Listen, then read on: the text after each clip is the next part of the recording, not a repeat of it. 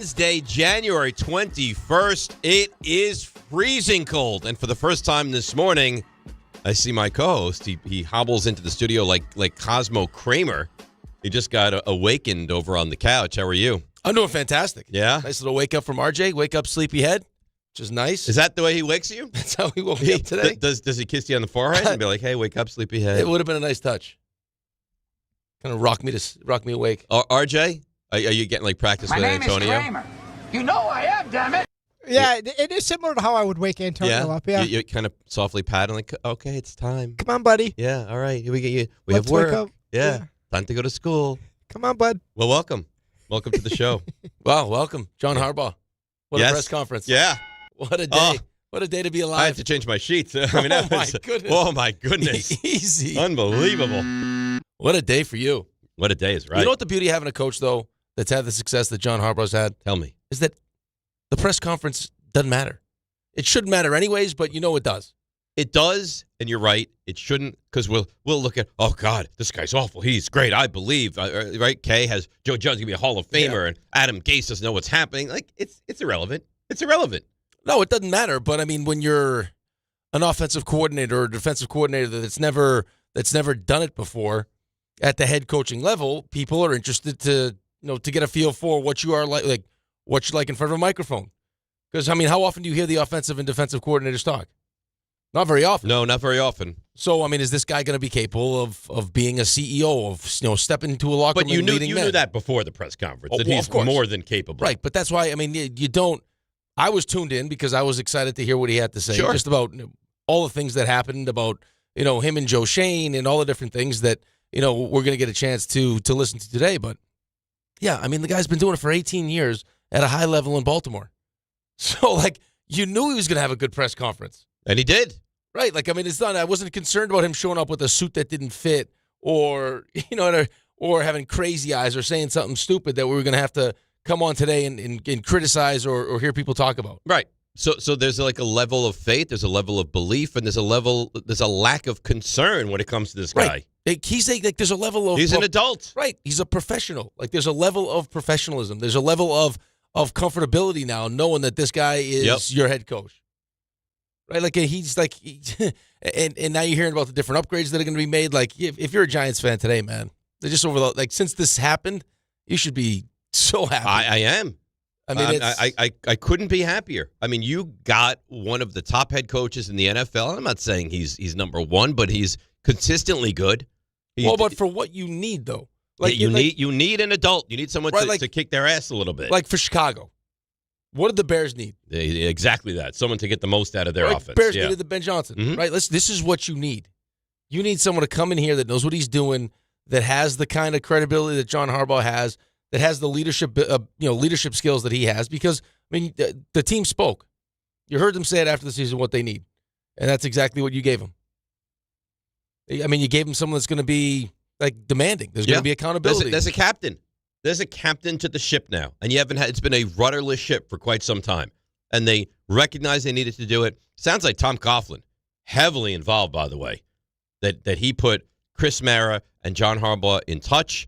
Chris went down, had not one but two meetings with John, and it took a long time to seal this, but because he wanted to make sure it was all buttoned up, and they got it done. And like you said, if you're a Giants fan, and you'll get the random person who's going to go, I don't like it. Why? I don't like it. Okay, but why? Because he blows leads in the fourth quarter. Well, you know what? The Giants already do that. So I don't see any drawback, any negative. No, he's going to put together a good coaching staff. It sounds like Monken's going to be the offensive coordinator. Right. We'll see the I guess he's done with the Browns now. That's not going to happen. Yeah, well, it felt like it's just kind of going through the process before he ends up being the offensive coordinator. Hire a defensive coordinator, and you start rolling. You got the 5th overall pick. You got free agency. Mm-hmm. You're going to get the best version of the talent that you have, especially in year one. You always get that bump anyway in year one with the head coach, with a new head coach. But now, I mean, especially with the fact that it's Harbaugh and it's what you asked for, right? This is we're not just throwing this coaching staff together and it's like, hey guys, here, this is what we felt like you needed. Here it is. It's like, no, this is what you guys asked for. Right. You asked for someone like Tom Coughlin, and good on Tom Coughlin to also recognize, because I'm sure it bothers him as bad as we both felt like it ended. It ended poorly. Yeah, yes. You don't want to see it end like that. Guy wanted to obviously continue to coach. They decided to move on to the point where he's talking about, like, just one more win and I would have fought for my job. They don't shake hands.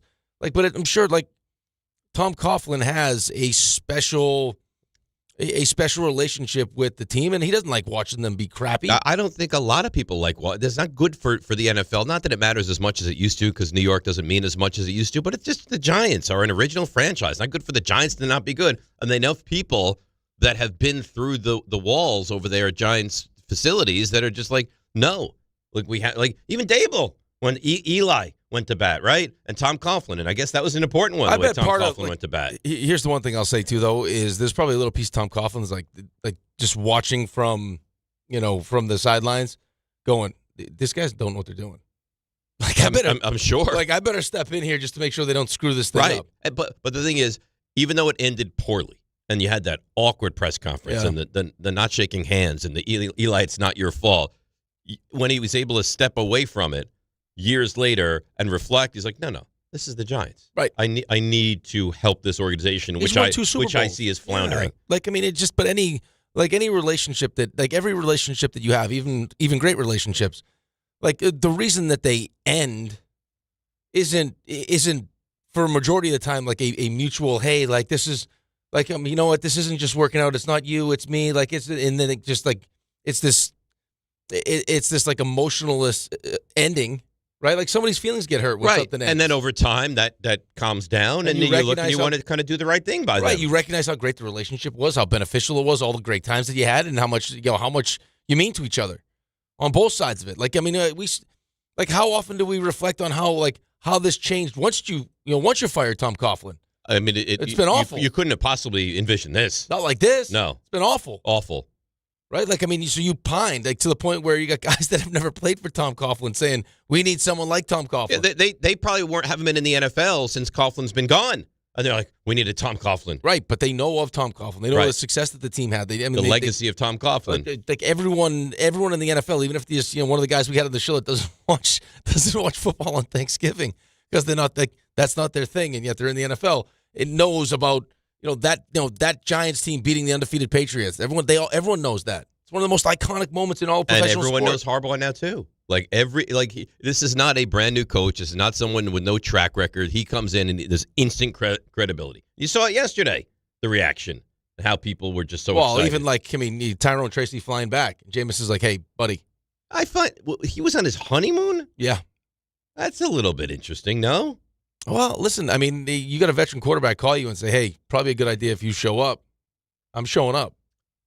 Okay. I don't want to listen, whatever I can do to make sure I get up on the right foot. I just think that, there's certain things you're like, oh, okay, he had a baby. I get it. He just got married. He's on his honeymoon. Okay, I get. I feel like that's an easy get out of jail free card. Yeah, probably, but it's also just think about what that says to John Harbaugh. Yes. That this guy's willing to take a day away. I agree with that. Like if you don't come, I don't think it's a knock against you. If you do come, right. I think it's like that's a guy. That's Correct. A dog. He left his honeymoon. I'm sure his wife is thrilled about it too. Right, like where are your priorities at? Like, and you're right. And if he doesn't, hey, where's Tyrone? Oh, he's on his honeymoon. Oh, no big deal. Right. The fact that he left from his honeymoon, I agree with that. Whoa. Right. You can't lose. You can only gain. And 100%. He gains a lot. Big time. Absolutely. And he's coming off another good season. Yeah, he's a good running back. Right. So I mean, it's all positive. It's all headed in the right direction. I don't know why Joe Shane was so nervous looking when he was. Well, I don't think it was introduced as Harbaugh. I actually I'm not even kidding. I actually thought he was having a panic attack. It was uncomfortable. It was having a Raanan moment. What? Why? What? I mean, it's Jordan Raanan. That's what I think of, though. But why? Let it go. I think of Giant success. I think of Tom Coughlin. I think of people that stroke out related to the Giants. RJ, is that fair? Jordan Raanan. Honestly, what? Is that fair? Can we not graduate past this? I mean, we can't. It seems like Rick can't. I can't. Why? Because that's just what I think of. But here's the thing, though. It's mean. He's done so much for us. He was there yesterday wearing a nice suit. I saw him on SportsCenter. He looked great. He did look good. It's all self-serving. He went there because he wanted to be on SportsCenter. That's the only reason he went there. He went there because that's his job. All right. What does he do? It's like saying, boy, that's Rick, a great question. That's a great question. Rick showed up here today because it's self-serving. No, you showed up today because it's your job. How dare you go out there and do what we pay you to do? Right. So self-serving. He had a nice one. He had the suit on, though. That's what I meant. Nice one-on-one with Harbaugh. Yeah. How come we weren't there? You know why. It's a great question. What do you mean? How come we weren't there? Mr. I am the Giants. Yeah, Well, we I am should the have been there. Giants. I mean, I saw other radio shows there. Why weren't we there? Because they're the flagship station of the Yeah, Giants. you're the Yeah, flagship fan of the How Giants. are you going to let that stop you? Come on now. I could have gone. You should have. We You should discussed have this the dressed other up in a day. suit and been there. Can you imagine that? Hi, Dave Rothenberg. I am the Giants. John, And then tell me some stuff. yeah. Yeah. What are you thinking? Look at this. Erection. That's how much I love you. And yeah, This is for you. I don't know what to say. I did this for you. I did. Yeah. This is what that is. I can't believe you're here. Pinch me. Look at my hoo-has. Let's go. John, hey, I'm sure you heard of me, Dave Rothenberg, ESPN. Yeah. I had Brian Dable's number just so you know, never text him. That's right. So Never texted him. what's your number? I just, out of respect. So you can feel free. I did have a mutual friend send me a text yesterday saying, do you want me to reach out to Harbaugh to introduce you guys? That'd be nice. I said, that would be terrific. That'd be terrific. Who knows if you'll have the courage to actually. I was talked out of it. By who? We all said send a text Carlin message. told me it was awful. Oh, that's the person you want to. I mean, that's. I mean, it was very. You know how he feels about his sources. Right. You know how- Right. No, don't get in the way of his Very sources. protective. Very hit or miss on this show whether I should have reached out to I Brian thought you Dable. should have. I still could. No, but not now. Why not? Sorry things didn't work out here. Congratulate him when he gets the Buffalo job. You just had met him though. That was the perfect time. Like Yeah. he's fresh. You're fresh in his mind. He might have enjoyed the interview. Like, hey, Brian, just wanted to say thank you. I reached out to so and so, whoever gave me the number, just because I was really appreciative of what you did, and I just want to let you know. And boom, sparks flying, and now you can lead. That's leading with woo. Well, I have Woo I on know, my but side. you didn't use it. That would have been the time. I'm not really exactly sure what it is. lead with, if you lead with the woo, and now all of a sudden you realize you're a maximizer. Like now, you open Now the a door maximizer. for all your other Right. traits. Now my competitive spirits Yes. are flowing. And now you unlock all 5. All right, well, I can't go back in time. Okay, so now we learn from our mistakes, and now we capitalize on the Harbaugh situation. All right, so let me ask you this then.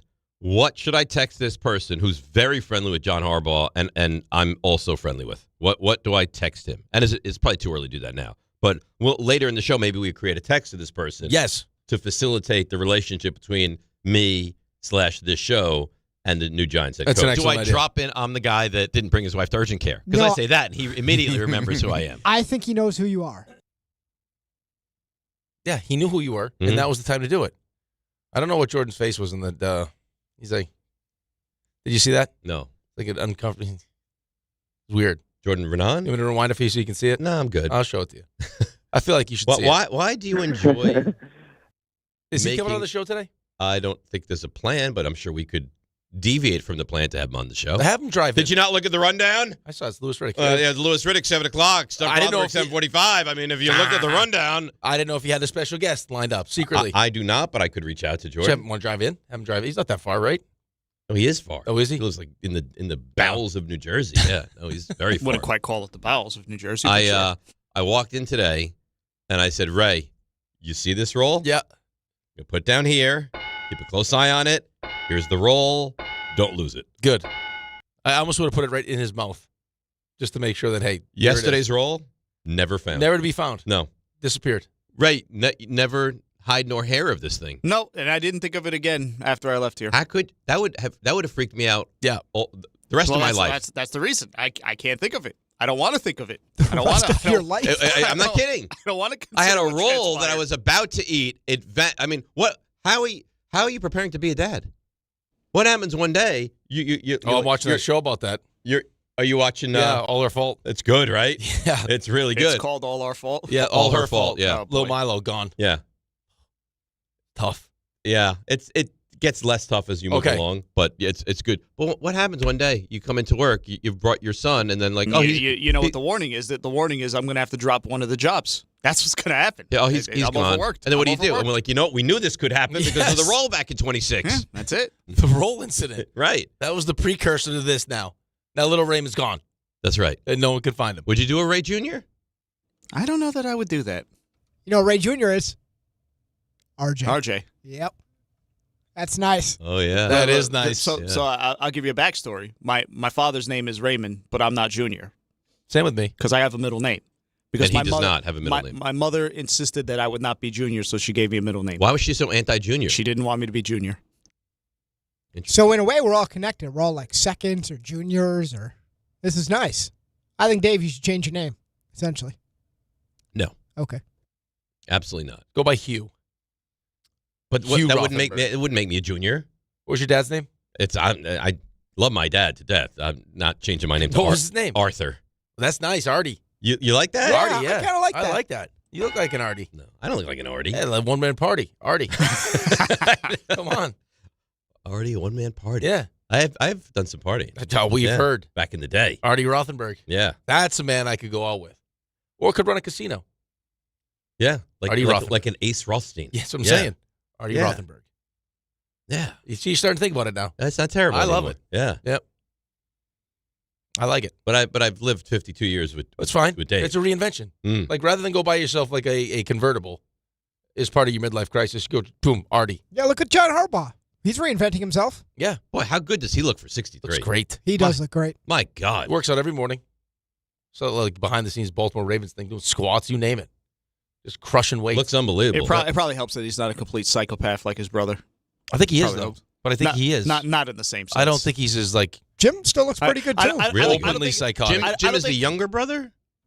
Yeah. Yeah, Jim's younger. Jim's younger. I don't think Jaxson Dart's in danger of getting slapped in the face before a game. I don't think that's going to happen. No. I've seen I some of don't that, though, think so either. too. John, I mean, he's not just out there doing, get the blood pumping. He's doing, front squats, and Oh, yeah. power cleans. And Oh, yeah, he's doing, like, real lifting. No, they're a very fit family. All of them. Well, Yeah, it looks like he's the in good parents shape, were there too. yesterday, too. I think the father's on the verge of being 87. Jack Harbaugh, I said this when Michigan won the title. Jack Harbaugh looks like old man Jim Harbaugh. Like, exactly. Yes. 100%. So just to make Giants fans feel even a little better this morning, I don't know if you saw this. There was one guy currently in the NFL who at the draft 3 years ago, I'll give you a little hint, Harbaugh was pounding the table. I want this guy. Puka Nacua. Yeah, you saw that? See everything. That's nice. That's nice. That's some respect for me. And I guess he was just outvoted. Like, no, we're not taking That makes him. you feel good. It makes you feel great. Really good. Yep. Especially with Joe Shane still at the helm. But that doesn't concern me nearly as much because I don't think he's going to have the same power that he had up through last season.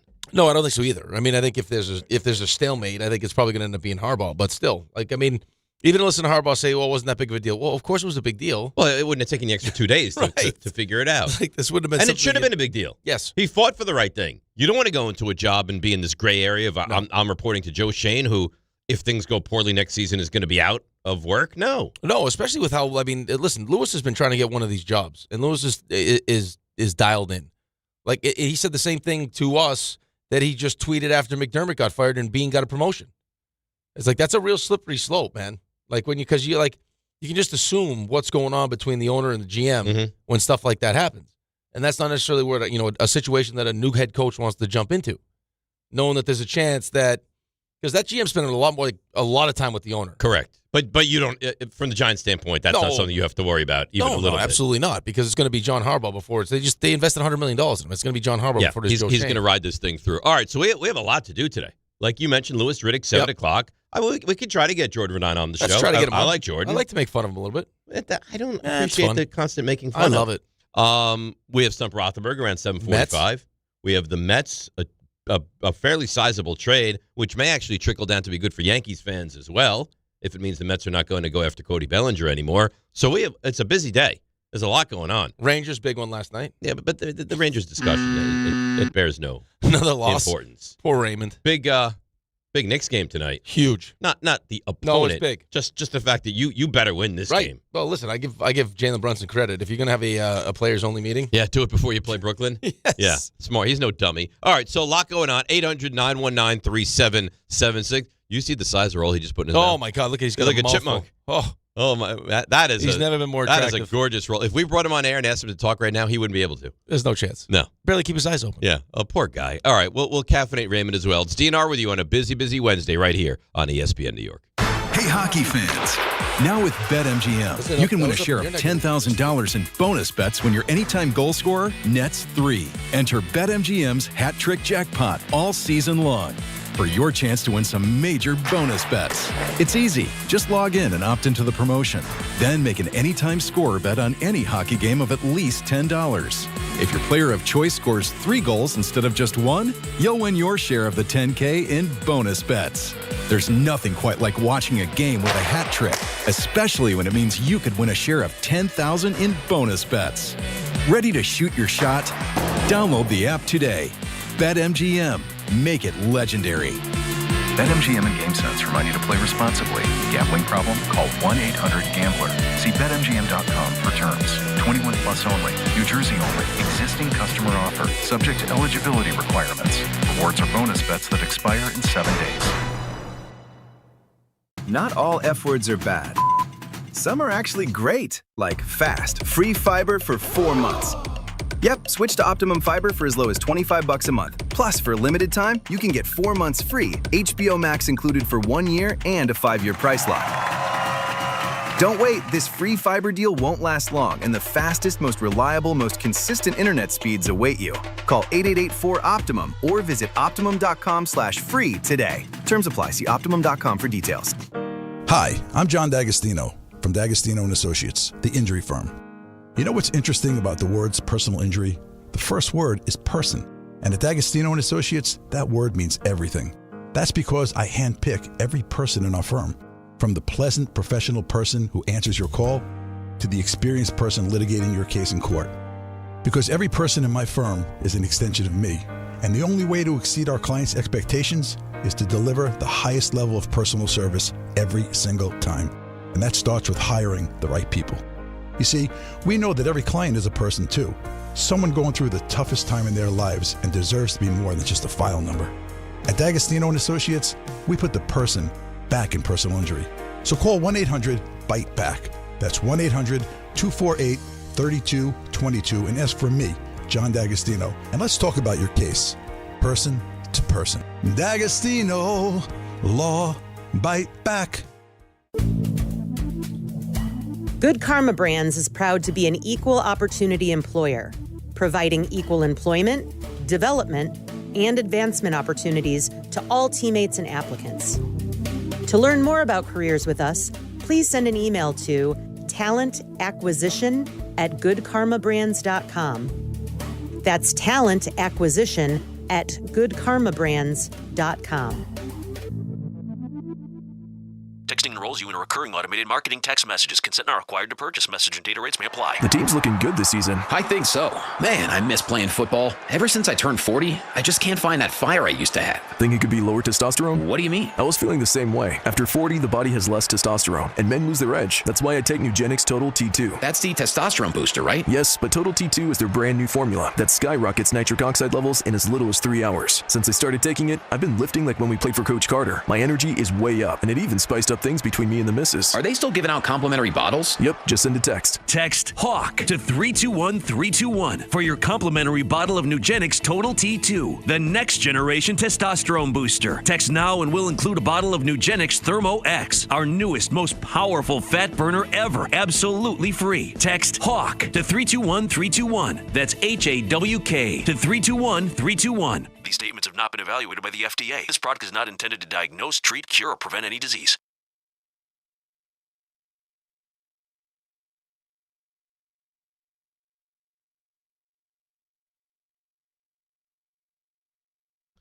All right, DNR with you, ESPN New York. Mel has a mock draft that's dropping today as well. I hear right at 7 o'clock. I think he mentioned that yesterday. Yeah. I didn't realize it was 7 o'clock, so we'll have that. And we actually have some news to get into as well that happened late last night. Big news, Jazz hands. With the Mets that will be the first ones to get involved in that conversation. Very nice. It's Louis Robert, by the way. That's right. You're going to hear some Roberts today. That is wrong. It's Louis Robert. Confirmed. Raymond says confirmed. I know it. Well, I know you know it. Actually, I know it. It's your center fielder. That's right. Let's go. I like this move for the Mets. Yeah, I like it. I mean, there was rumors that this was going to be the move they made last year. And then, I mean, were the White Sox going to keep him or the White Sox going to let him go? And the White Sox decided to keep him, and then they ended up getting Acuna Jr. and a and a pitching Well, I prospect. think it's smart for the White Sox, too, to keep him and be able to get something the next year. I mean, that's also rolling the dice. Like, I mean, I guess it's, hey, if we have to keep him, we'll keep him, and we'll pay him the $20 million. And if someone wants to trade for him, we'll get something back. But the big thing for him is staying healthy. That's right. He's got the talent. Well, I mean, if you look at his year in 2023, when he's an all-star, yep, his WAR was over 5. He hit 38 home runs, 80 RBIs, stole 20 bases, hit 264, and played a Gold Glove level center field. And now it's been a steady decline. With injuries, and you wonder how much of the stink of the White Sox makes it hard to wake up and play baseball every day. He's been banged up, and quite frankly, he's been bad. So the Mets are taking, I guess, a bit of a gamble. Not a huge gamble. No, it's not a huge gamble. It's not a huge financial commitment. It's not a long-term deal, right? I mean, you're not talking about giving 7 years to Cody Bellinger. It's an upgrade from Tyrone Taylor. Mm-hmm. It takes the pressure off Carson Bench, right? Now he can just, if he makes the team and can play left field, he'll play left field. And you got Robert in center, and you'll have Soto in right. And then with Bichette, they just like lineup-wise, it's definitely feels like it's an improvement from what you saw last year. Now it's what do we do with the pitching staff? But they got to do something. Of course, they're going to do something. What is it? Peralta or Valdez or Schoolball, you're gonna add at least. I was watching Joel Sherman did like a quick reaction to this trade. He said he really likes this trade. He said it's definitely worth the risk for the Mets. And then he said, and they're not done. They are going to add at least one starter and at least 2 bullpen guys before the start of the season. Yeah, I would imagine so. And then, I mean, what version of Devin Williams do you get? What version of Weaver do you get? Well, that'll define how you are this season, right? Because, again, you let for $3 million, you let the best closer in baseball walk out the door because you wanted to play games. Right. It just feels like this, as much as we want to sit here and talk about how much you like the moves, it just feels like this wasn't necessarily the plan. I don't know that Robert wasn't the plan. I don't think that Bichette was the plan. Right, but that's also, I mean, but they were interested in Tucker. They were interested in Bellinger. You're not going to go trade, I mean, are you going to go side Bellinger now? Probably not. If you brought in Tucker, but I don't think you don't want to get into bed with a 7-year deal. But if you brought in Robert, if you brought in Tucker, were you going to bring in Robert? Probably not. Probably not. Well, you have to deviate though. No, I you knew they understand liked Robert. Like Robert wasn't like an 11th hour all of a sudden. And the groundwork was laid for Bichette early on in the offseason. So yeah, like I mean, it just what he said when they went away from Pete Alonso does not match up with the actions that followed it. Like defensive run save, all these different things you talked about. I got a guy who's played one inning of first base and one guy that's never played third base. And then you get a center fielder who's an elite center fielder. Right, now, so up the middle, you've upgraded, right? Semion's a better second baseman. Yes, and Lindor's a good shortstop. And Robert's a good center fielder if he stays healthy. But now let's figure out the pitching staff. And here's what I'll say about that is because I keep hearing about, do we trade for Peralta and what does that look like? Does it include, does it include Sprout or does one of these deals include Tong? It's like, wouldn't you rather just make the financial investment on like a Framber Valdez? And then if you got to eat some money as opposed to send it off. I understand your point, and then save those guys for either yourself or for another trade that you wind up doing. But if you like Peralta, like way more than you like Valdez. Yeah, but could you like him more, like that much more? I don't know. Do you think that Sprout, would you rather keep Sprout and Tong and see if they're going to turn into nice pieces in your rotation? Yeah, but maybe. I mean, you have to at some point you have to trust it. Maybe that one of these two guys they don't love. If they're willing to trade them, they must not love them, right? Well, or it's just they already have somebody that's produced at a level. But if you love Tong and you trade Tong, that would be curious, right? Well, they got 3 of them. They love McLean. So now, which one? Well, do they McLean's love off more? the table, right? Sprout You can't or have Tong? Well, that's the Mets' determination. Whichever one they trade, they you would liked imagine them they liked them enough to call them up to try to save their season because it was desperation, right? But still, and you just threw them into the fire. Like I'm just saying, for me, like the biggest thing with having Steve Cohen as my owner, one of the biggest things is I have the ability to use money instead of prospects, especially if they're good prospects, to go get what I want. Unless, like what you just said, like you don't think Tong or Sprout is going to be great. Right. And you don't love Valdez, and you don't want to make a long-term commitment, and you like Peralta better. Or you like Ryan better, or whoever it ends up being. Right. I like Joe Ryan, too. I like Joe Ryan, too. I like both of those guys better than I like Valdez. And Valdez is a little older, too. Yeah, but he's a dog, dude. He can be. Like, I mean, that you know what? That maybe when he crossed up the catcher, I know. That doesn't sit well with me. Okay. I didn't love it. It doesn't mean that I'm not interested in him. If they sign him, I wouldn't like it. It's just, I don't know, something like that. Yeah, but he's a bit of a jerk, which I don't mind. Right. You know what I mean? Like, I don't like you to be to your own team? To your teammate, but I mean, you're going to give that guy the ball, he's going to go out and pitch for you. Yeah. He's a dog. Like I got Kodai Senga when I don't know who he's going to pitch. Oh, Senga is just like I don't know. I can't believe he's still here. Right? Like it's when he's feels great and he's 100%. Like he'll be good. But if he's not, if it's not between 71 and 76 right, and perfectly ideal. sunny and it's a 7:00 game, like if everything and it's once a week, if everything is not perfectly lined up for Senga, you don't get the best version of Senga. Correct. So, but that right now is the big question. What do they do with the rotation? Right. And if the two guys they brought in the back of that bullpen are, what version you're getting? Well, if they're not good, then you're going to struggle mightily. And if they are good, get killed. Yeah, it's going to be terrible. Stearns is going to get killed. And rightfully so. Right. So you're going to and listen, a lot of it's wait and see. I kind of like what they've done, but I can't give it a final grade because it's not complete. No, it's just, I mean, you went away from three of everyone's favorite players, so there's going to be an emotional attachment to it.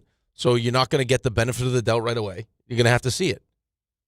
Like you gave me the stat the other day. Like when you look at the pieces that you've added as opposed to the pieces that you've lost, I mean, wins above replacement, it's better. So in theory, you're a better team. But now the guy's got to go out and prove it. Devin Williams has to prove it. Weaver's got to prove it. Bichette's got to prove that he can play third base. Polanco's got to prove that he can be right. There's a lot of question halfway marks. Decent defensive first base. Because if he stinks at first base, like we already hear like the defensive. Oh, if he stinks at first base, it would be embarrassing. Because every Mets fan knows that Pete has a hard time flipping it to the pitcher or throwing to second base. But if it's anyone besides a Met fan that criticizes Pete Alonso's defense, Mets fans lose it. Look at how he scoops it. Like we'll make Pete Alonso. It was not a good defender. I'm sorry. From all around the base though. Okay, fine, but that's not all there is. Okay, There's a lot more than that. All I'm saying though is if Polanco just stinks and he can't scoop baseballs, it's gonna be like David Stearns. What the hell are you doing? I totally agree. Like you walked away from Pete. Pete just hit 38 and 115. The easy thing to do would have probably been, hey, we'll keep Nimmo. Well, no, I think you could have been. I think the thing you could have done was you get rid of Nimmo. Because, I mean, you're going to add a better defensive second baseman. It's only 3 years instead of 5. You've seen Nimmo play left field. But it would have been easy to bring back those guys. They're very well liked. You couldn't, though. You couldn't bring back all the guys. Something needed to change. Like McNeil gone. I think so. McNeil gone and Nimmo gone. McNeil wasn't good anymore, too. But, okay, so that and not a good locker room guy. That would have been good. Everyone wanted Diaz back. And then, I mean, I think Pete's going to be a good offensive player for the next 5 years. I don't see a steady decline in we'll offense. See. You know what else I think is a positive that no one has discussed as of yet? When you're on the White Sox and you're Lewis Robert, you're expected to bat in the middle of the lineup and produce. Like, big power guy, right? Yep. He's going to be on the Mets. He can bat, 7th or 8th? There's no way. I think there's a versatility to do either. At best, 6. But there's not going to be the same pressure on him to produce as there is in the middle of a lineup on a team that's not very good. No, right. Like, I don't disagree with you, but I mean, I think he has the ability to bat anywhere in the lineup. If he is what you expect him to be, right, if he could hit 250, you're going to get a massive season out of this kid. If you get what his potential upside is, the season that you just mentioned, yep, he's a middle of the order guy. If you don't, then you take the defense and you put him towards the bottom of the lineup. I mean, that's fine. Yeah, better than Tyrone Taylor. Better than Tyrone Taylor. And then when he needs a day, now you have a more than capable center fielder Taylor's to play. Supposed to be. That's what he's supposed to be. A 4th outfielder. He's not an everyday center fielder for you. He's not an everyday center fielder for anybody. Oh, not a playoff team. No. Team that wins 83 games. Could the Rockies stick him in center field? I guess. Team that wins 83 games, yeah, fine. But that's not where we're trying to be here. We're trying to be way better than that. Do you think I think so too, but I was reading today, it says they're not done with Bellinger. I heard they're still in the mix for him. But that's what I heard also. I but I find that to be strange. It's us, the Yankees, and I think there's 2 other teams. Two, yes. Well, apparently not the Dodgers and not the Blue Jays. No. So the Phillies, the Braves, maybe. I don't know. I don't know. I mean, he's sticking to 7 years. It does feel like if the Yankees don't get him back, it's going to be mass hysteria with Yankees the Mets fans. Get him? If the Yankees don't get him, it's going to be mass hysteria. If the Mets get him, I think Yankee fans will lose their minds. Listen, it actually makes still a ton of sense for the Mets to do it, if you think about it, because now you put Polanco more, like primarily at DH, and you could play Bellinger at first, in any outfield spot, and then Benj in left, and then you can, Benj needs a day. Well, the thing is, you could play Bellinger at first. When Soto needs a day, you can play him in right, you can play him in center, you can play him in left. Like you can play. So if each of those guys needs a day off during the week, he can go left, center, right. He can play first base. Right. I mean, it would add a lot more depth and he's really good defensively. Movability for these guys. By the way, and I didn't hear this, but I've gotten numerous emails about this. RJ, do you know about this? Maybe it's some plan for RJ later in the show. Apparently, Carlin was taking massive shots at my guy yesterday. I heard, yeah. Oh, you did hear this? Yeah, he just told me out there. Really? That's fine. He lashed out. Raymond, did you hear about this? I saw something on social media. I didn't know exactly what was said. I mean, it was implied. But I guess he says the reason you wear a hat on a daily basis is you're going bald. Yeah. I think that's what he said. Uh-huh. Mm-hmm. That narrative is tough, though, because even we joked about it like over the summer, I remember at one point. But then I remember... I just did a Christmas video with no hat on. Yeah, you mocked me. I remember that. I just don't feel like wearing doing my hair in the morning. I understand that. That narrative was going around last year, and I feel like you put that to bed. Yeah. Rick has a very healthy head of hair. Very healthy head. Now, filler in the face, I think that's a different conversation. I don't put any filler in the face. I got you. I'm telling you. Okay, no, sure. Your secret is safe. I take with pride me. in that. There's nothing But in your here. hair is luscious. Fine. It's yeah, beautiful. When I do it, I like to maybe throw a blow dryer in it. I'm not doing that at 2 o'clock in the morning. It's no, just not going to happen. Nor should you. I don't have RJ's trained hair where I can just wake up and just put water in it and it just looks like that. It's like RJ's hair is like an animal. It's unbelievable. Like those guys that like they train the snakes and the snakes pop out and they just like cobras. dance around. Yeah, that's what RJ's hair. He gets out of bed. He's like doo doo doo doo. I can't do that. They're called snake makes its way over. Well, it's like snake charmers, right? Like my son Milo, like same as RJ. Like his hair just always looks. It's so thick, it just looks good. Rocco's, I have to like get the blow dryer out. We got to like, otherwise it just looks like doesn't look great. But your hair's fine. It's fine. It has a life of its own, though. But it's not like well trained like RJ's. No, RJ's got volume. He's got got height to it. There's not a gray speck in that hair. I mean, it's beautiful. Gorgeous. I mean, this comes over the course of 10, 12 years, though. You got to work at it. I think you could get there. Dave, I think your hairline is underrated. I don't think you do enough with it. I know Rick Ford. My hairline is terrific. It's solid. Yeah, for 52 years old. It's solid for any age. Yeah. Like Rick, I know. Your neck to chest hairline is phenomenal, too. Like, I feel like there's a full connection there. I feel like it goes from here all the way that connects to your chest. What are you talking about? I think your neck hair would connect to your chest hair. Yeah, he says your neck hair and there's a path. Because I have a lower beard. I think that thing could connect. That's a nice thick growth. It is nice. There's no connection. No connection. No connection. That would be nice. Sorry to disappoint. Make a little trail right down there. Is that uncommon? The old chest to neck beard. Sexy. A landing strip. How am I getting made fun of? No one's making fun of me. I think it's nice. It's not made fun of. Yeah. I think it's nice. How you turning the tables on me? It's some deflecting. It's part of my. I mean, Carlin went after you, and I was going to defend you for fun. Maybe he's right. Maybe you're bald. No, I'm not. But I'm not bald. I think it was because when we talk about the roll thing, I said he's like a truffle pig. Like we can find the. Oh, so he was returning serve. Upset. Yeah. I like Dave's look right now. He looks like someone like a third base coach leaning over the railing, telling you about going the other way, like chewing some seeds. I think that's what he's going for right now. You see, so you know the genesis of the hat today. It's so cold out, freezing. I walked out of my house this morning. I'm like, man, it's unusually cold. Looked at my phone, 6 degrees. So I was like, all right, I'm not about appearance today. No, I'm about keeping myself warm. So I put on a winter hat. Yep. Not ruin the hair. Right. You so can't. Once the hat has ruined the hair, now I was like, forget it. I got this beautiful hat in the car. It's everyone's favorite hat. Away we go. It's blue a good putty. Look. It's a good look for you. I was going to say that you looked more like somebody who would be a pending assistant on Harbaugh's staff. Like, not quite. I'll take the job. Yeah, you're right. Above a quality control coach, because you seem like you have a little bit more experience in that. Maybe not an offensive coordinator, maybe a receivers coach, something like that. Totally fine. No, he doesn't scream receivers coach. I'm trying to think what position would work. Like some kind of line coach. Assistant offensive line coach. Like remember what I did to Jake when he was in here that day? Yeah, you put him through a wall. Well, run game coordinator. Something like that. Yeah. I think I'd be good with like time management though. I think that would be my strength. There are time management coaches. That's some for coaches, me. Some coaches can't handle that. Most coaches can't handle it. Mike McCarthy. Maybe I get in the ear of like Ben, we're gonna not kick a field goal again. Ben, let's rethink this. You can't put the coach in like a chokehold, so he can't make the call. I wouldn't do that. Where's the coach? Dave choked him out. That's right. So he didn't go for it. He's sleeping. He went night over there. All right, let's take a break. We'll come back. We'll get to your calls, 800-919-3776. More Mets, little Knicks, a lot more Giants. By the way, I'm getting emails from people like, I can't believe you guys are talking Giants again. Well, the guy was introduced as the Giants coach yesterday. What do you want us to do? It's a big Mets day. Big Mets day. Big Mets day. And also, Knicks day. Sent myself a DM. Oh, nice. We'll get to that later. DNR with you, ESPN New York.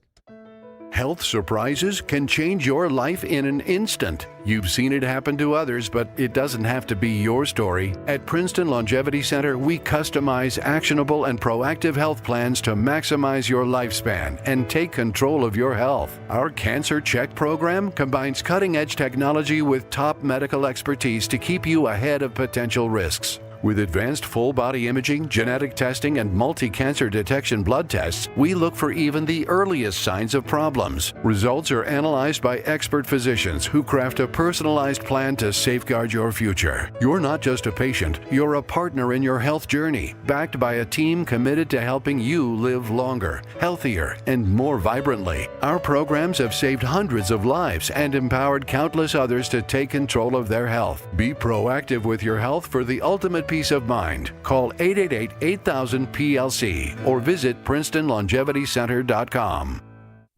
Show your team spirit and say big only at Security Dodge during the Start Something New sales event. For a limited time, score an extra $500 off on top of all rebates and new incentives, just for coming in and wearing your favorite team's jersey or swag. High school, college, or pro, football, basketball, hockey, and every sport in between. It's easy to win big at Security Dodge in Amityville. Visit us today or shop 24/7 at securitydodge.com. Hey, sorry I missed you. Your call is very important to me. Just not as important as the New Jersey Lottery's Green Ball promotion being back on Pick 3 evening drawings. See, if the green ball's drawn, that's a free second chance to win? So, yeah, you get it. It's only through February 1st, though, so try me after then? Must be 18 or older to buy a lottery ticket. Please play responsibly. If you or someone you know has a gambling problem, call 1-800-GAMBLER. For game odds and promotion details, visit njlottery.com/pick3.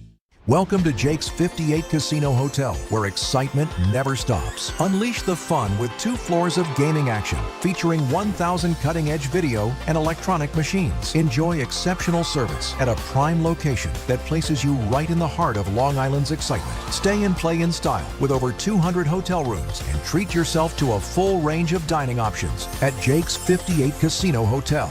If gambling is a problem for you or someone you care about, please call the 24-hour toll-free helpline at 1-877-8-HOPE-NY or text HOPE-NY. You still thinking job change in the new year? Yeah, I need something that's in high demand and more stable in this economy. IT? Yeah, cybersecurity, maybe even AI. That's what I did. Really? How? Went to My Computer Career. You don't need any prior experience, and you could start your new career in a matter of months. A lot of IT pros go to school there, too, to level up. Sweet. Are classes online or on campus? Both. Wow, I'll check it out. Thanks. Make this your year. Take the free career evaluation now at mycomputercareer.edu, an Elite CompTIA certification partner. Financial aid is available to those who qualify, including VA benefits.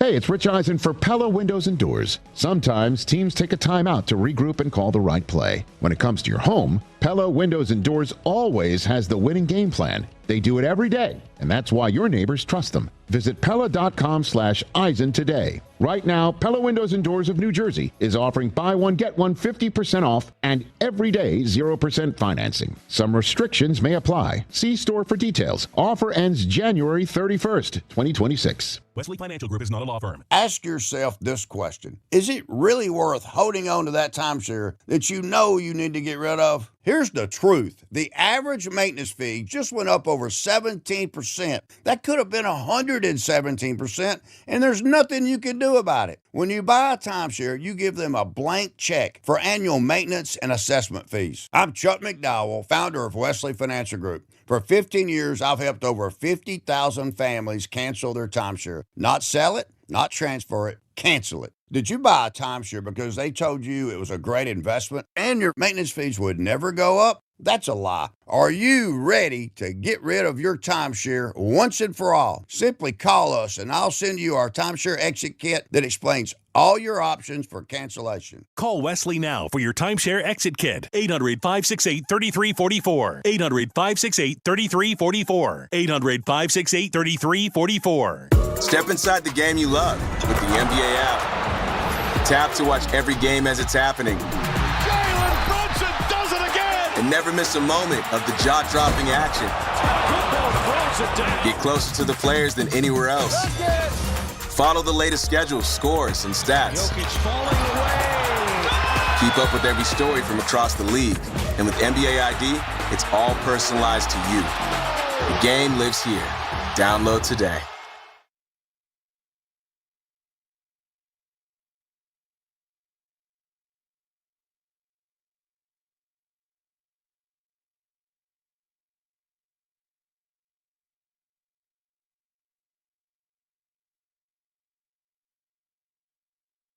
All right, DNR with you, ESPN New York. How you doing? I'm doing great. That's great. Yeah. I'm glad that you woke up for the show today. I'm happy for me too. I set an alarm for the show. I slept through it, but I set an alarm. Really? Yeah. You set an alarm and slept right through the alarm? Right through it, So yeah. when you woke up, was the alarm, RJ, like, quietly tapped you like, hey, sweetheart, it's time to wake up? I said sleepyhead, yeah. Yeah? And I was like, oh, what happened to the alarm? Was your alarm still going off? Yeah. It's still going off? Yeah. Well, I woke up at 2. What happens if that happens in the morning? I got 5. 5 different alarms? 5 different alarms. And then I get the volume. Did any of them, like, punch you in the face? Like, how? Because, I mean, if you're able to sleep through an alarm. Yeah, well, I get the vibration ones. And then once those don't work, then I get the volume. And that's usually when Cassie will punch me in the face. Like, well, really? Like, you couldn't have woke up after, like, the first 4. You have to wait So till sometimes the it music goes comes to on. the 5th alarm? Yeah. It goes to the music, yeah. That would freak me out. Well, what am I going to do? So, Raanan's a bit of a pig. I mean, let's call it what it is. That's a bit of a pig. I mean, seriously.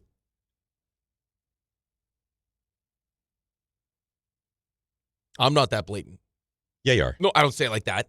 Right, you'll say it in some kind of more like a innuendo-ish batteries way. or something like that. Yeah, I don't like that. I mean, that's over the top. You think there's a chance they fall through the ceiling with the construction? Yes. You do? Yeah, I saw the other guy the other day. The little guy popped out, and he's like, I'm going to be in there. It's like, oh, great. I don't really care. Yeah, that's very I don't understand why they're always on our floor, though. They're doing the construction I don't think above they're us. on our floor. No, they're not, but they come to our floor. They've been on our floor. Earlier in the week, that area of the office way out that way was like covered in plastic. So Ray, maybe someone stole you. Maybe that's maybe the construction workers. Construction workers notoriously love rolls. Isn't that what you suggested yesterday? They shimmy Rick? down. I think that's what you said. Yeah. I didn't see any of those guys yesterday though, so I don't know. There's a real chance the roll never made it up here. I mean, let's just call it what it is. The farther away I get from it, it's probably that, but I didn't believe that at the time. He really packed up from the car, moseyed his way in. It was so excited, and the roll was just sitting there. You see where I parked. Like, so how far could I go? Did you park there yesterday as well? Yes. Man, I would love to know what happened to this roll. Me too. It's a mystery that it's a cold case now. Yeah. It's not going to be solved. Really cold. I'm watching Dexter, by the way, speaking of you've cold told case. us. Yeah. Yeah. I'm making my way through season 1. I think there's a pretty good chance season 1 is done today. I just smashed another show, His and Hers. Sherry said it's one of the few shows that she could not figure out what was going to happen. Well, I don't think he could. I thought I had it, and then... Yeah? Yeah. So I'm watching... I don't even think you would get it. What do you mean, even me? She's better at that than me. Well, no, but you watch so many shows. Yeah. I'd be hard-pressed to think you would get it. So she said she was watching, and she had no idea, and it totally threw her off. I'm watching Dexter season 1, and I was like, I think this guy's the killer. I told her yesterday. Turns out I was right. You're right. Yeah. So maybe you are good at it. Maybe. Yeah, like it was a good show. And now I just started All Her Fault. It's really good. When I was watching, I was like, I got to watch more. I got to get back to that show. I couldn't. Cassie fell asleep. No, I understand. I know. But I'm just like, don't you feel like I got to Yes. get back to that show? Yes. That's a good show. It was a good start. Where are you at? Season 1, episode 1. Oh, just 1? Yeah. Have you finished 1? Finished it. Okay. Yep. I just powered You know what through I loved about that show? What? It starts out like a house on fire. On like, fire. Right on fire. Right from the immediate jump. It's just wonderful. Yeah, not a great marriage-wise to pull the old it's your fault. Why didn't you just check the number? Yeah. That didn't go over well. It's kind of freakish when you're like, oh my God. It's just that easy to Right. Yeah. Good. I like it. It's a good show. Yeah, Joe in Ocean Gate. Joe, you're all fired up. How are you? Morning, guys. Yes, I am. Dave, I think you would be a get-back coach. I think that would be a great position for you. Make sure everything stays in order on the sidelines. So yeah, John Harbaugh. I after he was done talking, I went outside and ran wind sprints to get ready for next season. So I mean, he's an absolute leader of men. I love hearing him talk. He sounds like he's just what you want, right, in a head coach. And I also have a food out of the trash can story real fast if you want to hear that. No, never. I kind of want to hear it. Okay, all right. Food out of the okay, trash fine. can. Listen, it's not me. Look, it's Rick, Unilaterally. the dumpster diver. Yeah. So you're another one of these trash can eaters? Actually, no. It was my mother-in-law was engaged to some guy, and he went out to like the RoboCan like a few hours afterwards and fished out some lamb chops. Yeah, that's aggressive, though. That's disgusting. Yeah, come in. You can't go into the. I mean, hours later, going to get lamb chops in the garbage. Oh, I mean, that's an issue. That's gross. I mean, that's a problem. You go to the dumpster and fish out hours-old lamb you chops? can't. I mean, I threw my pizza was just Now, sitting there. also, let me defend you for a moment. Even though I don't know that it's something I would do, this is your garbage. It's my garbage. Right. Yeah. So you know exactly what's going in and out of that thing. Mm-hmm. This is just a public garbage. This man is fishing out lamb chops? It's tough. Was it public? Called the Robo-Can? Is that what he called it? Yeah. I don't know. Yeah, I don't know about that. That's a tough one. That's disgusting. Oof. Yeah, I wouldn't do that. No, neither would I. Let's hear a little bit from John Harbaugh, 800-919-3776. He said this is the job that he wanted. One of the most iconic franchises in all of sports. I wanted this job. I think I told you that, Mr. Mayor. I wanted this job. I wanted this job. And to be on the biggest stage in the biggest sport. I know the challenges. I understand the expectations. I know the fans are hungry for a winner. We're here with one mission, to earn the right to be called the world champions in New York. And that's what we plan to do. Starving for a winner. It's odd that there's like big, massive applause at a press conference. They're excited. I know. I'm sure the people that cover the team are excited. I'm sure there's obviously staff and everyone there. I want to make them feel comfortable. If you're Raanan, players. if you're Pat Leonard, you're Paul Schwartz, you got to be like, oh my God, we thank God. Right, finally. Maybe finally we got winning. some functionality within the organization. That's the other thing I like too, is just that a guy that knows what it's like to coach when there's expectations. Right? Because even like when you're taking over one of these bad teams in New York, there's still expectations. You know how crazy the fan bases are. Sometimes it's unrealistic. I'm Oftentimes it's unrealistic. Right. Like, I mean, look at after the first year, Dable and Shane. You know, it's like, I mean, rather than take a step back and be like, okay, this was great. We just got smashed by Philly. Mm-hmm. Like, we're just like, this was like a magic We're not on the same plane as them. Right. Like halfway through the next season, it's like Dable stinks, let's fire him. It happens that fast here. It moves fast. It moves fast. But he knows what it's like. I mean, his team is consistently a team in Baltimore that was expected to get to a Super Bowl. What do you think realistically? Year one, minimum 8, and then anything over that is just kind of gravy-ish? I would still say that you probably want, 8, but you'd still probably want to get to above 500 now with the 17 games. No, I'm saying like floor. You got to be at least 8, and then God knows how good it can be. You really won 2. I know it was 4, but. I mean, how many games do you think you should have won if you had good coaching? 8? Good coaching? I mean, you would have won the Broncos game, right? Right. So say call it 7 or 8 games. You would have won the Bears game. So 8, 9? Lions game. That's 7 right there. Could have won the Packers. I'm sure there's plenty of people that are going to say double digits. So I just get a little nervous that you're going to set the expectations so high. Not you, but that the expectations are going to be so high. But I think they're going to be a very competitive team. Yeah, listen, I mean, I don't think there's any reason to believe that they're not going to be competitive and be competing for, I mean, potentially a wild card spot. You're going to be playing meaningful football. This season's not going to be over by, Halloween. You know who comes back to Giant Stadium? RJ's Niners. Oh, yeah. Are back here this year. He'll be at that game. You know what the problem is, though? This year, we're going to kick their ass. No Salah. That's what we're going to do. No Salah. Yeah. You don't know what. The guys will be running in different directions on defense. They'll be like Keystone Cops out there, RJ. We'll take you down in that game. I guess we'll see, won't we? Yeah. We will. I like it already. Oh, yeah, we will. And you're on my hit list, too. Oh, here we go. Oh, yeah. Here we That's go. right. Beat you in a meaningful football game. The level of confidence now is unbelievable. Oozing. Oh, my goodness. All it takes is one day. It's going to be unbearable one this good season. day. We get out to a hot start. Look out. Okay. Or like an 0-3 start. Oh, God. Then forget it. Oh, God. Could you? So what happens if that happens? I'd cease to exist. I'll combust. That'll be it. No. Because you'd still have the hope that maybe not for that season. I can't take 0-3. Please. Can I please open up home against the Titans? Can I please have just Cardinals home week 1? Just something that I can get my feet wet, get a win and get above 500. Feel good. The NFL's not going to do that week 1 to you. You're going to get some marquee matchup. So home schedule's not bad. Yeah, give me it. You want it? Yeah, I was going to ask you for that. All right. So you know the division, obviously Cowboys, Eagles, Commanders. Home to the Arizona Cardinals. The Cleveland Browns. Good team, but I don't think can't win. The Jacksonville Jaguars. The New Orleans Saints. The San Francisco 49ers. And the Tennessee Titans. That is not a bad home schedule at all. You're going to go to some games. I will go to standalone games. Yeah, I will. I got to tell you, the rare win-loss game, pre-free agency and pre-draft. I like it. We didn't do win-loss. I like what you're about. You want me to do? I could do win-loss. I'm going to no, say it's okay. No. I'm going to say 2, 3, 4, 5, at least 6 home wins. Oh, wow. At least. He's putting it 6 on. wins. You're adding you're adding Dallas and Yeah, obviously.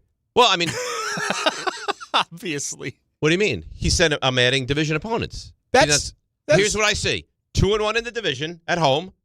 Win against Arizona's 3, Cleveland 4, Saints 5, Titans 6. I love it. And then we see. That's not crazy. No, I don't think it's crazy. I think the difference with so far just here in the home schedule as opposed to last year's schedule is the games you felt like were winnable games were on the road. Yeah, well, the road schedule is brutal. It's brutal, but you should be a better team. I mean, you're a better coach team. Quarterback going into the second year. And you know what? A, things change as the season comes along. And B, like, right, they should have. At Denver, you looked at, there's no way they'll win. They should have won. At Detroit, there's no way they'll win. They should have won. Six wins at home. We're not talking about an 8-win season, though. Okay. We're not talking about that. Okay. So maybe they win 9 or 10. So maybe they win a division. I'll stop at nothing. Take it out. Take it out right now and tell me you had 12 wins. Say something crazy. I can't do that. All right, because road schedule. All right, so you know the divisional road games. And then it's at Detroit, at Houston, at the Colts, at the Rams, and at the Seahawks. There's not an easy game in the bunch. Now, that being said, last time the Giants went to Seattle, they beat the Seahawks.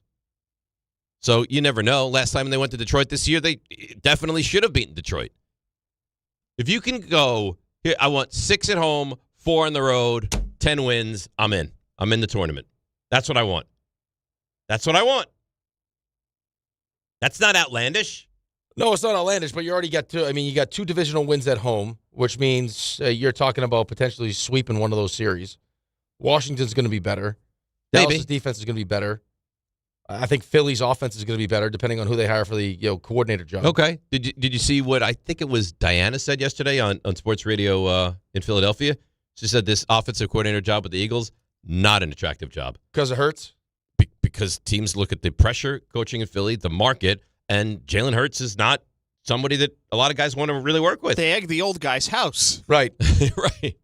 Well, the problem is if I got a quarterback that's unwilling to do some of the things I'm asking him to do, then he's going to severely limit my expertise. That's right. And I don't want to be a part of that. If he can't if he can only go up to so far. Well, yeah, or just chooses like, hey, I don't want to run the ball as much. I don't want to do this. I don't want to get exotic with formations. It's like, okay, what are we doing then? Right. Listen, it's my offense. You're going to do what I tell you to do. Run your own place then. I don't need to be here. Okay. Well, there you go. Rams could look different depending on what happens. Sure. Like there's a chance. I mean, if Stafford you think he could retire if they win? Yeah. You do. If Stafford wins the Super Bowl, he's not coming back. You expect him? Oh, that's a win. Do you?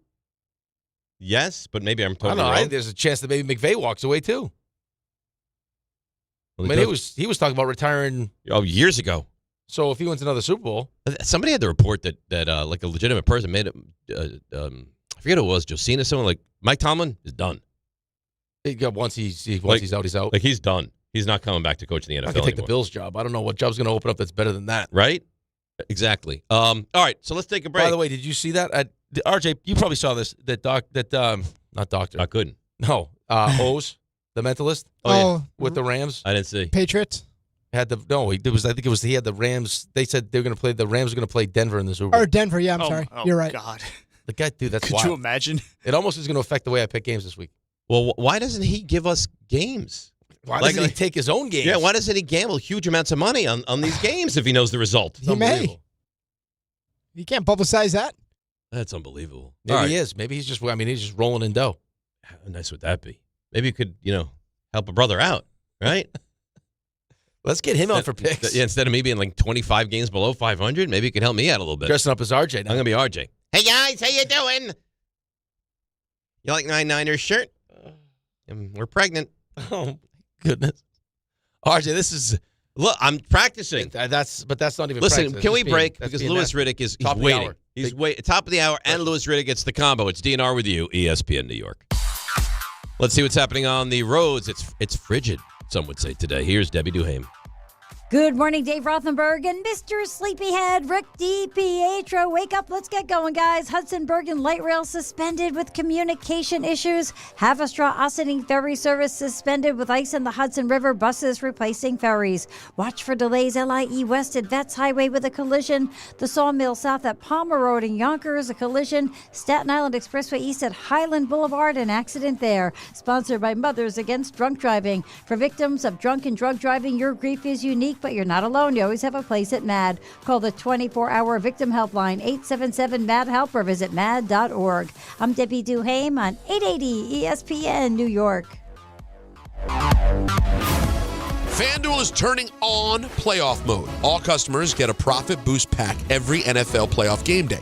Each game day during the championship round, you'll find a pack loaded with multiple profit boosts waiting for you in the app. More boosts means more ways to level up your playoff bets. Pick the matchups you believe in, take your shot on an upset, or build a parlay that fits the moment. Now, I am loving the Rams, so you can apply your profit boost and go after even bigger payouts while the playoffs keep rolling. So visit FanDuel.com/local and grab your profit boost pack every NFL playoff game day. Each game day during the championship round, you'll find a pack loaded with multiple profit boosts waiting for you in the app. More boosts means more ways to level up your playoff bets. 21 and over and physically present New York option required. Bonus issued is non-withdrawable profit boost tokens. Restrictions apply, including any token expiration and max wager amount. See terms at sportsbook.fanduel.com for help with a gambling problem. Call 877-8-HOPE-NY or text HOPE-NY 467-369. Knicks fans, it's time for basketball, and the action starts tonight at Crompton Ale House with Team ESPN New York and Ultra. Whether you need a pregame spot or you're looking for the right Knicks bar to watch the game versus the Nets, Crompton Ale House is your destination. The party tips off at 7 p.m., and Team ESPN will be giving away ESPN, Ultra, and Knicks prizes. Join fellow Knicks fans tonight at 159 West 26th Street. Cheer on your Knicks, enjoy Ultra draft and bottle specials, and cool prizes all game long at Crompton Ale House. I know that hiring can be challenging. You sort through tons of resumes and you get too many so-so applicants. You're just waiting for someone to match your role perfectly. Well, now, there's a place where you can meet them fast. ZipRecruiter. Need to hire right away. Start your search for strong candidates. The right fit awaits. Build your team. Build it sooner. ZipRecruiter. Just head to ZipRecruiter.com/ESPN right now to try it for free, and you're on your way to meeting your match. 4 out of 5 employers who post on ZipRecruiter get a quality candidate within the first day. So try it now. Go to ZipRecruiter.com/ESPN. Once again, that's ZipRecruiter.com/ESPN. Meet your match on ZipRecruiter. Try it free. Show your team spirit and say big only at Security Dodge during the Start Something New sales event. For a limited time, score an extra $500 off on top of all rebates and new incentives, just for coming in and wearing your favorite team's jersey or swag. High school, college, or pro, football, basketball, hockey, and every sport in between. It's easy to win big at Security Dodge in Amityville. Visit us today or shop 24/7 at securitydodge.com. Empower. Ellie here is getting the sleeve she's always dreamed of. She worked with Empower and planned for her next move, so she got good at money. Now she can be a little bad. Oh, by the way, you spelled journey wrong. No worries. She can afford the cover-up, too. Ooh, check out my tat. It says, invest well, live a little. Start today at empower.com.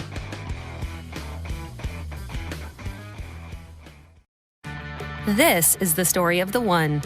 As an HVAC technician, he and his digital multimeter are in high demand. So when a noisy office HVAC turns out to be a failing blower motor, he doesn't break a sweat. With Grainger's easy-to-use website and product information, he selects the product he needs to keep everything humming right along. Call 1-800-GRAINGER, click Grainger.com, or just stop by. Grainger, for the ones who get it done. 880 ESPN, WHSQ, and WCBS-FM HD2, New York. A Good Karma Brands radio station. This is DiPietro and Rothenberg. John Harbaugh, press conference. What a day. One of the most iconic franchises in all of sports. I wanted this job. We were looking for a proven winner and an elite leader. We're fortunate we were able to find both. I think my favorite hire is Harbaugh to the Giants just because it brings them immediate expectations. I understand the expectations. I know the fans are hungry for a winner. We're here with one mission, to earn the right to be called the world champions in New York. And that's what we plan to do. This is DiPietro and Rothenberg on ESPN New York. and streaming live on YouTube. All right, DNR with you on a frigid, cold Wednesday morning, January the 21st. In just a moment, Louis Riddick is going to join the show, and we can ask him all sorts of stuff about John Harbaugh, about what's the guy in Denver? I can't even remember his name now, the quarterback that's starting. Come on. I'm serious. Jared Stidham. There you go. There we go. Yep. Yeah. It's not like I don't know who he is. I just forgot his name for a moment. It was like Eddie Pinheiro. Right. You don't know his name. It could be anybody, Stidham. So let's bring him in, the great Louis Riddick. Good morning, Louis. How are you? Good, man. How are you? Good. So I know you like this hire from the Giants' perspective. Let me ask it to you a little differently. Is there anything you don't like about this hire and John Harbaugh? No, really, there's not. I mean, there's really nothing to not like about it. Look, John is the consummate CEO in my view. I've known him for a long time. I've met with him. Yeah, I mean, I know how he operates. I know how he thinks about football, about organizational setup, about teaching, developing schemes, strategies, tactics. I know how he thinks about all that stuff. Now, like, I mean, there's always things that you can point to in his tenure or during his tenure at Baltimore and say, well, sure didn't master it here. He said, well, no kidding. There's always imperfections or chinks in everyone's armor as far as like maybe things that they wish they could do again, as far as maybe how they manage the game or a coaching hire or a player selection. I mean, there's always things like that. But like by and large, like his record speaks for itself. He was taught by some of the very best. I mean, football's in his blood. These guys are extremely motivated now. Obviously, with the way things ended in Baltimore, this is a job that he's coveted. This is an organization that he has respected his entire life. He likes the roster. He likes the setup that he has now. Yeah, I think there's just nothing but support that should be being thrown his way, both from the organization, obviously, which clearly they're fired up about, and in the fan base as well. Louis, how exactly does that work, right? So, I mean, it sounded like he was going to be the coach. Then it took a couple days. Giants fans started to kind of freak out, and he wanted to make sure that he answers to the owner, not to Joe Shane. Can you just explain to everyone why that was so important to him and how that actually works? Yeah, I think ultimately, when guys kind of reach a certain level of status, it's kind of like the Bill Parcells philosophy. Look, and I'm not speaking for John, but obviously what you want to do is you want to be a lot.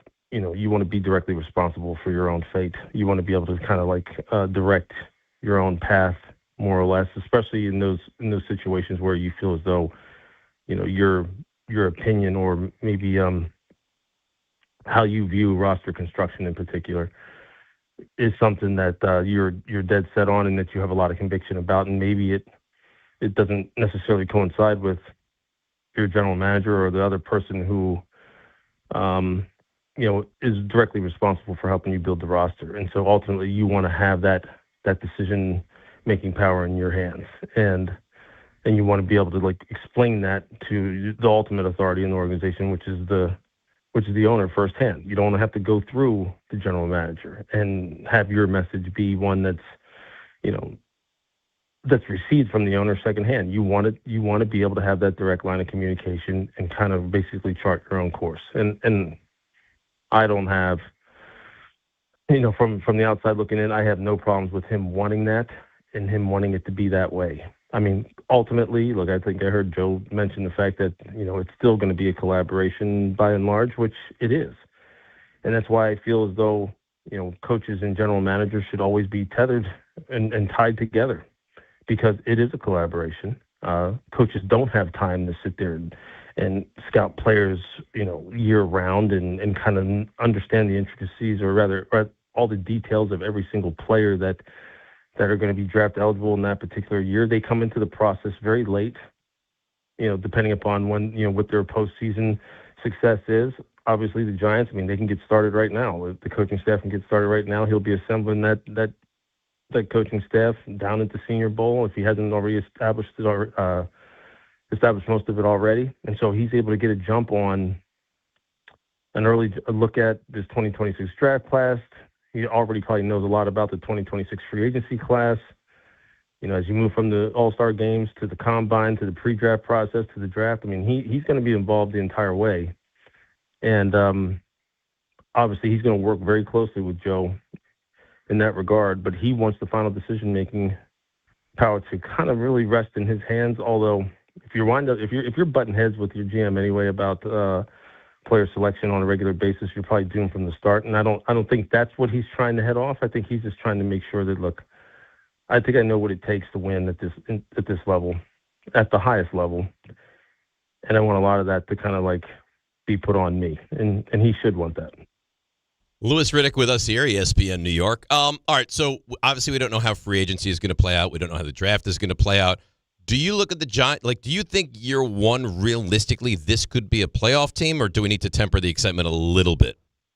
Yeah, I do realistically think it can be. Look, I mean, the NFL is on a razor's edge from year to year. We know that, obviously availability, meaning injuries, play a big role and can really change the fortunes of a franchise. We see that happen all the time. So obviously Lady Luck has to be on their side a little bit. They have a lot of the horsepower already in the building that they need in order to really turn this thing around, provided that horsepower remains available to them, meaning stays healthy. But when you think of the top 5 position, I mean, look, they have quarterback, they have pass rushers, they have some offensive line. Well, I mean, Andrew just needs to stay healthy and stay on the field all the time.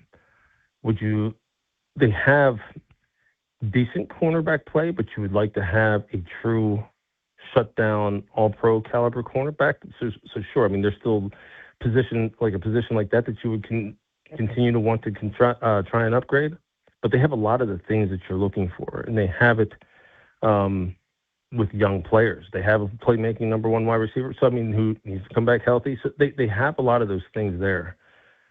Now, there's a lot more that goes into all this. There's a lot of synergy that still needs to be created between the new players that are going to come in and the players that are already there, between the entire roster and the coaching staff that he's going to assemble. There's a lot of things that have to kind of go right. But we've seen teams go worst to first. We've seen teams flip it around immediately in one season because it just works. And there's no magic elixir to that. There's no magic formula. You can't really predict that right now. But it can happen. And that's kind of, you just try to line up as many ducks that you can in a row to hopefully, that will result in you having that turnaround that everyone deems as magical. Is like, man, look at that. I mean, we hit this one. And if anyone's going to give you a chance to do that, it's John Harbaugh. Louis Riddick joins us here on the show. Louis, how is it that Sean McDermott gets fired and Brandon Beane gets a promotion? Yeah, that's again, like I just said about 10 minutes ago, that the whole idea that coaches and general managers who come in together in particular, that they are not tied together and that you can somehow determine that one person was more responsible for a team's downfall or their ultimate success over the other is just bizarre to me. Because what that tells me is, like, behind the scenes, somehow, some way, like, owners ultimately make those decisions. And somehow, some way, the message that he was getting was not a very unified message. There's just no way, because they're not involved every day. Owners aren't involved every day, unless you're Jerry Jones, I guess. Owners aren't involved every day as far as the ins and outs of roster construction, skill development, game plan construction. They don't know how all that stuff goes. They just don't. They can say they do, but they don't. And so they're getting their information secondhand. So when that kind of thing happens, and not only does the general manager stay, but get a promotion, and then you wind up hearing things. I was reading things last night about that particular situation where maybe Sean felt as though that there were certain areas on the roster that they were deficient, and that ownership didn't necessarily agree with that, or maybe the general manager Brandon Beane didn't agree with that, and that caused some concern, or that caused some a little bit of a rift in their relationship. Well, yeah, then you can start piecing things together and going, well, maybe this doesn't surprise me that this happened. And now, I mean, I can't confirm that. That's not my information. That's something that I was reading last night, and that was starting to circulate, and there were people who were speculating about that anyway. But I think that's a terrible, terrible situation when that kind of thing happens, because that just tells me there was probably cracks in the foundation from the get-go, and that kind of thing sucks.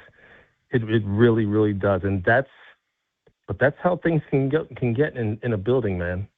You find out a lot about relationships on the professional level at the heights of prosperity, at the depths of adversity. You find out just kind of where people really stand.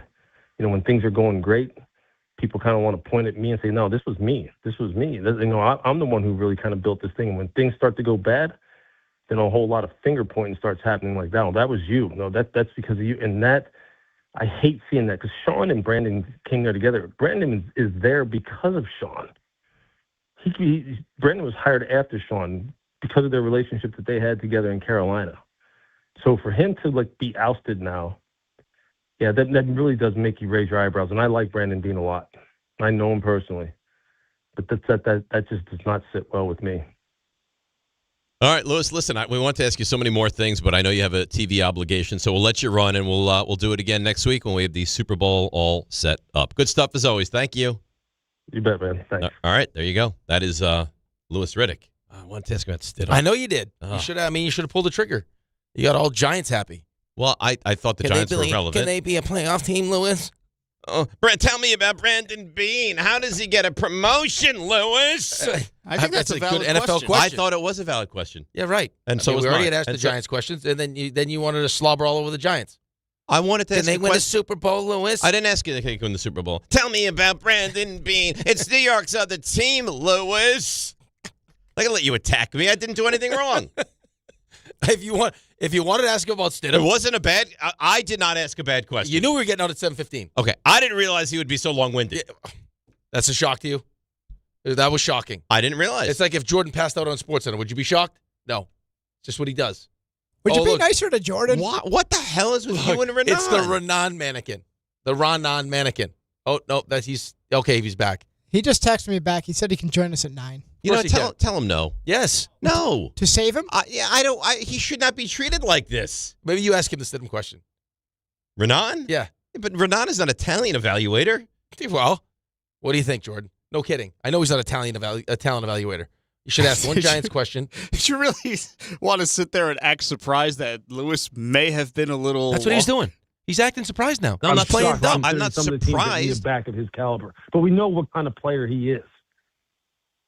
I think if Louis you Riddick with us here, ESPN New York. That's great. He did it to you. I think if you care as much as you say you do, during maybe a commercial, call him back. You sprint on over to where you know where he's at. Yeah, right there. You ask him about Stidham, and then you drag him right over. No, because then he'd have to do the show by himself, and he couldn't do it. And it's very cold. Actually, call your mole and have your mole ask him. Oh yeah. Well, I think you've been found. Then. No, he hasn't. Oh, really? Now, definitely has not. Yeah, no. No? No. John is incorrect. John is incorrect. Super incorrect. Well, he's just taking shots in the dark. Yeah. Well, John walks into... You've rattled John so much he walks into lobbies and yells your name to see who reacts. No, he did not. Yes, he did. No, he did not. Yes, he did. What? He walked in... He's unhinged. Listen, did you know this? No. He walks in the room. Well, yells what happened? So Dave I have moles at the other building. You do. And every time John walks into the building, I get a text, and I text our group saying John has now arrived at the building. Which I mean, I'm not as important. And I have with you, too. I'm not as important as John, but I did a little test. I think I differ from John in that regard because I took the way in that he does, and then I took a different way, and I was not found either way. So I think that whoever this person is... It's much easier for you to sneak in than John. Wow. Why? So, you know what? I saw someone earlier. Do I have to explain it? I saw somebody throwing out some old toast, and I said, hey, friend... Don't throw that out. That could be breakfast for my friend Rick. He's sleeping right now. I do love toast. But I do like toast. And Ray would have lost it. It's right on top of the garbage. It's like a plate. It's served right there. Delicious. So, but yes, so continue. John walked into a lobby, yelled your name. No way. I'm telling you. So he just walked in, yelled Dave to Rothenberg see and who waited? would react. But everyone would react. No. If you were in a lobby and somebody walked in, it was like, R.J. Santillo, who wouldn't react? But there are... In that particular lobby, there were they're a very refined group of people. He thinks he's got it narrowed down to a certain subset of people that work in that building. Security guards. Yeah, okay, we'll say. Yeah. He's been saying security guards the entire time, though. It's not. So he walks into the lobby when it's only security guards, yells your name, see who reacts, and that's how he whittles it down. But what do you mean reacts? He thinks that draws a reaction. Like picks up a phone to text Dave, like, hey, he knows. So he looks and sees who. Oh, okay. I think John's here. I think his action is, hey, Dave Rothenberg, how are you? He sees who looks up, and that's his way. So he thinks he's snuffing me out here. He thinks he's got you nailed. Yeah. Okay. I don't even think he's close. John walks into that building with skinny jeans on and in Tim's. It's going to cause a stir. You mean for different reasons. He's so rattled. He's walking into a building where thousands of people work and is just screaming my name. And like high-level ESPN executives. The highest level. Yes. And just screaming my name. And just yelling, yeah. Mm-hmm. I mean, you worry about John's future when you put it like that. He's clearly lost it. Do you think you might get called to HR like, John, what are you doing? Why are you just screaming? Scaring people. Names, yeah. It was brought to our attention. You go into the building and you start screaming. Why? Because Dave Rothenberg has the ball, and I'm going to find it. Because he knows where I am at every moment, and I want to know how he knows it. You broke him. Can you imagine that? Like, it's like the story of John Winthrop being told, and he's like, he's unemployed. Just right. And then what back happened? in 2025, Dave had moles over at the other building who told him when John was there. And by the turn to 2026, I couldn't take it anymore. I need to know who knows. I lost it. Who is it? I love dinosaurs. and now I'm a paleontologist. I actually wanted to be a paleontologist. Yeah. He would have loved Joe Burrow's gift. What would he give? Like fossils? What kind of gift is that? I would have loved it. But he's the only person on Earth that would love a fossil. Oh, maybe they were going to be worth money. Maybe. Then just give money. Well, but maybe now I got to sell the fossil. It's going to go up in money though. Maybe. It's like, I got this fossil. It's just like it. When does it go up? In another 12 million years? I mean, it's already like 40 million years old. Maybe it's like just a family heirloom now. Like it's an investment. Yes, that just goes. So it's like Standard Oil. Like you buy it, you just wait for this thing to grow. It's passed on from generation to generation. Maybe. And then like one day, little Timmy's like, oh, I got this woolly mammoth fossil that's now worth $10 million. Maybe. How nice would that be? We couldn't buy them like unopened baseball cards or something that could increase. Yeah, but you don't know what's in the baseball cards. Right. That's the beauty of it. I guess. An open pack is it's a treat. Fossil. What'd you get? Fossil. Jim Fossil. Jim Fossil. All right. I almost had a terrible thing to say. Thankfully, I didn't say it. Save it. No, I'm not ever going to. yourself. I will. Yeah. All right. Let's take a break. Come back. We'll get to your calls. I haven't taken a lot of calls today. I'm sure that's because of me. I've been long-winded. That's fine. 800-919-3776. Offensive coordinator. We'll get into that with the Giants. Sounds like it's going to be Monken, but Dan Graziano has the latest on that. 800-919-3776. DNR with you, ESPN New York. It's Chuck Devine with SnowCountry.com. Save more on the brands pros trust at Lowe's. Get 35% off select major appliances valid through January 30th. See Lowe's.com for more details. Coming off that terrific long weekend with a double whammy of snowstorms. Wednesday, Thursday, and Friday looking good weather-wise for some pack powder skiing on the slopes at Shawnee and Camelback and the Poconos, both at or near 100%, plus snow tubing day and night. Mountain Creek, New Jersey, across 4 connected peaks, celebrates their 60th anniversary Saturday with a legacy rail jam. They'll have a live DJ at the base. They'll celebrate the vintage days of Vernon Valley at Mountain Creek this weekend. They got 9 inches of fresh snow since the weekend, so did Mount Peter in New York, Thunder Ridge on 19 trails. They're all going day and night. So are Southington, Sundown, and Mohawk in Connecticut, and Jiminy in the Berkshires, all at or near 100%. Bel Air on 60 trails got 10 inches since the weekend. You don't just ski or ride, you dominate. At Killington, we fuel your adventure. Be the beast. Ski and ride Killington. Hi, this is John D'Agostino from D'Agostino & Associates, the injury firm. I've talked about how a construction accident took my father's leg. The heavy prosthetic he wore looked nothing like the high-tech limbs we have today. It was crude wood and metal, held together by bolts that dug into his skin and left painful ulcers. But the thing I remember about my dad is how he never complained. He put on his prosthetic leg and he went to work. He coached my baseball teams, danced, sang karaoke, and even loved to travel. He may have limped, but he always held his head up high and he lived with dignity.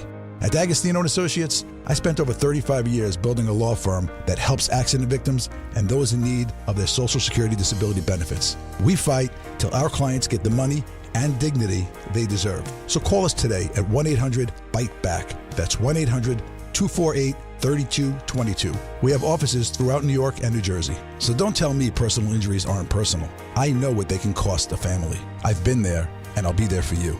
D'Agostino, Law, Bite Back. Benjamin Franklin, sir, I've just received news. Speak. They're multiplying you. Multiplying me? Yes, many times. Multiple Benjamins? Shall I stop it? No.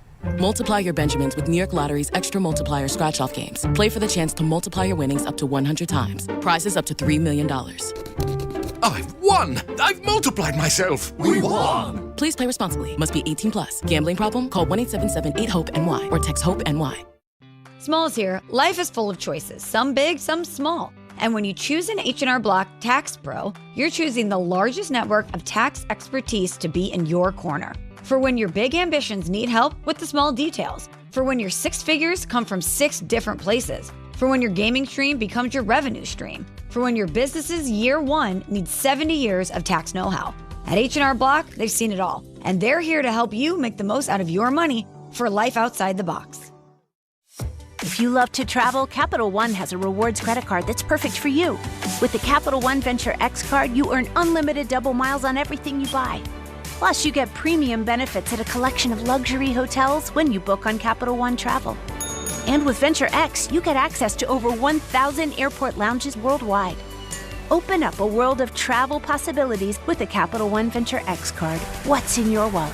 Terms apply. Lounge access is subject to change. See CapitalOne.com for details. Wesley Financial Group is not a law firm. Ask yourself this question. Is it really worth holding on to that timeshare that you know you need to get rid of? Here's the truth. The average maintenance fee just went up over 17%. That could have been 117%, and there's nothing you can do about it. When you buy a timeshare, you give them a blank check for annual maintenance and assessment fees. I'm Chuck McDowell, founder of Wesley Financial Group. For 15 years, I've helped over 50,000 families cancel their timeshare. Not sell it, not transfer it, cancel it. Did you buy a timeshare because they told you it was a great investment and your maintenance fees would never go up? That's a lie. Are you ready to get rid of your timeshare once and for all? Simply call us and I'll send you our timeshare exit kit that explains all your options for cancellation. Call Wesley now for your timeshare exit kit. 800-568-3344. 800-568-3344. 800-568-3344.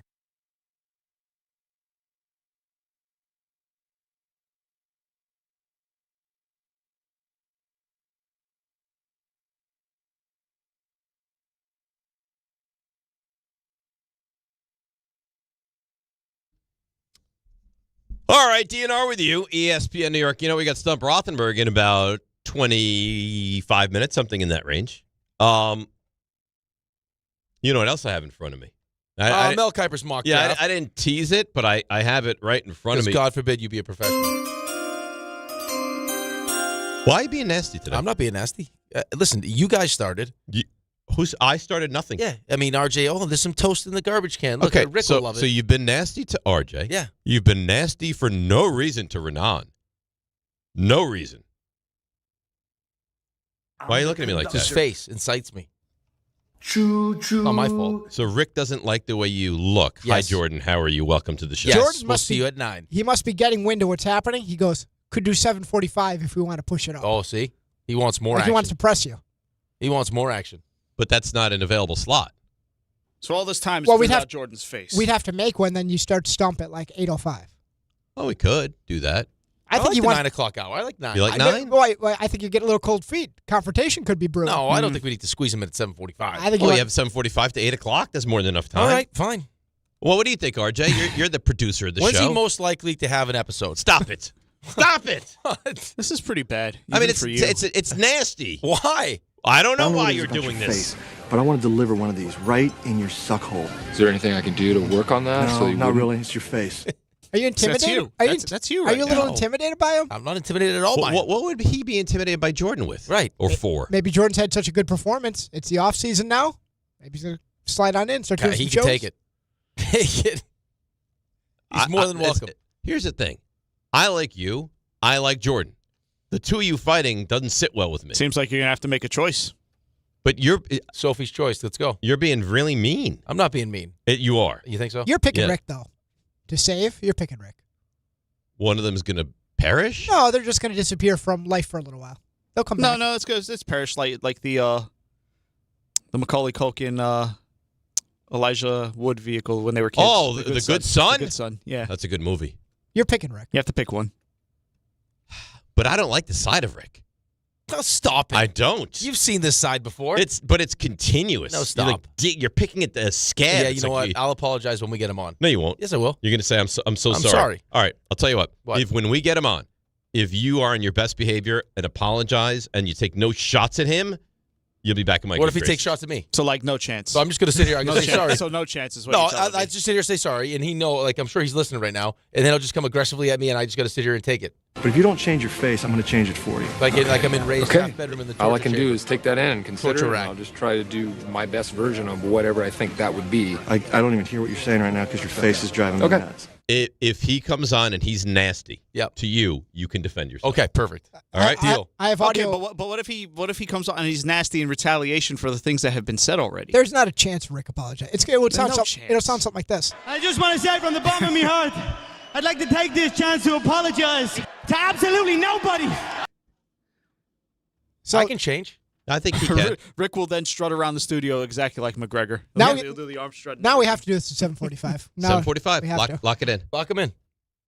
Old Schnazzola. I mean, I come get on. out of my What the system. hell is I'm wrong with getting you? it out of my system. Lock him in now. Lock him in now. I got to apologize in 15 minutes. I got to get it out of my system. So you're gonna berate the guy until he comes on the air? Give him space to walk around so he can strut around the studio McGregor style so he can do it. I'm nervous for this interview. I can't help I'm it. actually anxious It's for sick it now. 'cause it's Wednesday. Okay? So I'm giving you everything I got. My God. Game Time brought to you by Tullamore Dew Irish Whiskey. When it's game time, it's Tully time. 7:30, the Knicks, who have not played well lately, they host the Nets at the Garden. 9:30, Islanders visit the Kraken in Seattle. And that's Game Time brought to you by Tullamore Dew, the original triple distilled, triple blended, triple cask matured Irish whiskey. Be sure to grab a Tullamore Dew or try the new Tullamore Dew honey during today's action. Glasses up to enjoying Tullamore Dew responsibly. Could you imagine quickly, though? Yeah. If you're a Buffalo Bill, like if you're Josh Allen, and you're sitting at home, and you just happen to be like flipping through the channels, and you keep seeing the Brandon Cooks highlight? No. I couldn't watch TV. No. I couldn't deal with it. I would. You know what? Unfortunately, he has a lot of money and a beautiful wife. I think you just go away. I think you have to. Like you go to Bora Bora. Right. You get out. Like they don't, NFL, they don't know what it is. Like get to somewhere where they don't know anything. Like I'm not even like I don't care for the Buffalo Bills. Watching that play makes me upset. See, you know what? It's people like him. Why, what do you do? He goes, he should probably be more sick about his fumbles. No. I'm sure he's sick about that, too. Have you seen Ty? I mean, not for nothing, but he can't help the Brandon Cooks play. He had nothing to do with that. It was a good throw. It just got taken away. Right, but if Brandon Cooks catches that pass, they kick the field goal, game over. But Ray, what you got to understand is that, I mean, especially when you get to that level, I'm sure Josh Allen is harder on himself than anyone is, right? So I'm sure he already knows that there was, the throw to Dawson Knox that he missed, or at the end of the first half, he can't hold the football like that. All those things will haunt him for the rest of his life. But, like, in saying all that, he still does make a play that should end the game, and it doesn't. Sure. Ray, serious question. Mm-hmm. Is anybody in the NFL asked to do more with less than Josh Allen? No. But that conversation itself lends it to the fact that he's got nothing to work with. Like, yeah, they could be better at receiver, and like he doesn't have a lot to work with. He doesn't have a lot to work with, but he's got a good running back and a good offensive line, and a couple good tight ends. But his wide receivers stink. His wide receivers stink, and his tight ends are they're good-ish, but right? I don't think there's not any. Kincaid's good. Yeah, I agree, but not upper echelon in the NFL. I think he's upper echelon for tight end. For a time, Kincaid was kind of. He's good. Wait, listen, he's not Brock Bowers and he's not Laporta, but he was headed in that direction. The thing about it is, and this kind of has been covered up because he's such an amazing player and a great quarterback. He does play kind of recklessly. Yeah, like he does. He's had these. But does he play turnover recklessly? He's had this turnover issue in the playoff games a lot. Like, it's come up a lot. Does he play recklessly because he has to? The playoffs, he's been awesome, though. For the most part, like, his playoff performances have been really good. Yeah, but he's had some reckless playoff performance. He's a reckless quarterback. Yeah, games that he's won, he's been reckless. He's a thoroughbred, man. Like, he does, like, a lot of the Caleb Williams struggles with that same thing. It's feast or famine with him. You're right. As you try to do I'm not saying he's blameless. It's been a lot more feast, like, until you get to a certain point, but, like, that he's at some point, like he's got to take a little blame himself too. Of course, and I'm sure he does. I just think that I don't need people to go on an apology tour and say, no. I don't think that was. I think there's some people doing that, but I think I think with someone like Josh Allen or even someone like Caleb Williams, who I think struggles with the same thing sometimes, and I think why late in games when they're trailing, it kind of frees him up to just hey, we got nothing to lose. I'll go out and play and do what I do. And I can go make the throw that I made on fourth down against the Rams or the throw he made on fourth down against the Packers. Like those throws he's capable of making is that they need to trust. Like they have a hard time trusting that there's anyone that can do it as well as they can do it. And until you get someone like that they know is at their level, it's tough to train that out of them.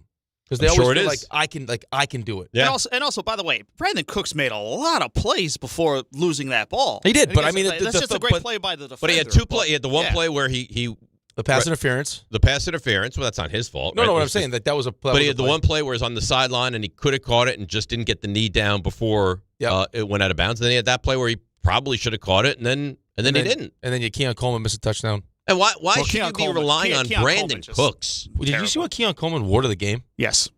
Yes. Like, what do we do? Dude, it's not playtime, man. That's not the time to wear that. This has landed very, very similarly to how Joe Shane being retained landed.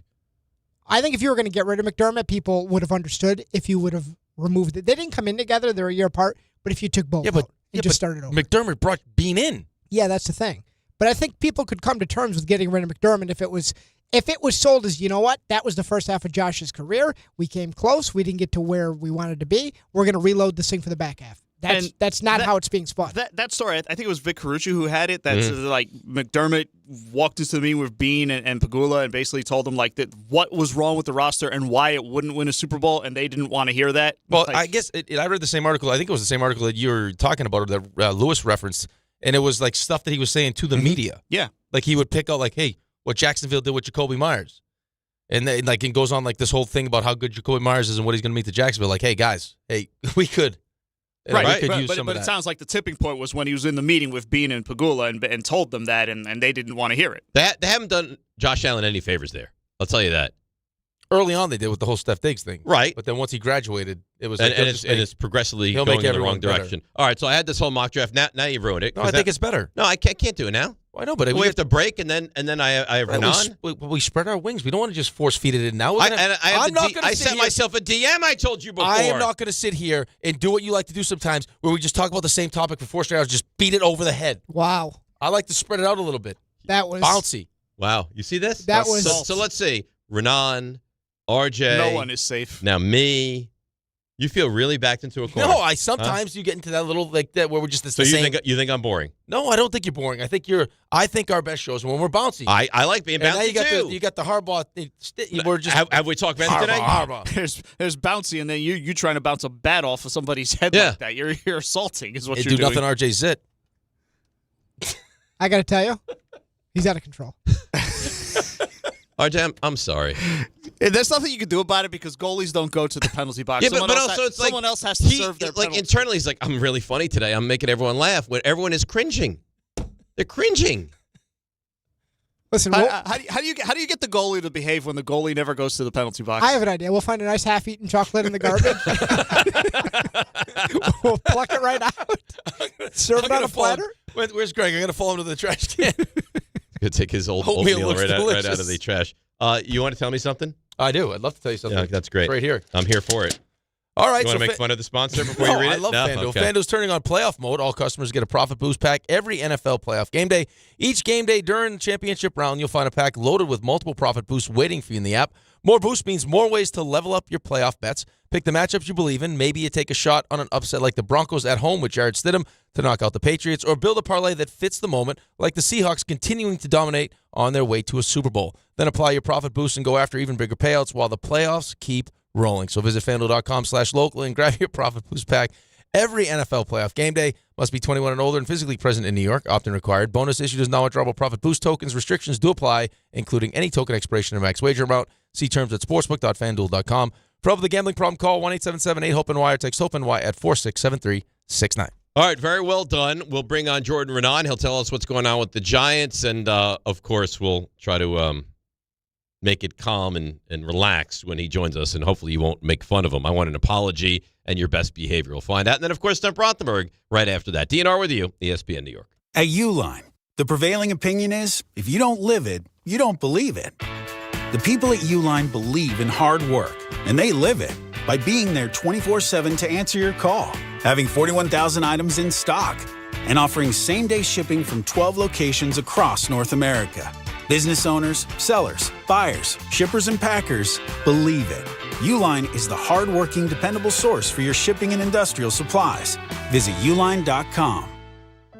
Health surprises can change your life in an instant. You've seen it happen to others, but it doesn't have to be your story. At Princeton Longevity Center, we customize actionable and proactive health plans to maximize your lifespan and take control of your health. Our Cancer Check program combines cutting-edge technology with top medical expertise to keep you ahead of potential risks. With advanced full-body imaging, genetic testing, and multi-cancer detection blood tests, we look for even the earliest signs of problems. Results are analyzed by expert physicians who craft a personalized plan to safeguard your future. You're not just a patient, you're a partner in your health journey, backed by a team committed to helping you live longer, healthier, and more vibrantly. Our programs have saved hundreds of lives and empowered countless others to take control of their health. Be proactive with your health for the ultimate peace of mind. Call 888-8000-PLC or visit PrincetonLongevityCenter.com. Knicks fans, it's time for basketball, and the action starts tonight at Crompton Ale House with Team ESPN New York and Ultra. Whether you need a pregame spot or you're looking for the right Knicks bar to watch the game versus the Nets, Crompton Ale House is your destination. The party tips off at 7 p.m., and Team ESPN will be giving away ESPN, Ultra, and Knicks prizes. Join fellow Knicks fans tonight at 159 West 26th Street. Cheer on your Knicks, enjoy Ultra draft and bottle specials, and cool prizes all game long at Crompton Ale House. To the net. Score! The New York Islanders are back in action with a brand new theme night schedule you won't want to miss. Bring your friends out for the holidays and take home a custom holiday replica jersey or arrive early for special bobblehead giveaway nights for Matt Barzell and Bo Horvat. Barzell for Horvat. Score! Explore the full theme night schedule at NewYorkIslanders.com. Most people in radio commercials talk really fast. But we made this one for RV owners. Progressive knows they like the slower pace of RV life, like this commercial. And they know Progressive will protect their RV at a fair price with discounts. Now here comes the fast part. Progressive Casualty Insurance Company and affiliates. Discounts not available in all states or situations. We are back, and we are looking at a pretty lopsided matchup, Jim. That's right, Ron. I mean, in one corner, we've got a 175-pound guy, and in the other, a 6,000-ton heavyweight train. Jim, this guy has no idea what he's getting himself into. It's no contest. Every day, people tempt fate and die trespassing on railroad tracks. See tracks? Think train. Okay, I have to tell you. I was just looking on eBay where I go for all kinds of things I love, and there it was. That hologram trading card.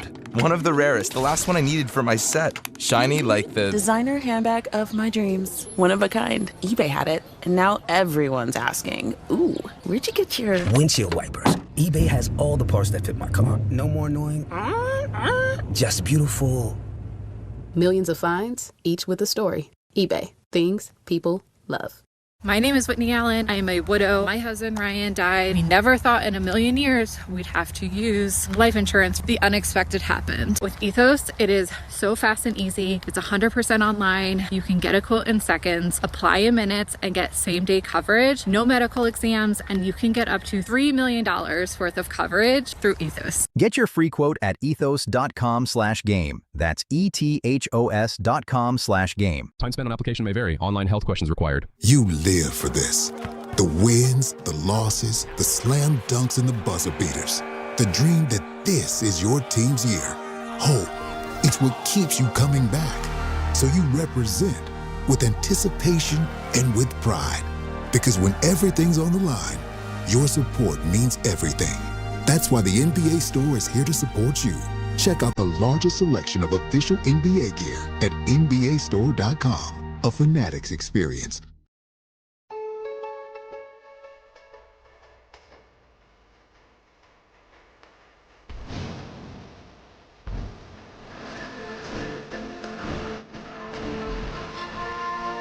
All right, DNR with you, ESPN New York. So Raanan is going to join us in just a couple of moments. Apparently, he's joining on his big fancy Comrex and in his home palatial studio. Beautiful. Right through the French doors. Right. Yeah. In his bedroom. Yeah. In his bedroom, but it's like a more of a sitting room area. It's a giant sitting room, though. Like when I was buying the house I live in now, I looked at a couple houses that had sitting rooms. Mm-hmm. Nothing like that. It's like a whole bedroom. Raanan does well. I think Rannan's from money. Yes. You can tell. Like, Raanan grew up, I don't know that I want to say silver spoon, because I don't know that that's true, but Raanan grew up and was well kept. We should ask. If he grew up wealthy. I think. Yeah. It's a beautiful home he lives in. Yeah. I don't think he had to take out college loans. No, I don't think so. With the University of Maryland, right? But he's worked hard. He's earned hard. Yeah. Everything he grinds. He does grind. He would love to take your job, which I think is, for as close as you guys are, a little offensive. I'm not going to let you stand in the way of my friendship with Jordan. Jordan is a really good friend. Oh, he can't be that good of a friend if you take your job instantly. I don't think he would take my job. I think he'd prefer to take your job. Well, whoever's job. Clearly, I understand me, but there was talk last time when you attacked him that maybe we don't need Dave. Listen, I attacked him for a reason. I attacked him because I'm emotionally unstable when it comes to the Giants. What's your excuse? Why are you being so? Well, how come I can't be emotionally unstable with the Giants for different reasons? Why are you emotional? Maybe I'm just overall. You're just emotionally unstable person. Maybe I had a snack out of the garbage can and it affected me. And it ruined you? Yeah. All right. So here he is, Ace Giants beat reporter, my dear friend Jordan Raanan. Jordan, I know I shouldn't have to, but I'm sorry. I don't know if you've heard what's happened so far on the show today. Rick has been extraordinarily mean to you, about you. And because I work with him every day, I'm sorry you have to endure this crap. I mean, I'm kind of used to it at this point. But give me a sample, Rick. What are we picking on today? No, listen. Physical appearance. No, I never said anything about physical appearance. Mr. Schnozola is going to be joining the show. That was just to get out of my system. I just wanted to make sure that we didn't. What does that even mean? Well, before I apologize, I'm apologizing right now. Okay. I'm sorry to Jordan. I love him. Mm-hmm. And it just feels like the more I love somebody, the more I tend to take shots at them, to get nasty. Yeah, which is that's the definition of real love that I need to work on. Mm-hmm. It was number 6 on my personality chart, just past the woo. Mm-hmm. So I'm sorry. I just don't want to see Jordan have another episode. I'm trying to keep him away from an episode. That's it. Because he's big time now. They got Harbaugh, which means he's going to be on SportsCenter more. This is a big step for him. Yeah, maybe you're a little jealous. No, I'm not jealous at all. I just want to see him do well. All right.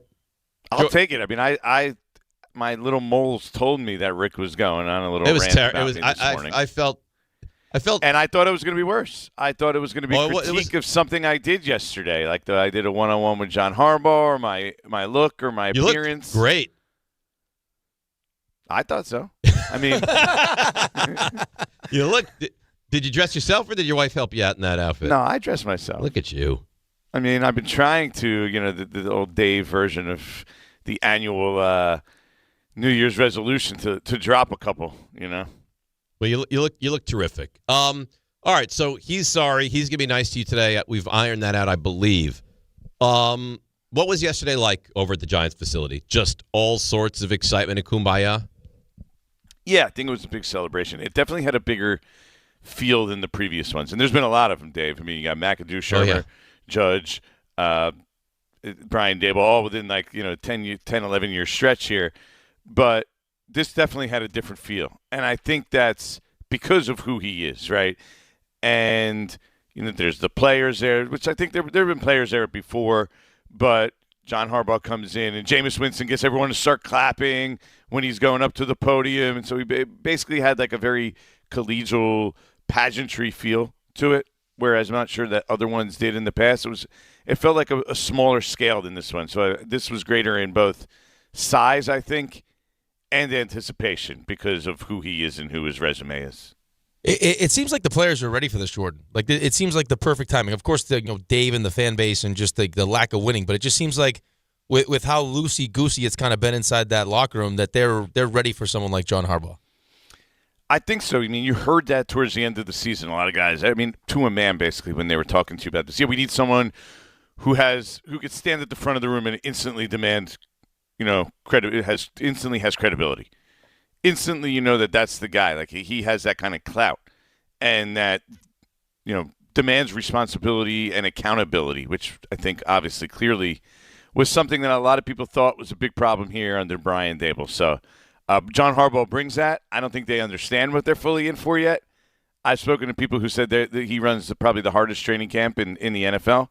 Like he's gonna work them hard, especially compared to where they were with Brian Daboll. I thought Brian Daboll had some of the easier practices that on the scale of what I've seen, and now they're going to be at the hardest end. So there's going to be a big adjustment period, and let's see how they handle it long term. If you win, it's fine. But remember, Joe Judge brought it, and they hated that about him, and that's probably what got him fired at the end, is he was too hard on the players. How much is going to change? Not just with the practice schedule or being harder on the players. How much behind-the-scenes stuff within the organization analytically, all the things that most people don't really know about. How much is that going to change with John Harbaugh's regime? I think a lot. I heard yesterday that he requested somewhere in the range of 20 interviews with people from the Ravens organization. Now, a bunch of them I think were denied. But, there's going to be a heavy infiltration of Baltimore people coming along with John Harbaugh here. Also, remember, they're getting a new coach in Baltimore, so a lot of those guys are going to end up being free. But that's not just coaches. I think that's going to be people within the organization as well. So I expect there to be a lot of change. I mean, analytics is going to be bulked up. Who knows what gets changed in regards to even things like video, medical, equipment. I mean, I'd expect there to be changes in almost all those departments to some degree. Jordan, how bad was it with Dave Gettleman that it seems like a huge improvement with Joe Schoen, and then once you bring in John Harbaugh, who's been in Baltimore, still feels like there's tons of work to do? Yeah, the bar, like we kept saying, was so low. I think that's the case. It was really amazing when Chris Mara was asked about why Joe Schoen was brought back. Did you guys hear this comment? No, I don't. Dave hasn't stopped talking, so we really haven't been able to listen to any sound. So I'm paraphrasing a little bit, but it was like, well, Joe, this is Chris Mara, who basically is stepping into the bigger role of ownership. He's in the big boy shoes now, right? He went and took it on his own to say, I'm going to visit John Harbaugh, and he basically brought him in, right? That first visit after that, it was essentially over. He basically said, they said, why, we hadn't talked to you after the season. He was the representative from ownership talking. Why was Joe Schoen brought back? And he said, it's what John Harbaugh said here. He knows the league well, blah, blah, blah. He said, John probably knows him better than I do at this point. Chris Mara's ownership. Joe Schoen's been there for 4 years. It wasn't exactly, to me, a resounding endorsement. Yeah, he knows the league well. He knows a lot of people around the league. Yeah, like what John said. I don't even know him well. John knows him well. John knows him for a week, 2 weeks. So to me, that was pretty eye-opening right there. It could explain why Joe Schoen looked so nervous introducing John Harbaugh. What was that about? Wow. Well, hey, guys, I am a person here who is not going to be critical of somebody for, hey, having a bad moment when you're a little bit nervous on camera. Like, it happens, right, guys? I mean, Rick is here saying... Not to us, but yeah, maybe, I guess. Oh, so sorry, guys. Hey, I've never messed up in my life. I'm Dave Rothenberg. All of a sudden. I'm the best pound-for-pound host on the show on the radio station. That was him. That was Dave, by the way. That wasn't a shot at you. That was a shot. That was not me. You said everyone gets nervous, anxious. They have their moments. Not everyone. You killed Magic Johnson on Stephen A. Smith's show. Not because I was nervous. Oh, I don't know what it was. I had my producer talking in my ear. You're trying. But nobody had any idea that Magic was going to die. Oh boy. Yeah. No, it was rough though. I mean, you could tell from the second he got up there, he just looked super nervous, right? I mean, but why? Like, he's done this a million times. I guess it's a big spot. There's a lot of big people. The thing about that yesterday is why it was a little bigger in size and scale. The whole thing, the press conference, there was a lot of people there, like all the ownership, all the family, business partners, sponsors. Like, you got the vibe that there was a lot more of people in that regard that were there for that press conference. Were you nervous? I've been in the past. When you asked, I heard your question. Were you nervous when you asked it? Me? Yeah. Not really. Good. No. All right. So did I sound nervous? No, you sounded great. No, I thought you sounded great. I thought you sounded great. As far as assistant coaches, we've heard a couple of names thrown out there for defensive coordinator. OC sounds You're like hearing Rex's name now. I know. I heard Rex's name, Weaver's name, Jim Leonard's name. OC sounds like if he doesn't get a head coaching job, it's going to be Monken. What are you hearing? What's the latest here? Yeah, I think that's pretty much, you could write that down. If he doesn't get a head coaching job, that Todd Monken will be the offensive coordinator here. Is it Monken or Munkin? I don't know. Okay, great. Not Thanks, positive. Thanks for that. I mean, what do you want me to tell you? Well, you say it so. If you're gonna go out of your way to pronounce it differently than everyone else pronounces I mean, it, I thought you knew must know something. No, I think I'm pronouncing it wrong. Like if everyone says Raanan, but I know it's Raanan, and I choose to say Raanan, I better know it's Raanan. I think I got it wrong. I can't get myself to get it right. Monk, but it's so easy. Yeah, like a monk. Not Monken. Art Monken, Yeah. right? Todd Monken. Yeah, Todd Monken. I'm not even going to say it. So it's just naturally. I've been trying. I've been working on it. It's when I'm gonna. If he comes here, What do you mean? You've been working on it? It's like the whole Kafka here thing. I couldn't get that right either. That's great. Make sure the Giants hire a coach his name that you can pronounce before they make the official hire. Whatever. 4 years it took. I mean, nobody pronounces my name right. Sometimes you just have like a mental block with the name. It just happens. It's not the end of the world. Jordan, how about Jordan? Hold on. Are you going to finish your answer here? Yeah, I was going to say. Not if you're going to interrupt. I thought he was done. He looks like he's going to be the offensive coordinator as long as he doesn't get a head coaching job. On the defensive side, Anthony Weaver is a name that keeps coming up. He obviously he's also still in the running for a couple head coaching openings. I believe it's the Ravens and Raiders, the Ravens and Steelers. So that's TBD. Denard Wilson's a name I heard as well. I don't know about Rex. Seems like a long shot. I'd be surprised if they go that direction at this point. So you mentioned the staff. Are you expecting? I've heard Linderbaum's name mentioned. Like, are you expecting him to try to also get some of the Baltimore, like some former players in the building as well? I think that's always natural. Definitely expect that to some degree. Like, this is going to, like, when I asked him because he said I'm going to bring up my brand of football. Right, I heard him say that, and he was quoted saying that in the last week. I said, "What's your brand of football, John?" And he said, it's going to be physical, it's going to be fundamental, and it's going to be fast. And the physical part really stands out to me, right? Remember, think about what the Ravens are. They're a physical running team. They use a fullback. Like, you're going to see changes, and when you do that, you bring in your own guys. Even when Wink Martindale came here, there was a whole influx of Ravens guys. Guys like, even like fringe guys like Jahad Ward, Tony Jefferson, right? And I think you're going to see that with John Harbaugh here. Now, they're not to the point where they're pinpointing we're going to go get this guy. Like, we're going to go get Tyler Linderbaum. Like, it's a little too early for that. They haven't really sat down and gone through free agents yet. It's Linderbaum, by the way. What did I say? Yeah, Lindenbaum? Lindenbaum, yeah. You better hope they don't get him. You pair him with Monken and you're rolling. Look at that. Dave, you're joining my list here with Ricky. Could have just let it slide. I said nothing. Well, here I don't want you to be taking this to the airwaves all over the country. Could have texted like, me after. You know what? I love Monken and Lindenbaum. I mean, it's just maybe I'm it is. sorry. Maybe it is Monken. It's Monken. That's right. Maybe it's Monken. I mean, it's not Monken. Maybe it's Monken. It's not Monken, Jordan. It's Ray is listening to old press conferences where he's like, Todd Monken is the exact guy I wanted for the job. Monken, got it. Monken and Linderbaum. There you go. Maybe it is Monken. I mean, don't you see what we're doing? You've gotten in his head. I'm not making fun of you. I'm facilitating you being the best version of you.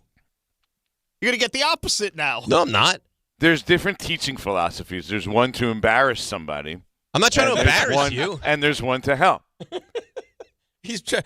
You think I'm trying to embarrass you? He's trying to maximize. Let's be fair. You want to take a vote? Doing it on air is a little bit more embarrassing than doing it off air, right? Listen, can I be honest with you? If I don't do it on air right now, I'll forget. And then you'll go around the nation being like, who do you think the Giants signed free agency? Tyler Lindenbaum. Lindenbaum. Listen, Jordan, Steve Gallup called him and told him that one of his personality traits is a maximizer. That's right. What he's trying to do right now. I'm trying to maximize you. I want you to be the best version of you. Maximizer. And you say harmony? Harmony He's a maximizer. I'm great with the woo. Harmonizer, yeah. What? I'm great with the woo. Jordan, you are such an idiot. Joe Shane, is there more pressure or less pressure on him? Because I have to figure if the Giants somehow are not good this coming season, that Harbaugh is not. Nobody's going to criticize him, and then that could potentially be the end of Joe Shane. But how much is he going to really input wise? Ultimately, it's going to be John Harbaugh who makes these decisions, right? So where does Joe Shane stand here? I think if the pressure's on him, but it's to impress John Harbaugh. Like, that's all that matters here, right? He's the guy who has a 5-year, $100 million deal. He's the guy with the power. I know they tried to say it's going to be collaborative, and it is. I'm sure Joe Shane's going to have say. But he has a period of time here where he's going to have to impress. He already did to some degree because John Harbaugh agreed to take the job. There's been nothing I heard that says that there's any, reluctance for John Harbaugh to work with Joe Shane. But I do think that John Harbaugh is going to be judging Joe Shane as we move forward here, and ultimately that's going to decide whether he's here long term. Jordan, last one for me. How about the all the players that showed up? I mean, Tyrone Tracy leaves his honeymoon. What do you think that says about just how much this means to the players as well? Yeah, I think the guys, for the most part, it was the guys that were in town that came here. Big offensive line contingent. Jameis, who's staying in town. I don't think it's that rare because I think the guy there's guys that are in the building rehabbing. A lot of those guys were the guys that were there.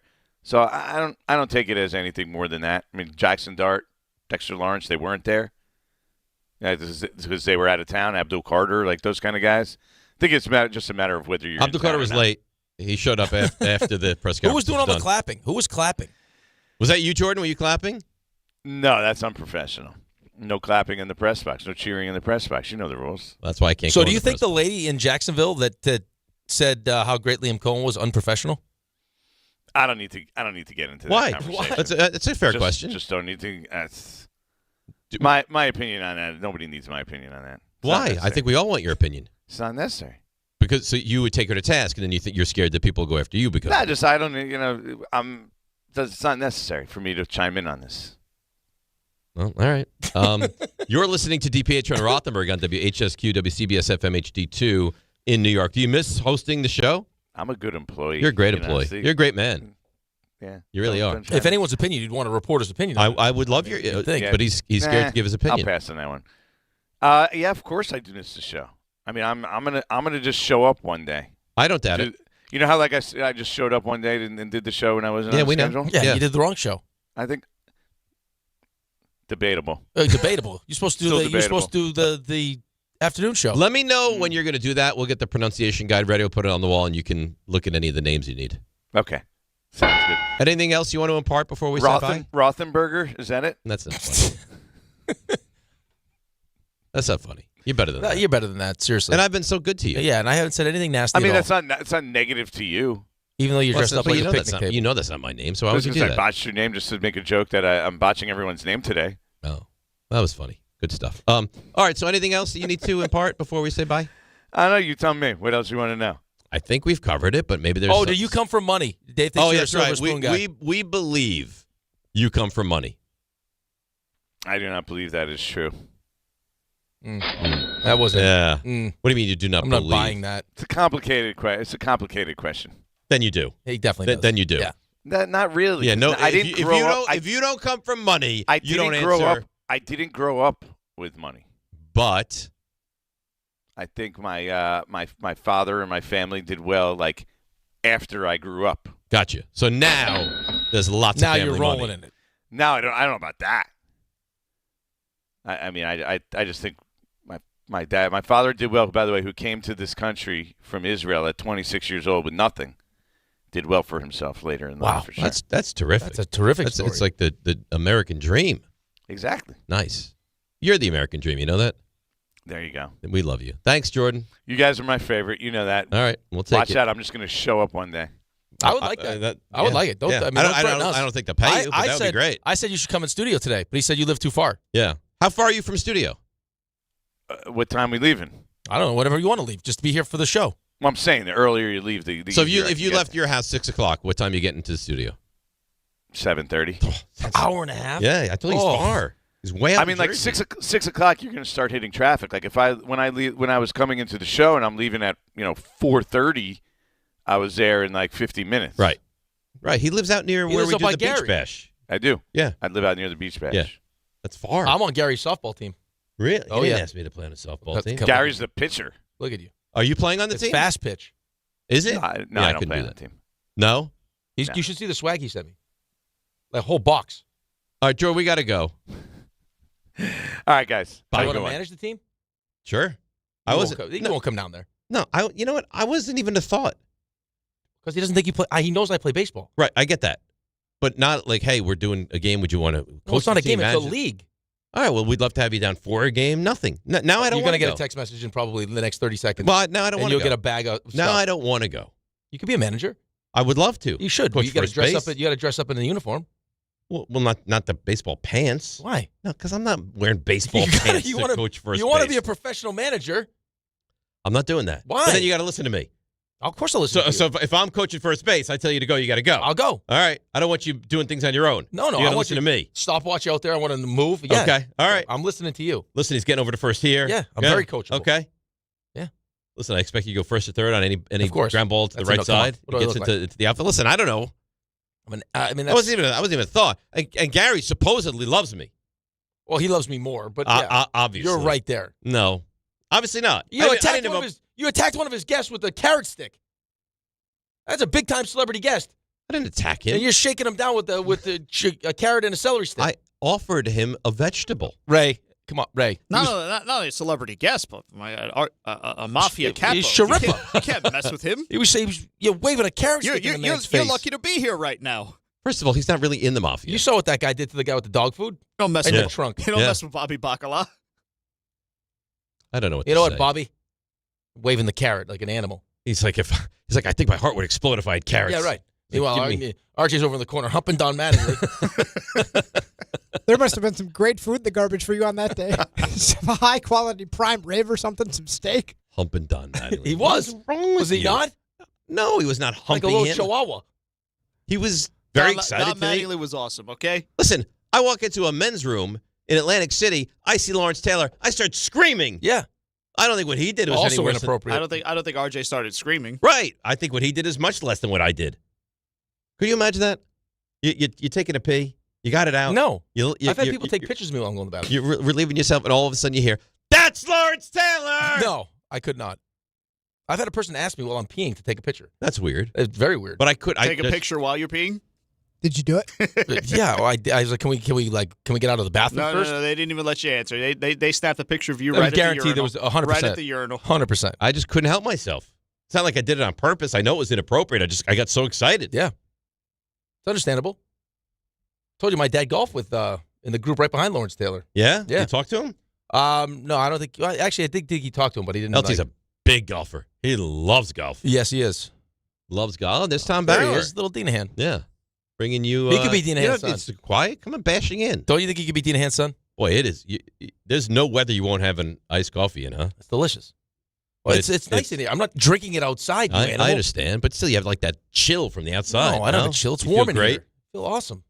You ready to do Stump Rothenberg? I guess. Oh, you don't want to? We don't have to. I don't have to. It's like a segment off of me. I like it. Okay, let's go.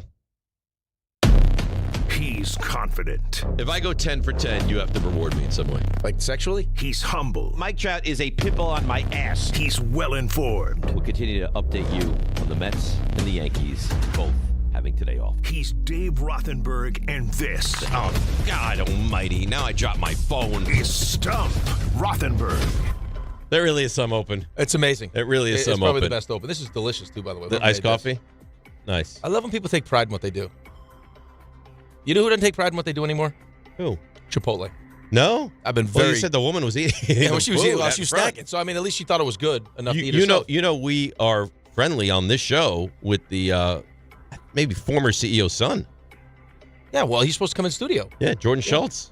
He loves being on the show. His dad was Well, ran I'm gonna Starbucks. kill Jordan right now in front of God and them boys. Yeah. Whoever made this, Did a terrific job. Really? Terrific job. Terrific. Well, I mean, I don't have to do a little mouth shake, nothing. That's nice. Perfect. RJ, you have an updated standings for where we are right now? Yeah, we're 2 weeks in. You are 18-2. Ooh. Solid. That's not bad. Nice start. That's not Terrific. bad. All right, let's go with the great Andy in Merrick. Andy, you're on Stump Rothenberg.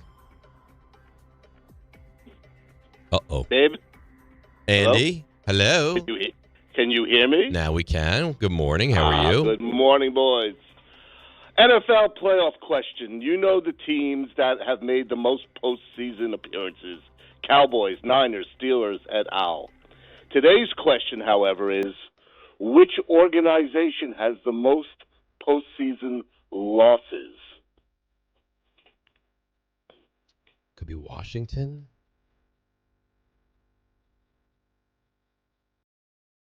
I don't think it's Pittsburgh. They've won too many times. It'd be the Bears. The Bears haven't gone for so many. All right. So it's going to be one of those. It's not the Giants. Washington, Chicago, but I'm not sure Chicago. It's definitely not San Francisco. I'll tell you, I think we have a lot. The Cowboys? I think we have a lot. I don't know that we're number one, but we have a lot. But no, it can't be because the Cowboys haven't been around. You're talking not Super Bowl era all time, right? You know what? It reflects the Super Bowl era, but I believe the team with the most postseason losses goes all the way back to 1920 regardless. 32 playoff losses. So think of how it's many not the Cowboys. But think of how many times the Cowboys were in the playoffs and didn't like. It's not 32. There's no way it's 32. They came around in 1960. It's probably like 29 or 30. Well, they came around in 1960. Right, but it's not 32. And he just told us it was 32. Right. Playoff losses. It can't be the Steelers because they've won too much. It can't be the Niners. They've won too much. But the Steelers have. Okay, they've got the 5 Super Bowls. It's not the Bears because they've been irrelevant for too long. There's no way it's the Cowboys. But what teams are in the playoffs a lot, and they haven't won. But so it's not the Eagles. They haven't won Super Bowls every time. So all right, so it's not the Jets. So no. Washington. We'll put Washington to the side. Sure. Put Washington to the side. I don't think it's Chicago. Put Minnesota to the side. Vikings to the side. Clearly not the Lions. I don't think the Bears have been enough. It's not the Niners. It's not the NFC South. You're looking for a team that's had a lot of regular season success, at least for a long period of time. The Vikings have gone to Vikings are a good one. I like the Vikings. Numerous Super Bowls in long. If you're giving me these two, yeah, I would go Vikings. You'd go Vikings? I'd go Vikings if you give me these two. Over what? Because Washington has not been great the whole time. Well, let's think of the AFC now. Not the Jets, not the Bills, right? Raiders. Those teams are newer. No, the Raiders they haven't been around long enough. The Vikings haven't been. The Vikings have been around less than the Cowboys. And you said this team was a 1920s team? I didn't say that. No, he did not say that. I said that the losses, even if you factor in back to 1920. Even if you go all the way back, this team still has the most losses. But this is really reflecting Super Bowl era. Mm-hmm. All right, so, I mean, it's not AFC North, Bengals, Browns. Browns? Probably haven't been enough. Raiders? I don't think it's the Raiders. It's not the Chargers. Chiefs? I don't think, no, can't be. They haven't gone enough. They haven't gone enough, Ray. Yeah, but... And they've won too many. To have 32 losses. They've won too many. It's going to be someone that's been, it's going to be someone that's never won. Or won. I don't think it's Washington. But just because you've won a lot doesn't mean you haven't also lost a lot in the postseason. But if you've won 3 or 4 or 5 Super Bowls or 5 championships, now it's eliminating those off the potential losses. I don't think that's true because, again, I think Dallas has a lot of postseason losses. And I'm not even just talking about the past 30 years. I'm just talking about, like, in general. It's not Dallas. It's not Dallas. They've won too many. I think Dallas is in the conversation. I really do believe that. And is Dallas... No, I don't want to ask for help. I think you're wrong. I don't think it's Dallas. I only got 2 to the side right now. I got Vikings, Washington. My pick would be Vikings. If I had to pick a team over them, I'd pick Minnesota. But I do think Dallas is in the conversation. Minnesota, final answer. That. I love the way you guys walked this through. The number 2 team with 31 losses is Ray's Cowboys. Wow. The number 1 team, Give it to Ricky. 32 for the Minnesota Vikings. See, there you go. Great job. That's a good question, by the way. And also, Ray, why are the Cowboys at 31 and not more? Because they've won too many Super Bowls. That's why. But again, the Vikings have 32. Dallas has 31. But Vikings have never. Give me the horn. Give me the Viking horn. There it is. And if the Vikings, how many I love Cowboys that you Super were Bowls thinking do we that have? too, by the way. That's a Matterhorn. That's a Matterhorn. Dallas has been to 8 Super Bowls. They've won 5. Yes. Okay. But So if you've won 5, Minnesota's never won any. We're up to. Is this 60? Wait. Which one is this coming? This is 60. Yeah, there've been 60. But it's a big number. All right, just go to the next question. Okay, fine. Let's go to Dylan in Levittown. Dylan, you're on Stump Rothenberg. Good morning, Dave. Good morning, Scavenger Rick. How you guys doing? Hey, Dylan, how you doing? Good.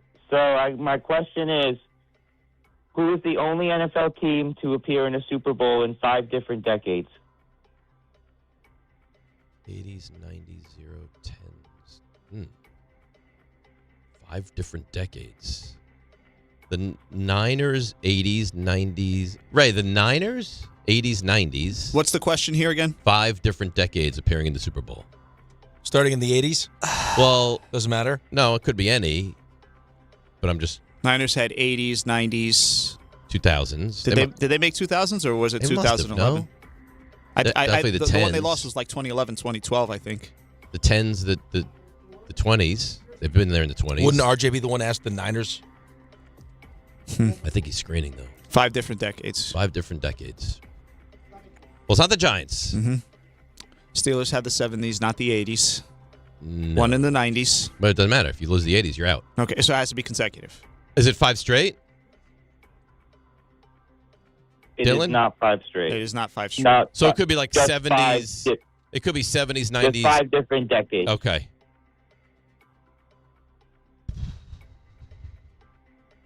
I mean, how many teams have been there that much? It's not that many teams that have been there that much. It's not that many, correct. Right. So it's not the Patriots, even though they've been there The so Patriots many. were 80s, How 90s. how about the Broncos? No, the Patriots were 80s, 90s, 2000s, 10s. How about the Broncos? Broncos are 70s. Broncos are 80s. Broncos are 90s. I think you're in the They went Broncos. with Peyton. Yeah, 15. 10s and No, they I haven't think gone it's at this 4. decade. I think Did it's they 4. Did they go in the They 2000s? They did not. In 2000 to 2009, they did not They did go. not. Okay. But I like the thought process. Chiefs. Well, I want to go back to the Patriots again. It can't be the Patriots. 80s, Yeah. 90s, 2000s, 10s. Well, the last one would have been 19, right? Yeah, they that's didn't- they didn't 4. go in the it's 20s. So they did not go in the 20s. Did they not? They didn't, right? They did not. They No, did because not. Brady won there in Tampa. In Correct. COVID. And then before that was not. Okay, so no. So take the Patriots out of the equation. It can't be the Packers because they didn't go in the 80s. That's a good question. Or the 70s. Right, but they went in the 60s. They went in the 60s They went in the and 90s. the 90s. No, can't be the Packers. Nope. So Broncos. I don't think Dallas got there till 1970, so it can't be them. 70s. 80s. 80s. No, they did not go in the 80s. No. 70s. RJ, are you screening? I was. No. No Do longer. you know this question? I do not. Nowhere that I could guide you that is valuable. You don't know if the Niners have been to the Super Bowl in 5 separate decades? Oh, no, I can answer the Niners. The Niners have not, right? No, that one I can answer you. Beyond that, no, they went in the. How many teams could it? It could only be the Steelers, the Niners, the Patriots, the Giants. So what are the Giants of the 80s, the 90s, 2000? What about 2010s? That's it. No. So the Giants are 4 decades. No. I was going to say, could it be the Rams, but the Rams couldn't be. Because Rams were in the 70s. Didn't go until Super Bowl. They went 70s. 70s, 90s. Rams did not go 80s. 2000s. They went to 10s. When did they beat Burrow? That was 2019, I think. It was 19. That was before COVID. That's No, 7 years after, ago. It was after COVID. It was after. Well, COVID. hang I on a apologize. second now. When did they go with golf? 16 or 17. All right, so let's think about the Rams now. 80s. 70s, they went. 70s with Wendell Tyler running back, Vince Ferragamo, right. So they went in the 70s. They did not go in the 80s. They went in the 90s with Greatest Show on Turf. 2000s. Yeah, they lost in 2000 to the, to the Pats. The Pats. Yeah, so it's the Rams. Final answer, Rams. Ray, give him the ding. You're correct. That was nice. That was real nice. There's a lot of. I only have so much brain power. Right, I'm taking notes. And that's using almost all of it. That's nice. These have been nice questions. Yeah, so those far are two today. tough ones too. Good questions, though. Like really they good. take real thought, which I appreciate. Patty in Schenectady. Patty, is your question as good as the other two questions have been? I guess we will find out, Okay. David. I have a non-sports question for you. All right. So, there are 63 national parks in the United States. Mm-hmm. I want you to tell me what state has the most, which is 9 of them. 9. So you think California.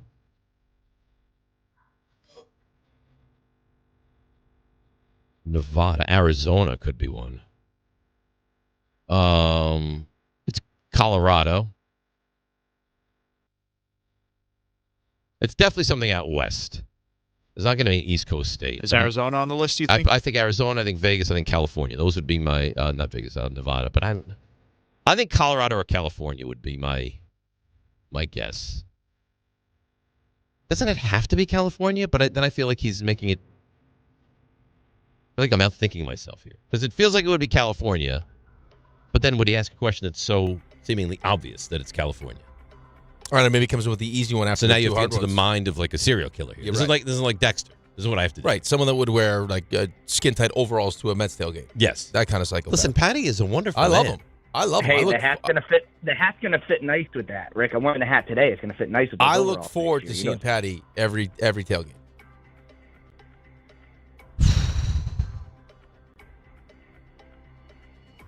I mean, it's nothing in the Midwest.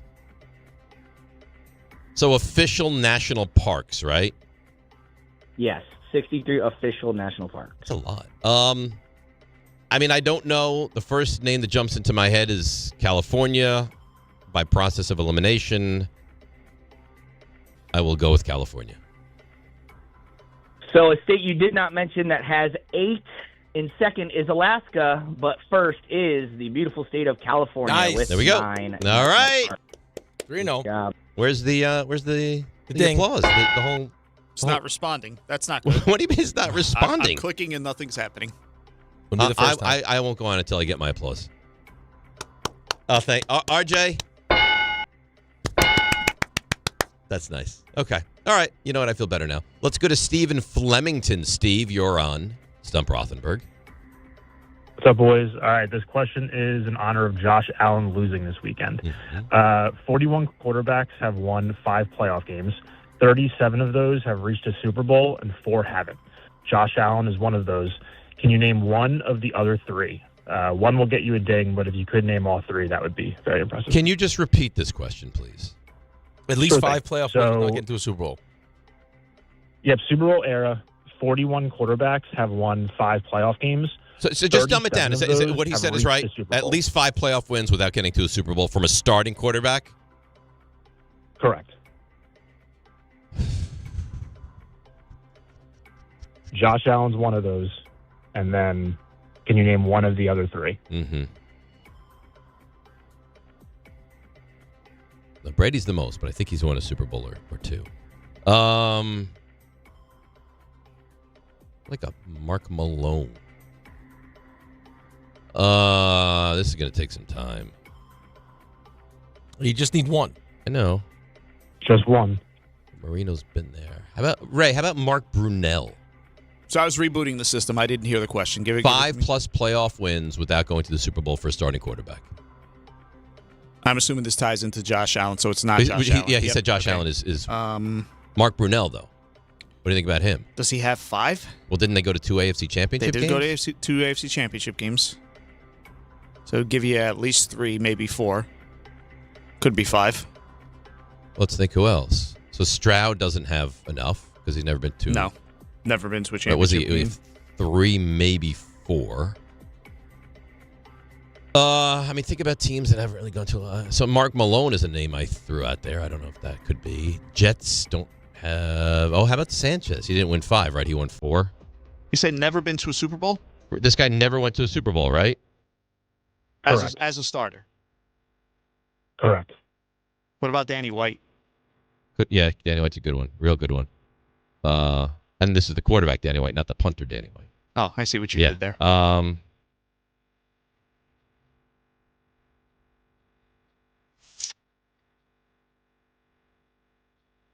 Danny White is good. Packers. Because he went to 3 NFC Championship games in a row. So it's got to be Danny White. My wife fell in the driveway. Is she okay? Is she okay? She's fine. Yeah. Just thinks it's a bruise. Ice? Ice, yep. Yeah. Can't You know what? I love my wife. Love her. Yep. But often now when I leave the house, she's like, be very careful of the ice. Well, how her telling me to be careful of the ice? What do you think I was like running out from the garage? Well, just put it in your mind. Well, you know, just so you can be cognizant of where you're or you know what else I don't like? Drive carefully. Right. Isn't it? Like, of It's course. just the thought, though. She you know what I mean? cares. She cares. And she also recognizes, like, you're already a pain in the ass. If, God forbid, you get hurt And now. I fell last year. Yeah, right. You broke your whatever last year. My hand. Yeah. It was terrible. So what are we at? We at Danny White? Danny White. So let's think of the... What about Phillip Rivers? Rivers has a few. So Rivers went to 1 championship game.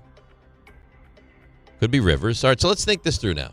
I don't think the Raiders have anybody. Rivers is a good one. Danny White. Sanchez is no. He's 4. Brunell is another one. It's got to be Danny White. I'm going to give you, Steve, final answer, Danny White. Give him the ding. Is Brunell one? Brunell's the second, and Phillip Rivers is the third. You got all 3 of them. Oh, how about that?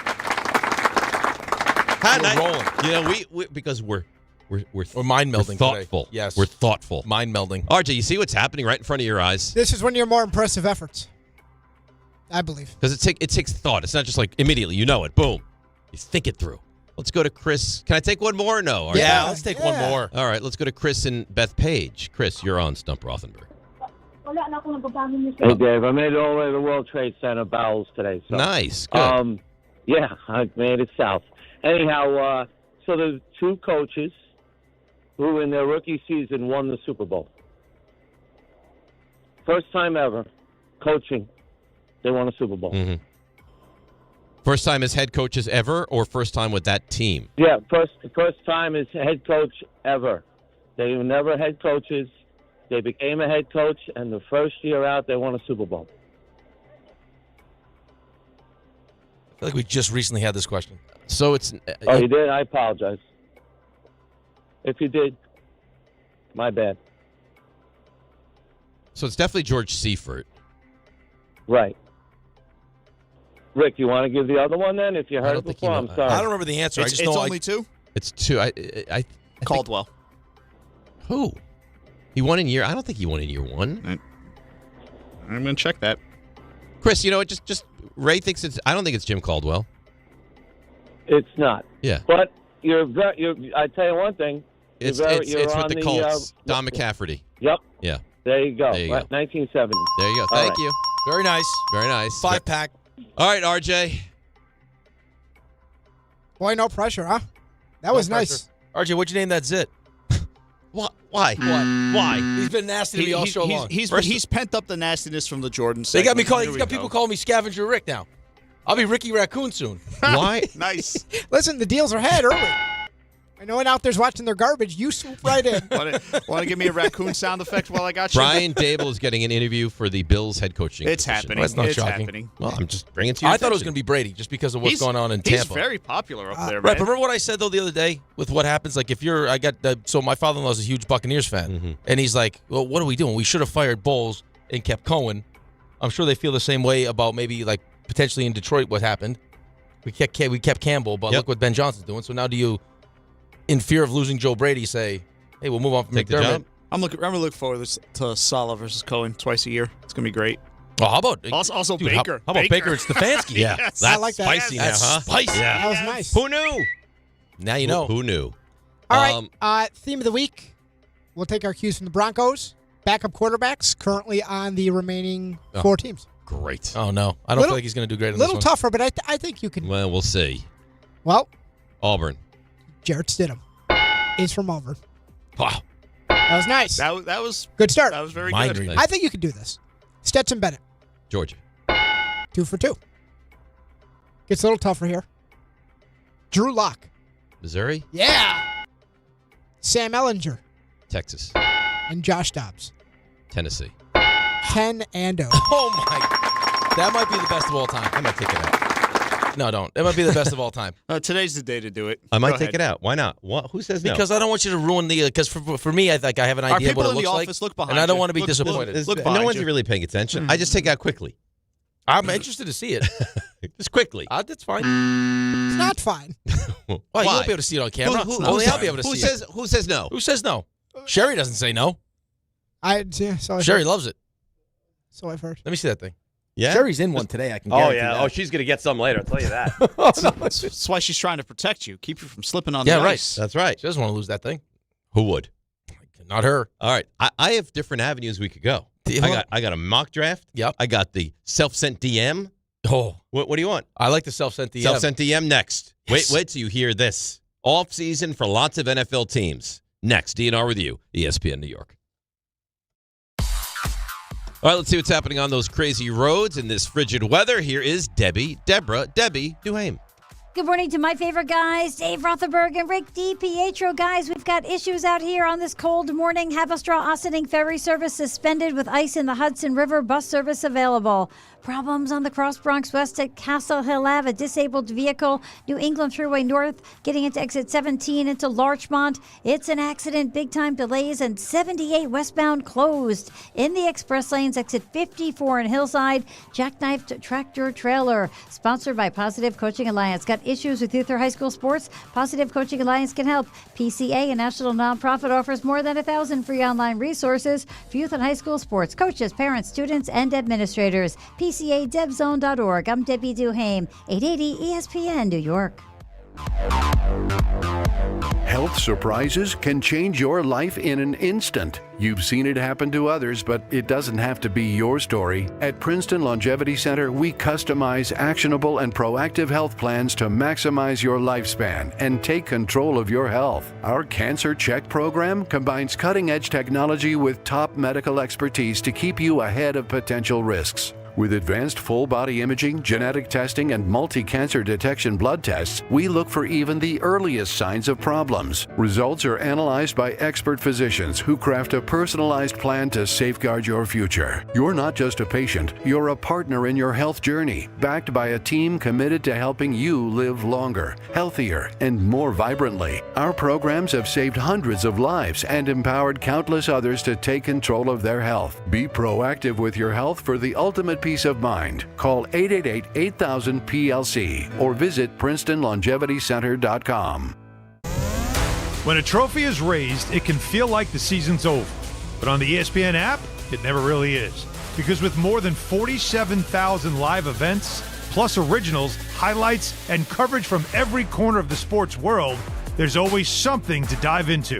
No off-season, just everything a fan needs to keep going. Always in season. Get all of ESPN all in one place. Download the ESPN app on your TV or phone today.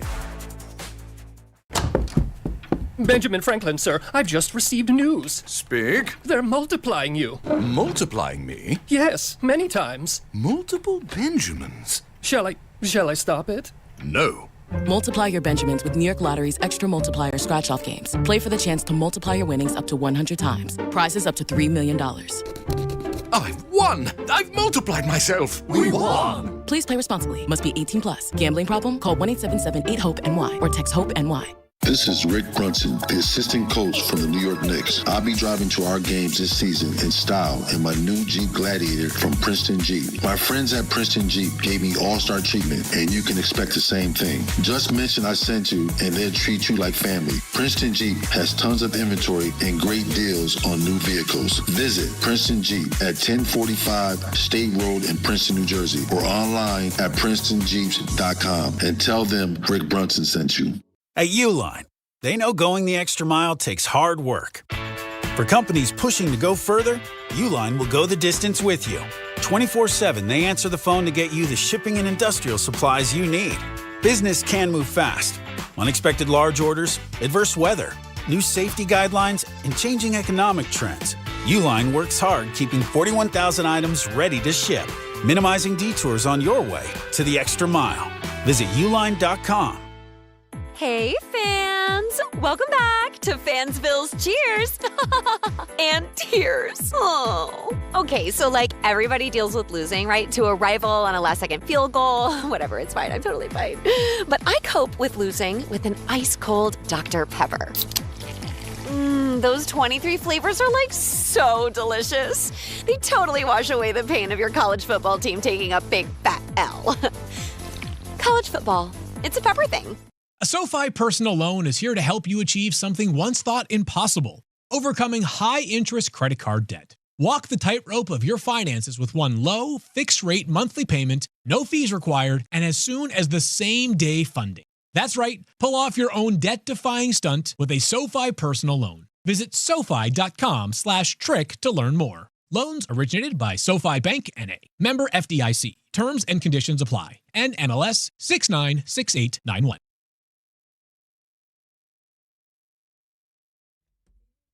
What is this?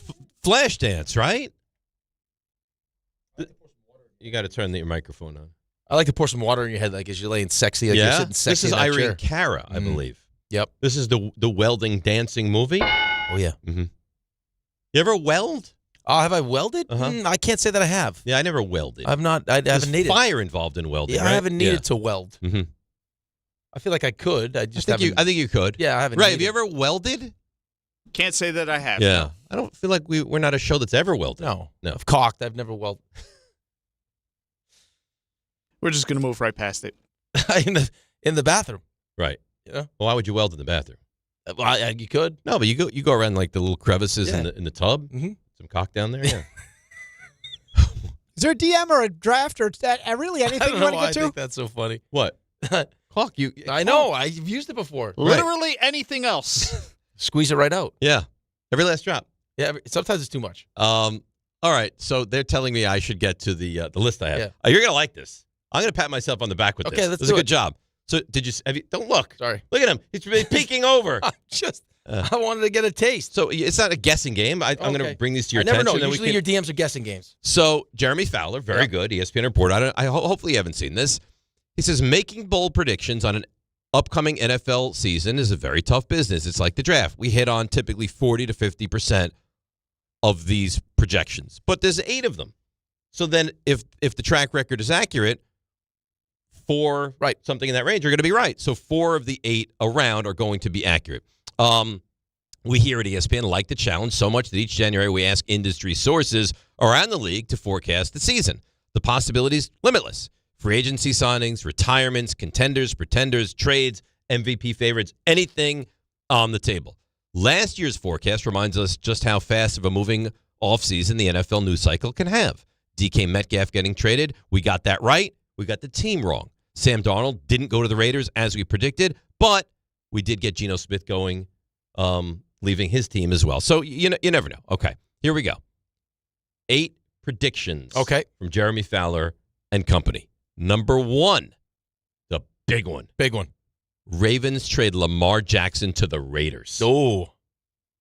We've just recently seen that, too. Yeah, there's been some hype around that. Right. That would be a massive deal. Could you imagine though, firing John Harbaugh and then trading Lamar? You have to imagine that's for the number 1 pick, Of course. right? Yeah. So here's what it says. This potential pairing has made its way through the rumor mill, and multiple people meaning Jeremy Fowler, spoke with who track such things, use their one bold prediction in this exercise to designate Jackson as a Raider. Take Ravens owner Steve Bisciotti at his word to assume Jackson will remain in Baltimore. Bisciotti was clear that he's going to stay. But if we're getting bold, quote, it seems like there is some consternation with Lamar and the Ravens, and this would be the ultimate Mark Davis move, an NFL personnel evaluator told me. Yeah, right. I mean, how many? Massive. How many teams would do that? Of course you would do that. I don't know if it'd be a Mark Davis move. No, but I just like that's a worthy conversation piece. Of course it is. Okay. Number 2. Well, let's not pretend like that'd be like just a Mark Davis move. No, I think a lot of teams would do that. Right. What would you give Anything. up? 2-16. Yeah. 2-16 and 1 of next year's Yeah. wins. 3 1s, Lamar. Of course. Yes? I wouldn't? Yeah, of course I would. Okay. You wouldn't? Me? Would you do it? Not for your team, for my team. Oh, yeah. Yeah. I think you'd have to. We're better off getting a finished product as opposed to trying to develop one ourselves. What are you saying? This would take us down a different path. I bet you there would be a high level of disagreement based on how Dave feels about Jaxson Dart as to who he would give up. Like, you get the whole runway of Jaxson Dart, but who he would give up for right now if there was a deal on the table. Like, there's not going to be a lot. Yeah. I think Are you guys straight up, or are you talking about the pick and Jaxson Dart? Just straight up? No, whatever it would take to get done. You know, like, Well, if I the mean, deal you were throw on out a the table. guy. Lamar Jackson. That's a no-brainer for me. No, I wouldn't do it. Oh. Because how much? $70 million? No, I'm not doing it. I don't know if you're going to pay him $70 million. Well, whatever. I'm not doing it. Burrow. I'm not doing it. Joe Burrow. Yes. Josh Allen. Yes. Justin Herbert. That's a real interesting I one. think you're doing it. Ray's definitely not doing it. Ray wouldn't trade a jugs machine for Justin Herbert. I think I would have to do Herbert because I think he translates to cold weather. I think I would have to, yes. But there's not. You can't find 10. You guys done? Jared Goff. No, come no, on, are you RJ. out of your Are you mind? No, I'm just going through Jordan Love. No. Ray, you would do Jaxson Dart straight up for Jordan Love? Hey, you'd have a conversation. Are you guys forgetting the fact that Trevor Lawrence? You have years away from paying him? Yeah, right. Trevor Lawrence. No. Yeah. No, I think we So named it's them. like There's three not another guys. They're, Mahomes, obviously. Three We're or not gonna four. even say yeah, him. Mahomes. Yeah, Herbert, Mahomes. Allen and Burrow. Yeah. Right, the 4 best quarterbacks in the NFL. Yeah. Mhm. That's it. Okay, is that crazy? I was talking to Buddy the other day, and he said Drake May. Yes. Yes. Oh, we got one. Yeah. Well, I mean, same age, rookie contract. Not Caleb Williams. No. Yeah. Mm-mm. Jaden Daniels. Ooh, now we're cooking. If you would have asked me, like, if I had seen a year of Dart, and you would ask me after Jaden Daniels' rookie year, I think I'd have to say yes. But this past year with the injuries is so concerning. Well, And he's a slight guy. yeah, but I mean, you could use a lot of that to describe your quarterback. No, everyone has No, this he's idea. thicker- he's thicker than Jaden. He had one concussion, and everyone makes it sound like he was injury prone. And he even said, he's like, I've never really been hurt before. I look forward to this version of you. I think this is going to be fun. How many quarterbacks straight up, age is a factor, would you trade Jaxson Dart for? Not 10. Oh, we just went through the list. There's not 10, no. Not 10. I mean, what does that say, though? Does that say more about, like, just where the quarterback position is in the NFL right now? Maybe. I mean, Stafford obviously is better, but he's 37 years old. He's so you almost can't- done. No, I mean, how many are there? Baker?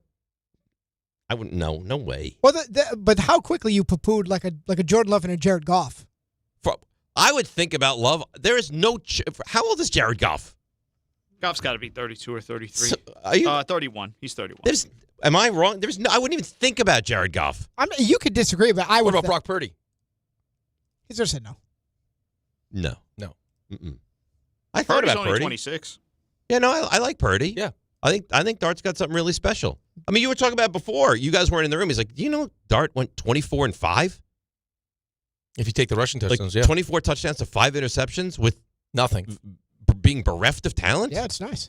I mean, I was just saying to Dave, we were sitting here talking about how Josh Allen doesn't have enough, and then you look at what like Jaxson Dart was dealing with. I mean, he got James Cook, you got 2 tight ends, you got a great offensive line, you got Shakir, and then what is Jaxson Dart working with? Nothing. Wandale. Wandale and Theo Johnson. That's it. Wandale and That's Theo it. Johnson. Tyrone Tracy had a pretty good season, but still, that's not James Cook. But Tyrone Tracy is an average NFL running Right, back. that's what I'm saying. But you brought up the running backs. Like that's like compared to like what the like upper No, echelon I'm just running saying, backs like the Giants between Scadaboo, Singletary, and Tracy, the Giants running back room is good. It's fine. It's fine. It's not Detroit. Yeah, we're not going to sit here and act like the Giants are bereft of talent. This is the conversation we were having before. Hang the on a show. second. Like, they have some talent. Offensively, this year's the offensive line is better than it's been given credit for. No, the offensive line is Wandale fine. Robinson just had a 1,000-yard season. You like Theo Johnson a lot. You like the running backs. No, not Ray, this is a compared to terrible what the take. best teams in the NFL have. Of course, not the best teams in But the that's NFL. what we're talking That's why about, they're though. hiring John Harbaugh. If you take the Giants' weapons and compare them with almost any other team around the NFL, the Giants are going to lose that battle. No? We should take a look. We should take a look. As all Dallas? like Philly? definitely not Dallas. Not offensively. New England? Detroit? Chicago? Washington's better. Minnesota? Baltimore's better. Right, it's not Chicago's better. Green Bay's better. Minnesota's better. There's not a lot, Ray. There's not. You're making it sound like they're the Jets. They're not the Jets. There's no comparison. No, but between this the two. version with no Malik Neighbors and no Cam Scatterable was maybe there's five. Maybe five. And if you have a healthy Neighbors, you're in a pretty good spot. But I'm not arguing that. But you didn't have a healthy Neighbors, and he still went for 24 and 5. So if you take a receiver at 5, we'll get to Mel's mock a little bit later. But if you were to take a receiver at 5, and you bring in, Lindenbaum, all of a sudden, and Andrew Thomas is healthy. How about when we go? Is it? You sure it's not Monken? I don't know. Monken. Well, he says it so I know. And every time I hear him say, I'm like, oh man. Well, because we keep saying Monken, and he goes Monken. He's right. The Kafka thing really threw him off. But he's in his head now, and he hasn't recovered from it yet. Yeah. All right, so I have 7 more of these things that are projected to happen in the NFL this offseason. Let me give you one more. Okay. And then we'll break and come back and rifle through the other 6. Eagles will trade A.J. Brown, which I think we agree, to the Bills. Oh, to the Bills. Yeah. Interesting. There was always a thought that he would go back with Vrabel. That'd be reunited. That'd be interesting too, huh? That would be interesting. So there's 2. I got more. You like this, right? These are nice. I love this game. See, there you go. DNR with you, ESPN New York. Knicks fans, it's time for basketball, and the action starts tonight at Crompton Ale House with Team ESPN New York and Ultra. Whether you need a pregame spot or you're looking for the right Knicks bar to watch the game versus the Nets, Crompton Ale House is your destination. The party tips off at 7 p.m., and Team ESPN will be giving away ESPN, Ultra, and Knicks prizes. Join fellow Knicks fans tonight at 159 West 26th Street. Cheer on your Knicks, enjoy Ultra draft and bottle specials, and cool prizes all game long at Crompton Ale House. If you've been injured in an accident that wasn't your fault, then you need a lawyer who knows New York's unique personal injury and workers' compensation laws. At the Parisman Firm, they have decades of experience handling all types of accident cases and a proven track record of delivering huge results. Their team has already recovered nearly $1 billion for injured New Yorkers. From construction to car accidents and slips and falls, they've got you covered. Call the Parisman Firm now at 718-WORKERS, where your case is their cause. Get the justice you deserve today. 1-877 Cards for Kids. KARS Cards for Kids. 1-877 Cards for Kids. Donate your card today.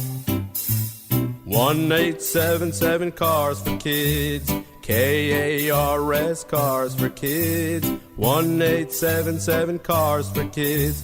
Donate your car today. Ready to get rid of that old car? Donate it to Cars for Kids. Call 1-877-CARS-FOR-KIDS to reach a friendly live agent. Donation's super easy, and your car can be picked up as soon as tomorrow. Call us now, 1-877-CARS-FOR-KIDS. That's Cars with a K to donate your car today. 1-877 Cars for Kids.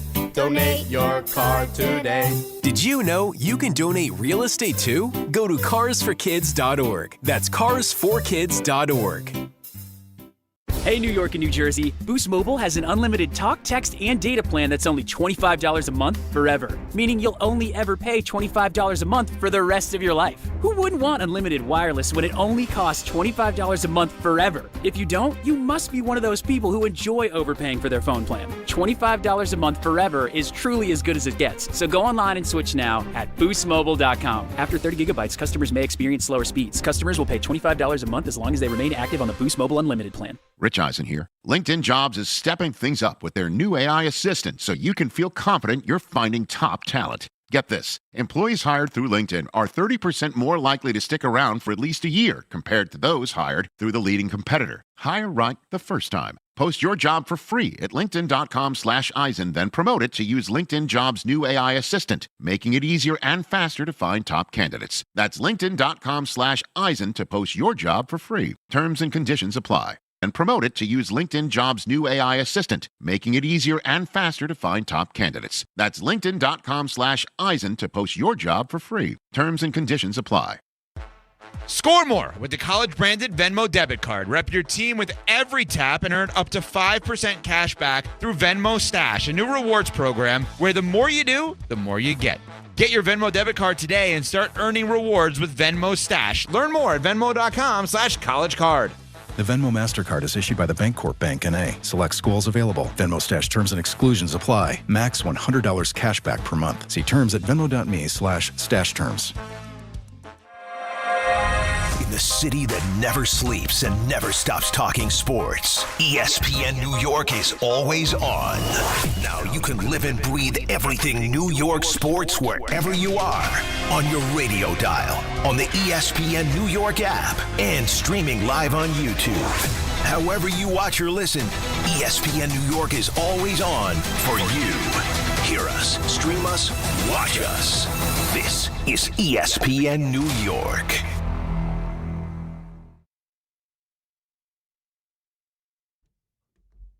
All right, DNR with you, ESPN New York. So we left you off with NFL predictions. The first two that we had, Lamar Jackson will be a Raider, and Eagles will trade A.J. Brown to the Buffalo Bills. This next one would be wild to me. Falcons quarterback next season. They roll with Kirk Cousins. Really? Yeah. Figuring what? That Penix isn't back fully too healthy? injury prone, yeah. The Falcons bet on Penix not getting hurt, and he got hurt, said an NFC executive. Penix had the ACL in his left knee repaired in November, his fifth major surgery dating back to college. How do you move forward with Michael Penix? Are you going to move forward with Kirk Cousins, though? Right. It looked like he might be done. Oh, he got better. He was serviceable. Yeah, he got better. But come on. You got to go with Well, no, I'm not saying, but you got a new coach, right? So, I mean, he didn't draft Michael Penix. So, depending on what his health is and how he feels about it, I mean, this Stefanski now, right? So, it's going to be, what is he looking for? Right. We've got a few more. I feel like Kirk Cousins probably fits what Stefanski wants to do. I don't think Kirk, you're not winning. I mean, that's a team that is like a good quarterback away because their defense was good. They won 9 games, and their quarterback play was horrendous. And they got good weapons. Yes. Really good weapons. So if you had a quarterback that you looked at, you're like, he's good. They could make real noise. Let me do one more, and then you can tell me what you want to tell me about, and then we'll finish off the list. Malik Willis. There's 2 teams that they project. Nope. The Dolphins or the Browns. Now, think about the Dolphins. Connect the dots. Malik Willis, Green Bay. Jeff Hafley gets the job. Yep. Maybe he goes there. Browns. I don't know what the Browns are going to do at quarterback. What they want to do. I don't know. They what have they 2 think of them. What do they think of Shador? Actually, they got 3 of them. Right. Because Watson's coming back. They got Shador, Watson, they got Gabriel, and Shador. So it doesn't make sense that they would go to the Browns, does it? Just stockpile quarterback? More likely the Jets. Yeah. We'll get to the Jets. I mean, who the Jets going to have? Mariota? Who are we going to have? Well, we'll get there. The Jets are on the list. It better not be Kyler Murray. Listen, I have it here on my list, and we will get there. But first, tell me. Read to me. I don't even know if I want to tell Dance you now. for me. Because this is why you did it. What do you mean? This is why you DM'd yourself. And I saw this in the look ahead. I'm not going to like this. This is a good list. It's a good list. All right, FanDuel's turning on playoff mode, which means all customers get a profit boost pack every NFL playoff game day. Each game day during the championship round, you'll find a pack loaded with multiple profit boosts waiting for you in the app. More boosts means more ways to level up your playoff bets. You pick the matchups you believe in. Maybe you take a shot on an upset like the Broncos at home with Jarrett Stidham to knock out the Patriots. Or you build a parlay that fits the moment like the Seahawks, sorry about this, RJ, continuing to dominate on their way to a Super Bowl. Then apply your profit boost and go after even bigger payouts while the playoffs keep rolling. So visit FanDuel.com/local and grab your profit boost pack every NFL playoff game day. Must be 21 and older and physically present in New York. Opt-in required. Bonus issued as non-withdrawable profit boost tokens. Restrictions do apply, including any token expiration and max wager amount. See terms at sportsbook.fanduel.com. For help with a gambling problem, call 1-877-8-HOPE-NY or text HOPE-NY at 467-369. I'm surprised by that because RJ goes through the reads with a fine-tooth comb. I'm surprised that you kept the Seahawks. I'm surprised you weren't like, the Rams big-time, overtime victory over the Bears. That you didn't change that. I'm nothing if not objective. That was a rear-end kicking. Yeah, but why do you need that? You don't need that in your life. You don't need that, especially with that zit you're dealing with. You don't need that. I saw earlier they were taking out the compost, and I said, hold on there. Can you have that sent over to my friend on the way home? He needs something to eat. He has a long ride home. Nourishment. You have to start feeding that zit soon. Oh, my God. Charge that thing rent. Right. You ever get in a situation you just wish you weren't there and it's uncomfortable? Sure. This is it. It's a miracle he can even drive with the delinquent tendencies he has on the road. I can't believe I got pulled over during the Bills game. What are the chances? You were going 90. It's on the highway. I was just cruising. Just following traffic. 90. In a large van. It wasn't in a red sports car. Yeah, but 90 in a van is even more concerning. You're a danger to society. Sports car can handle 90. I was trying to get a good start. The van is like, what's going on? I was trying to get a nice start to the trip. By going 90, be home in 3.5 hours. That's what I'm saying. If anything, you need to learn a lesson. You should have done some time. You're a bad guy. Not great. Not a great Maybe guy. you're not being great to him. Well, you know what? I react to how I'm treated. So you think that you making fun of his physical appearance is reactionary? Yes. You started the show with a shot at Jordan. No, that's different, though. I'm fearful that Jordan might have another episode in the biggest moment. I got more on my list. Okay. Next two, not great. Colts will win the AFC South for the first time since 2014. Fine, whatever. Nobody cares. Franchise tag. Do you feel good about that, though? I don't. Not with what you've just seen from. Well, no, you wouldn't take that. That's why it's like a big bold take. Right, but I mean, between Houston. Well, you're going to bring back Daniel Jones. You're going to be coming off between Houston's defense and then what Jacksonville's doing now with Liam Cohen. I mean, I don't know. You feel good about that prediction? No, I wouldn't say that. But it's irrelevant. I don't care. Okay. Falcons franchise tag Kyle Pitts. He finally popped this. You know what? The last one is the one that I did this for, but this one's beautiful as well. I hope this happens. George Pickens' situation in Dallas gets very sticky. And he doesn't re-sign? The Cowboys are expected to franchise tag Pickens, which would pay him around $28 million next season. But Pickens wants a long-term deal above that number. If he doesn't get that from Dallas, some around the league wonder whether he stays away from the team for a large portion of all of training camp. Oh, gee, what a surprise. It's not like we haven't seen this before. Why don't you just get it done with him, though? I don't understand. Because this is what they do. And that's the beauty of the Cowboys. Together. This is what they do. I just don't see it. Quote, I just don't see him coming off the season he had welcoming the tag with open arms, a veteran AFC coach said. If tagged, both sides will have until July 15th to reach a deal. Pickens can choose not to sign the tag as a leverage method. Please let that happen. Please. I'd almost rather trade him. When Carlin gets tagged and put back in the water, he's not happy about it. Oh, my. What is that? He looks so upset. Why? He attacked me yesterday. Why are you just taking He attacked me yesterday. You're supposed to have my back. I said I didn't like that he attacked. Yeah, well, but what I didn't realize now he's getting it. Is his attack was a retort I don't know if that's true. for your attack. I'm assuming. Yeah, and he says yes. Yeah. Well, so this is usually how wars start. You fired the first shot. No, you fired the first shot, and then next thing and we you don't even remember. It's like Archduke Franz Ferdinand. Who remembers how it all started? Everybody, clearly. Yeah. You're shot heard around the world. Yeah. All right, what's the last one that's going to make me upset? Okay. The Jets. Yeah. Quarterbacks will be made available. Like who? Tua, Kyler Murray, Geno Smith. Oh. Yeah, you should probably pass on all three. Yeah, thanks. Thanks, Ray. Do the Jets get one of those three? That's really the question I have, says an AFC executive. They could go young and load up for 2027 draft of quarterbacks, and then they go with one of those three for next season.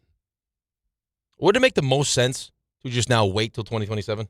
Well, you'll have to have a quarterback. Well, that's fine. Get a quarterback. Do I want to go? I mean, do I want Tua or you start running the wing T or Geno Smith? I don't want Geno Smith. You definitely don't want. I definitely don't want Geno Smith. You definitely. Well, if I don't want to win any games, I could bring in Geno Smith. He was brutal this year. Nobody's going to go to a game. if you like an ad campaign next year, Geno Smith, our starting quarterback, no one will go. No. Would you go? No, I would. Listen, I don't go anyway. But I mean, so what do you do now? You got to draft somebody. I don't know where you're not drafting them at 2, but you got to draft somebody. You're drafting Simpson or Chambliss. Has to be. It has to be. Mel's got him at 16. We'll get to that in 9 o'clock. Yeah, he's got Simpson with the quarterback. 16. Yes. Yeah. Thanks for spoiling that. Well, I just saw it again. Okay. What are you going to do? I can't keep it inside. I mean, could I'm like Elsa. Kyler Murray and Carson Beck satiate you for a year? No, I don't want Carson. So I mean, what are you nuts? Well, what do you need? What are you nuts? I want Carson Beck. What do you need? You see his body language? There was no chance he was going down the field. What do you need? Within realistic expectations, what do you need? I need a stopgap till I get to next So is year. Geno Smith a stopgap? No, I don't want Geno Smith. Is Tua a stopgap? Tua's okay. He's fine, but I mean, what's that mean for me financially with Tua? What am I doing with that? Kyler Murray? No, I don't want Kyler. So of those three, which one? Cuddle Murray, trash. I don't Cuddle want Murray, any of them. trash. Trash. You can't. I don't want any of them. The game is I Cuddle Murray, don't want trash. any of them. I don't want any of them. You can't play the game. No, I'm going to play the game. I don't want them. I'm out. I don't want any of it. Maybe the Jets go without a quarterback next year. New and innovative. Well, that's what I mean. Playing Brady Cook was essentially like not having a quarterback. I mean, did you see the offense? Yeah, it was not good. No, it was Maybe terrible. you do the Joe Judge route. We take the ball, quarterback just dives forward for a yard. Just run it. Do that again. A Wildcat. Who would you take of the three? Not Geno Smith. Yeah, right. He's trashed. I feel bad saying that, but that's the truth. thing is, Tua's going to get hurt. Kyler Murray's always hurt. I think Kyler Murray. If I could make it work financially where I'm not spending a ton and I'm not investing years, I think Kyler Murray. Kyler Murray and a quarterback drafted at 16 or 34. Well, what exactly does Tanner Engström want to do? Like, what's the offense? Are we running Detroit's offense? I think that's the. Then I would probably go Tua. Okay. I think that probably fits what you're he's trying a to do. precise quarterback. Yeah, he's very accurate. Let's break. We'll come back. More NFL to the Mets. John Harbaugh. We haven't gotten to Mel's mock draft yet. No, because we chose because I'm killing everything. It's all me. You make fun of them, and then I finish them off. It's DNR with you, ESPN New York. Cut that.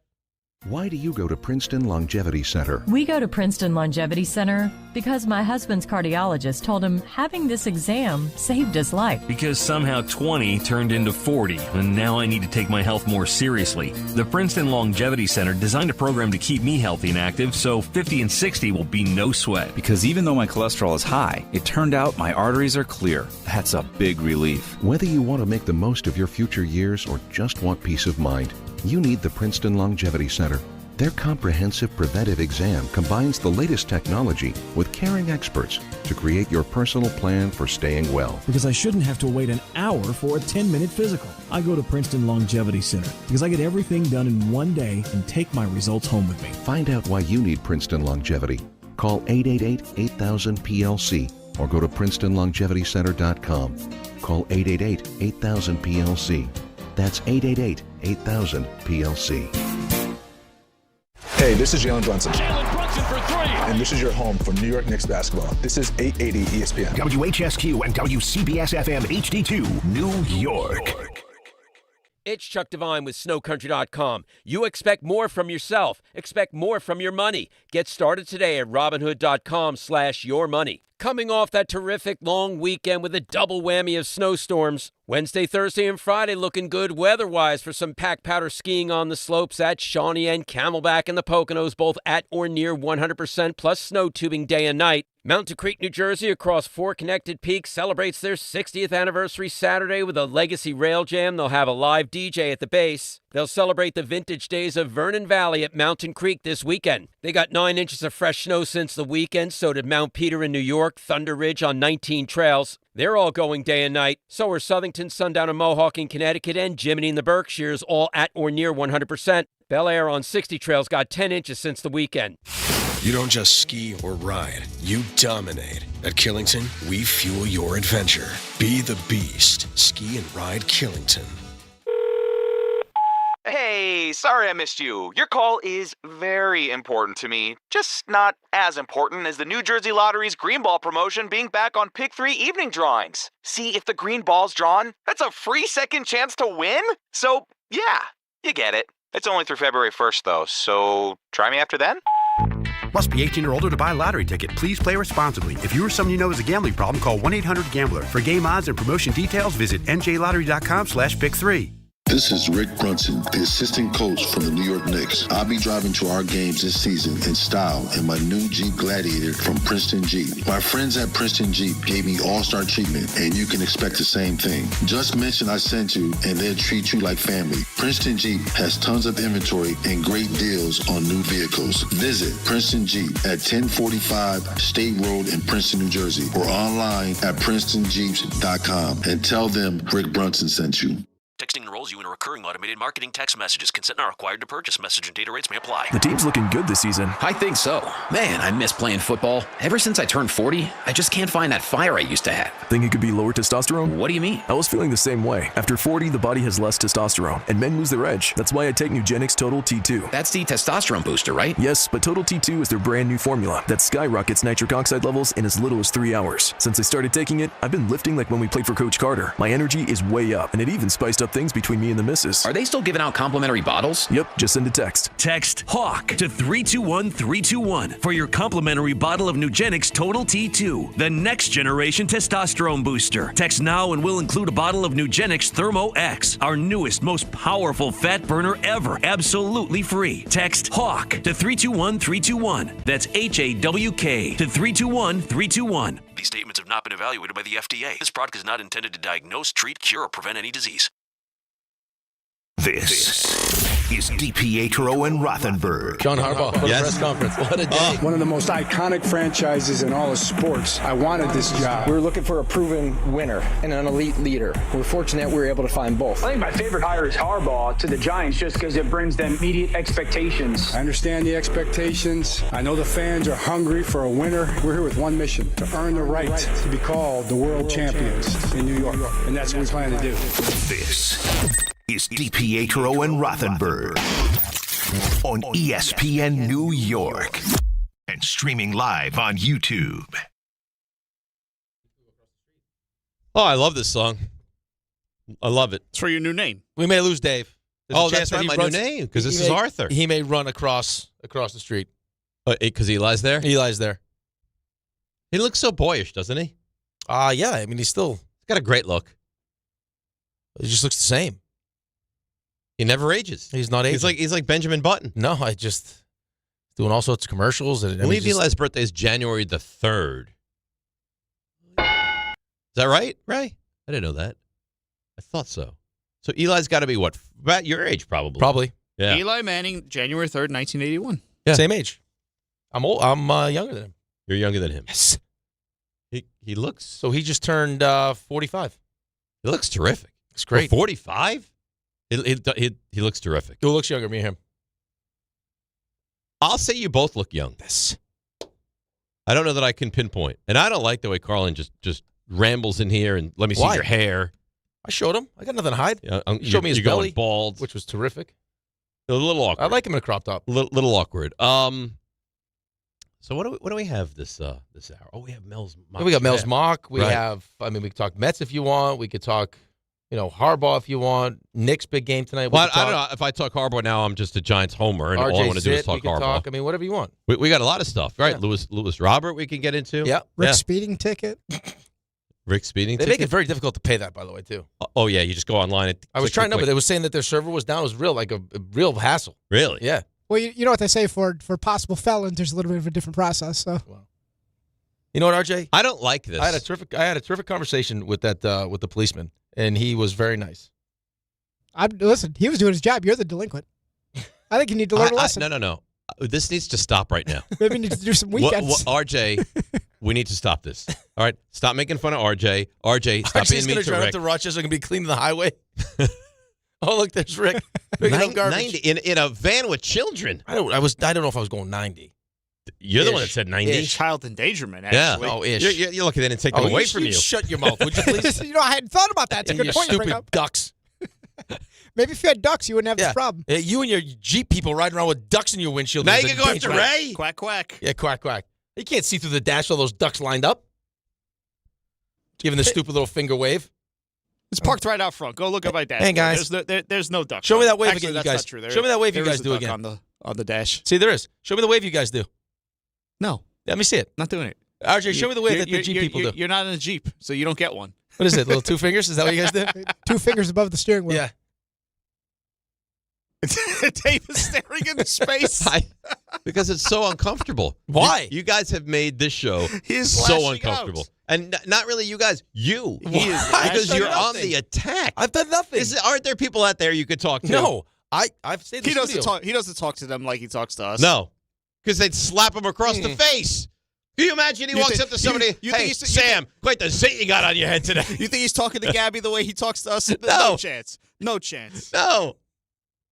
We know what's happened. I would hope he doesn't. There's people out there that is already angered so much they didn't want to talk to him for months. I mean, there's one person. There's a whole department of people. I think they're scared of you. They haven't been here in weeks. They cleared right out. I have Mel's mock draft. Let's do that. Please do the mock. Please. All right. So here we go. Mel's mock draft. This is 1.0, right? First one. This is 1.0. Yes. Okay. All right. Number one, obviously, Fernando Mendoza. Here's the problem. Did you see he's skipping the combine? Because he's getting an internship? Did you see that? No. Where is he interning? I think he's got like a Wall Street internship. Isn't that kind of ridiculous, though? I mean, he's going to be an NFL player for a long time. Right, but does he need to go to the combine? I guess if he's going to go one, I guess not. Right. I'm going to fall in love with this kid. I listen to him speak, and I know he sounds kind of hokey-ish and corny-ish, but I think that's who he is. But I think I was listening to the afternoon show, and they played a clip from after the game where he actually dropped an F-bomb. Oh, really? He did. Let's bleep and go. There's nothing wrong with that. Well, no, but I'm saying like it doesn't fit for what I mean. But then you see his parents, and they're so likable. Yeah. Like I don't His know. aunt. His aunt, nice. yeah, she's Yeah. very, very lovely. I first want to give all the glory to God. And, I mean, there's no better group of guys I want to deal with. It's the most special moment of my life. There's such a great group of guys. I love you guys. Great job. Let's go. That's nothing wrong with Well, that. no, but it just doesn't fit from what you've heard. I kind of like it. I like it too, but he's never said it before. Are we the strongest glue ever? That he's shared with the You strongest think he's going to be a good NFL quarterback? I think he's going to be, yes, if they handle him the right way. Which I think they're going to. I think being authentic plays a big part. Yeah, Well, it's huge. Him in Vegas, though, is an interesting dynamic. Well, he's not going to get Vegas, hopefully. He's built for Vegas. I wouldn't think it would be too much for him, but it's like, who doesn't belong in Vegas? This guy. That's better. Unless he's at 3 o'clock in the morning pulling the slot machines. Like, he's got a dark side that you don't know. Dollar. All right, so he's going to go 1. We know. Here's the issue with the draft following the first. Yeah, what's the overall guy's pick. name? What's the guy's name from The Hangover that was like all buttoned up and then he went to Vegas? Yeah, Doug? No, it wasn't Doug. No, Doug is the one that they lost. No, who's the one that was playing the piano? Was it Stu? Ed Holmes. The guy Ed Holmes was. Ed Holmes. Yeah, Stu. Holmes. Yeah. Stu. Yeah, Stu. Yeah. That is Stu cool. got The one that Vegas got with what's her face? Yeah, he lost Graham. The tooth. He lost Yes. the tooth. Vegas. You The don't Mike want that to Tyson happen. tattoo. Vegas will take down the best. He can take you down. Fernando Mendoza gets the Mike Tyson tattoo. That's right. And he's like, He's where walking in with a where did Bengal. my incisors He's walking in with go? a Bengal tiger. I think Ray could be taken by Vegas. Yes. Yeah, absolutely. I think we know you could. I would be gone. Yeah. You I could handle go either Vegas. way. I could handle Well, Vegas. the only reason I would be taken by Vegas is because Strippers. I have nothing to protect myself from. I'm good. I can go have fun. That's true. I did get an interesting tweet, RJ. To add, I shouldn't. I'm not. You I'm should. not Add going to. it. No, I'm not going to No, read add it. it. Oh, There's a no, little seasoning. no, because Like it's a going to little add spice, going to add anger, and No. I'm not looking to Little promote Cajun that. seasoning. Come on. You want me to read this? Yes. Okay. Manis tweets in. Rick would do. RJ, you listening? I'm listening. Rick would do very well cleaning up trash right on the side of the road. He wouldn't even have to take a lunch break. It would just be provided for him. I just eat it? Yeah. That's nice. You're like, well, That's good someone stuff. threw away this perfectly good, roast beef sandwich. Yeah, that's good stuff. Little roast beef on Wick up in Buffalo. There you go. Yeah, nice. All right, so Jets 2, and this is the problem. Yeah. You're going to get a good player. Yeah, right. Are you going to get a player that excites you? Is transformational? That you're like, oh, my God, I got this guy too. And the problem is it feels like, and maybe I'm wrong, and maybe it pans out differently. If you go 2 or you go 8, there may not be such a vast difference that the guy at 2 is amazing and the guy at 8 is worthy of 8. Like, I don't think there's that much of a difference between those two. I think at the point it depends on what you're looking for and what you like and what you need. The Jets need everything. Jets need a lot. I mean, they also. I mean, when you look at what their strength, one of their strengths was supposed to be was Jermaine Johnson coming back and then Will McDonald. That didn't necessarily pan out. And as far as like how you prioritize positions of value, obviously with the second overall pick, you'd like to have a quarterback sitting there for you to take, right? Because that completely changed your whole franchise. And then as you start to get down, I mean, we have a left tackle, we have a right tackle. So, I mean, we got Garrett Wilson. I mean, where do you... Offensive line, I think you're good. Offensive line, you're good. We got to get to the quarterback, right? That's something that you're going to have to do. So there's a couple guys at the top of that draft that you could get. If it's Bain that you like, if it's... I mean, he's got us mocked up taking... Orville Reese. Is it David Bailey? But any of those guys who has really good numbers, you're going to be like, oh, excited, but you're not going to be wowed until you see them. Like Mel said yesterday, he's like, there's no Abdul Carter that you're going to get your hands on at number 2.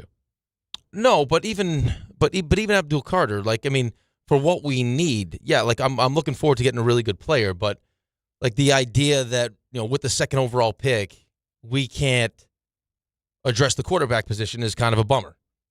Yeah. And now you got to figure out what you want to do. And you have to punt down the road to get a quarterback in 27. Are we reaching at 16 for Ty Simpson? Or are we just waiting until 2027? I think you're going to.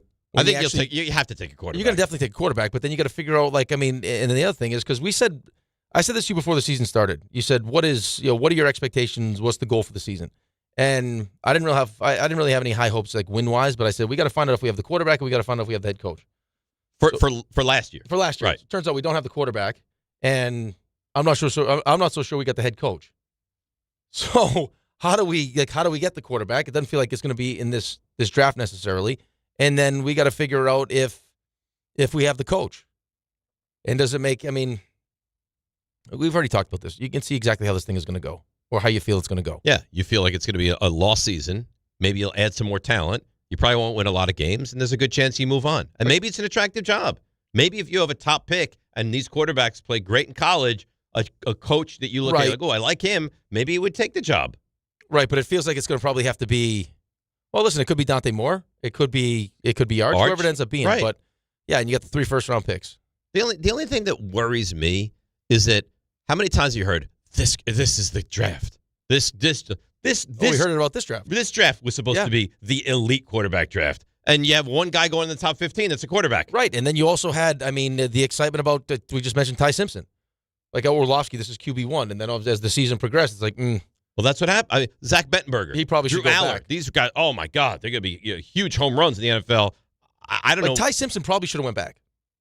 He definitively should have gone back. So now he's coming out. We're going to take him with the 16th overall pick. And what? Well, we'll see. So Arbel Reese 2, Cardinals 3, Mauen Noah, right? That's how you say his name? Yep. Offensive lineman from Miami. He's good. 4, David Bailey, linebacker from Texas David Tech. Bailey's got great numbers. He's really good. Yes. That defense was special. Like I was reading an article this morning just about like the numbers that you would use as far as pressure rate and all those different things, and compare them to the numbers of the guys that have actually stepped into the NFL and had that kind of success. And his numbers are right there. And then he scares people. I understand that, but just as far as how they broke it down, well, he's a good his player. numbers are closest to like what you would like have as an impact, like a really impactful player once you draft him. This is the highest I've actually seen him go in anybody's mock draft. I know it's very early, but I haven't seen him go in top 4. And then you'd be excited by this if the Giants added Carnell Tate. Yeah. I mean, it depends on, again, that's going to be a position of what you're like. You know what I mean? Because I think there's probably 3 receivers that are worthy. Right. It's Tyson, it's Tate, and it's Lemon. Yes. Yeah. And then what are you looking for? Like size. Like it depends on what you're prioritizing. Tate's really good. And how that fits with Malik Neighbors. I mean, all of a sudden you could look at this. You could look at this offense and be like, "Oh, it's dynamic." Right. And now you decide whether or not you want to keep Wandell as the 3rd. You get him in the slot. Right. Because you're gonna have to pay Malik at some point. And point. You still got Slayton you paid. All right. Thanks, Joe. Yeah. So that's a parting gift. Cleveland Browns, Fano. Is that how you say Fano? Offensive lineman? We should ask Raanan for the pronunciation. I think it's Fano. Browns offensive lineman from Utah. And then the Commanders. I hope this doesn't happen. Ruben Bain at 7. Oof. Saints, Jordan Tyson, 8. It's funny. I saw this. I was like, how did the Chiefs get the 9 pick? Yeah. Well, because they had such a bad season. But you forget. Jeremiah Love at 9. Caleb Downs to the Bengals at 10. They need that desperately. Keldrick Falk, defensive end from Auburn at 11. Their defense changed too when they lost Bates. Jesse Bates was good for them. A very good player. Very good player. Sonny Styles to the Cowboys at 12. I wouldn't like that. He's good. Ray would love that. I know. So Ohio State is so littered with talent. They have the 2 pick, the 10 pick, you saw and the 12 how many pick. 5 and 4 stars those teams had. I know, but I think 2, Indiana 10, had and 12. Indiana had what, 2? Not a lot. Yeah, not a lot. And then we don't have to go through everyone. And then the Jets with the quarterback at 16, Ty Simpson. That's Indianapolis's pick that the Jets would have at 16. You don't like that? I don't know. Again, that's going to come down to but then now you're talking about he probably needs to sit a year. A whole year? See, here's the problem. Most of the year, and then what are you going to do in 2027? You're going to turn around and draft another quarterback anyway. Yes. So I'm going to use the 16th overall pick on someone that's going to be a backup? You're not going to sit. There's no way they're going to sit him for a whole year. Okay, but even if you don't sit him, say you're playing for half a season, or whatever it ends up being, and then you're going to turn around because he's probably not going to be ready. How about if he looks good? How about if you watch him, be like, he's a good quarterback? What are the chances that happens? So we're just resigned to the fact that anything they ever do is going to be a disaster? No, I don't think that anything listen, Darren Muji did a pretty good job. I think when you saw the end of the press conference, you could actually feel like maybe a little bit of a shift in where the power was going to be divvied up. Because it was Aaron Glenn's team, right? To start the season, it was Aaron Glenn's team. They hired him first, and then they bring in Muji because that's who he wanted to work with. And then as the season progressed and Muji made some good moves, you get to the end of the season press conference, and it felt like Muji was kind of had kind of taken a step as more of the guy making decisions. I Ty Simpson at 16. The guy should go back to school. So how ready is he going to be? He's available. No, I know. You but can how get him ready at 16. You have to take a quarterback, right? But would I rather take that second round pick and use it on Chambliss? Probably. Where does Mel have Chambliss going? You said you saw this. If Chambliss comes out, if he's forced to come out. He told us he was going to put him in the second round. Chambliss. All right, so he doesn't have him in this one? He's not in the first round, no. So he has 2 quarterbacks in this first round. That's it. Which is really, really light. Well, compared to what we thought it was going to be. Right. And this was supposed to be the big quarterback draft. Right. But you had a bunch of quarterbacks play this season that didn't play to expectations. Right. I mean, Sellers didn't. Nope. Aller didn't. Nussmeier didn't. No, none of them did. Mm-mm. No. Let's go to Everyday Edgar in Bloomingdale. Hi, Edgar. How are you? What's up? Nice hat combo, boys. I don't know if you planned that or not, but No, very nice. We don't plan our outfits at All all. right. We just show up the way we show up. Rick, I don't know how you do this Jets thing, bro. Ty Detmer, Ty Law, Ty Simpson, they're going to stink. Geno Smith, Kyler Murray, Tua. Does it really matter? Yes. Could you play quarterback? Geno Smith What is the awful. hell, bro? No, it does matter. Geno Smith is awful. No, Geno I Smith think is it does matter. A terrible quarterback. Absolutely, but I think it does matter. I think what concerns me the most is that like we're not putting him, like I said about Justin Fields. I mean, if it's me and you that had, we're Justin Fields in that spot, would I go to the Jets to resurrect my career? Mm-mm. No, of course you wouldn't. So if you're a young quarterback, you get drafted by this team, does it make you like, it's not like he's going to Minnesota with Kevin O'Connell or San Francisco or the Rams where you're like, hey, you know what? The kid may look like he needs some seasoning, but this is the perfect place for him.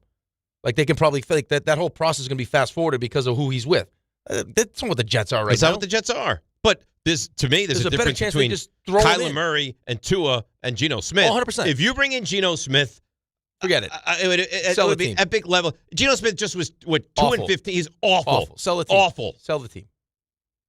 You just sell it. Awful. Yeah. I mean, Kyler Murray was hurt, and Kyler Murray is still young and athletic, and I'm not saying it's the right move, but I don't know what the right move is.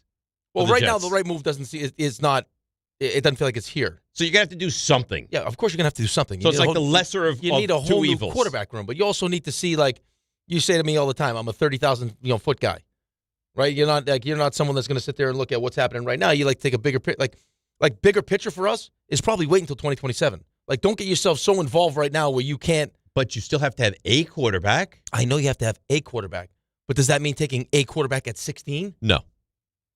But can you satiate the fan base enough that you can not draft a quarterback? Here's the thing. We're all going to come back. We always do. So, But are you going to come back next year? Yeah, everyone's going to be back. Next year? Listen, you're going to be at the stadium? You're going to I be don't buying ever drinks? go to You're going to be the- I don't parking? ever go to the stadium. But is the fan base that typically goes? I've heard more this offseason. Yes. Agreed. I'm out. But I don't think there's a name out there that's going to do that. It's not going to be. I mean, it's like, is it going to be Kyler Murray? Is it going to be Tua, Malik Willis? No. Marcus Mariota? No. Is it going to be Ty Simpson at 16? No. But I think that gives that Dante Moore at Tua would have been. Dante Moore 2 would have been. Right. But what I'm saying is that these, like, the fact that now we're like feels like full rebuild. Those are always painful. Right? So don't try to avoid the pain and not really understand why we're in this position in the first place.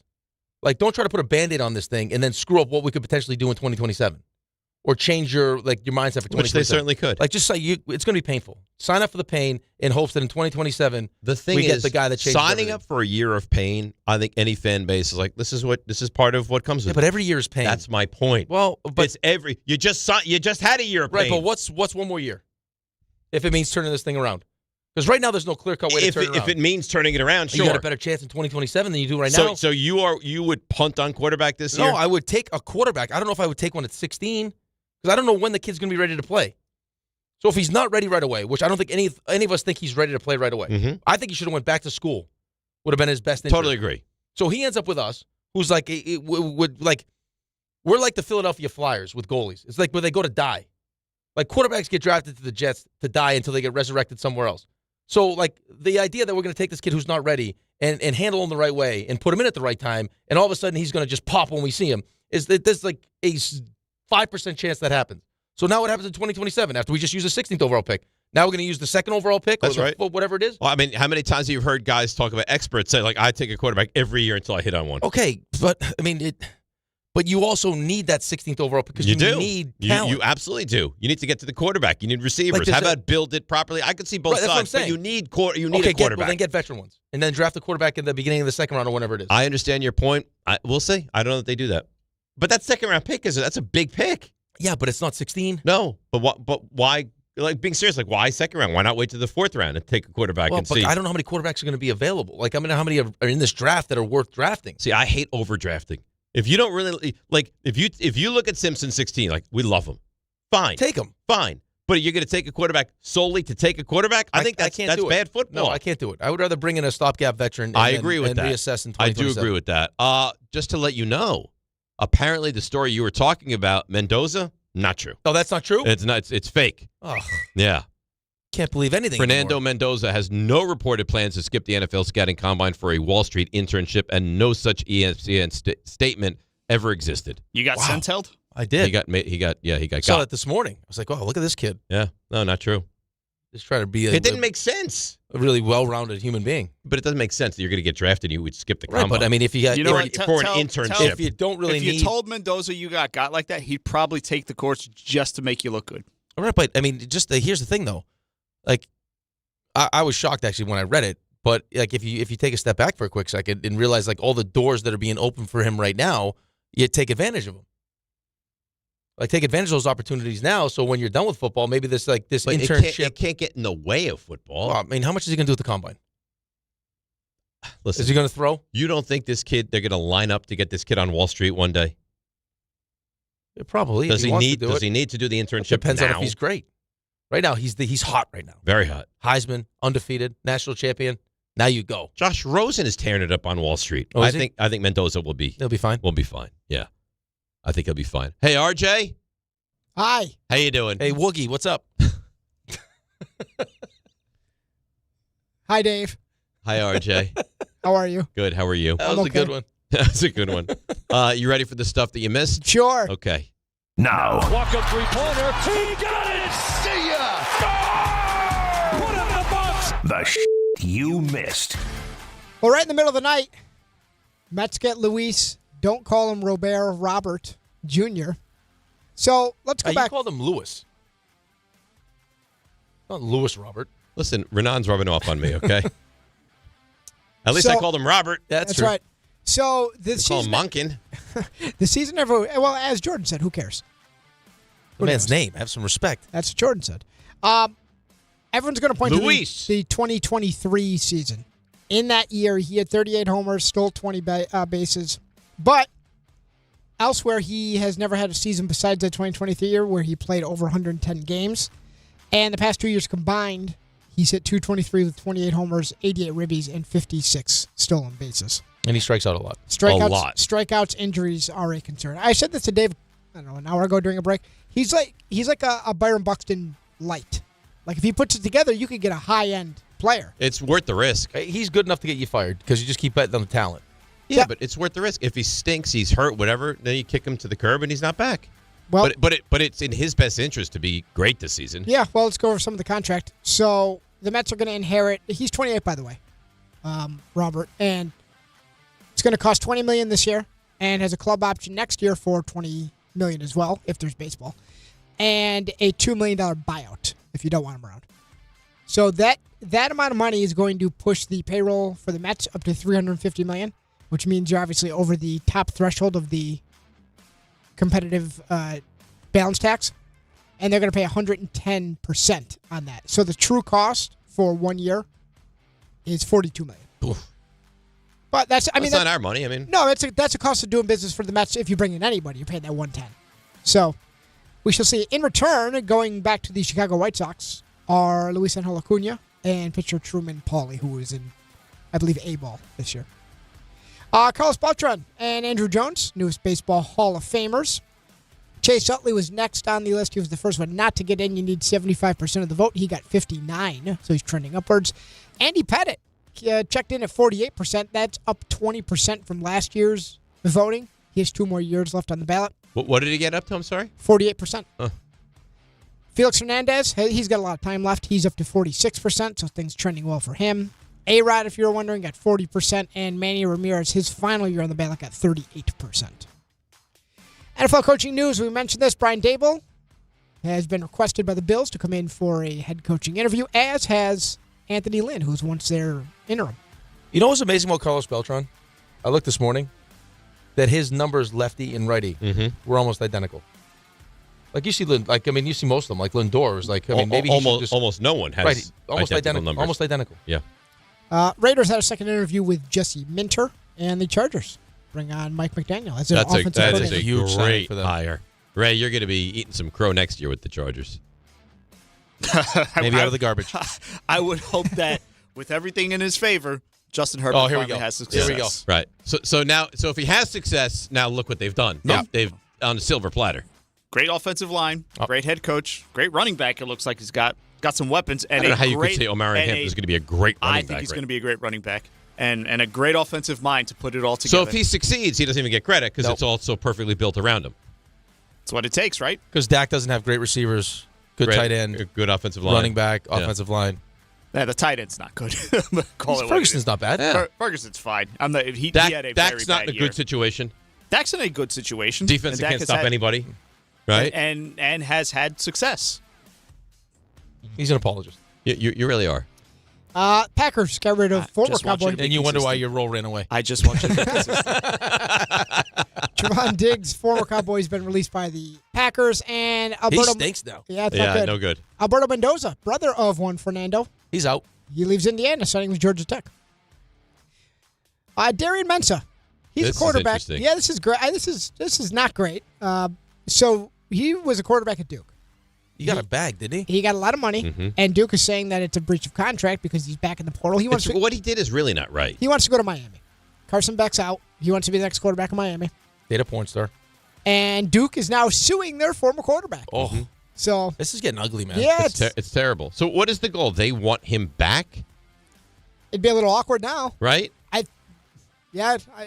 We'll see how this resolves itself. Maybe they want some of the money. Can you sue for back taxes? Damages? I don't know.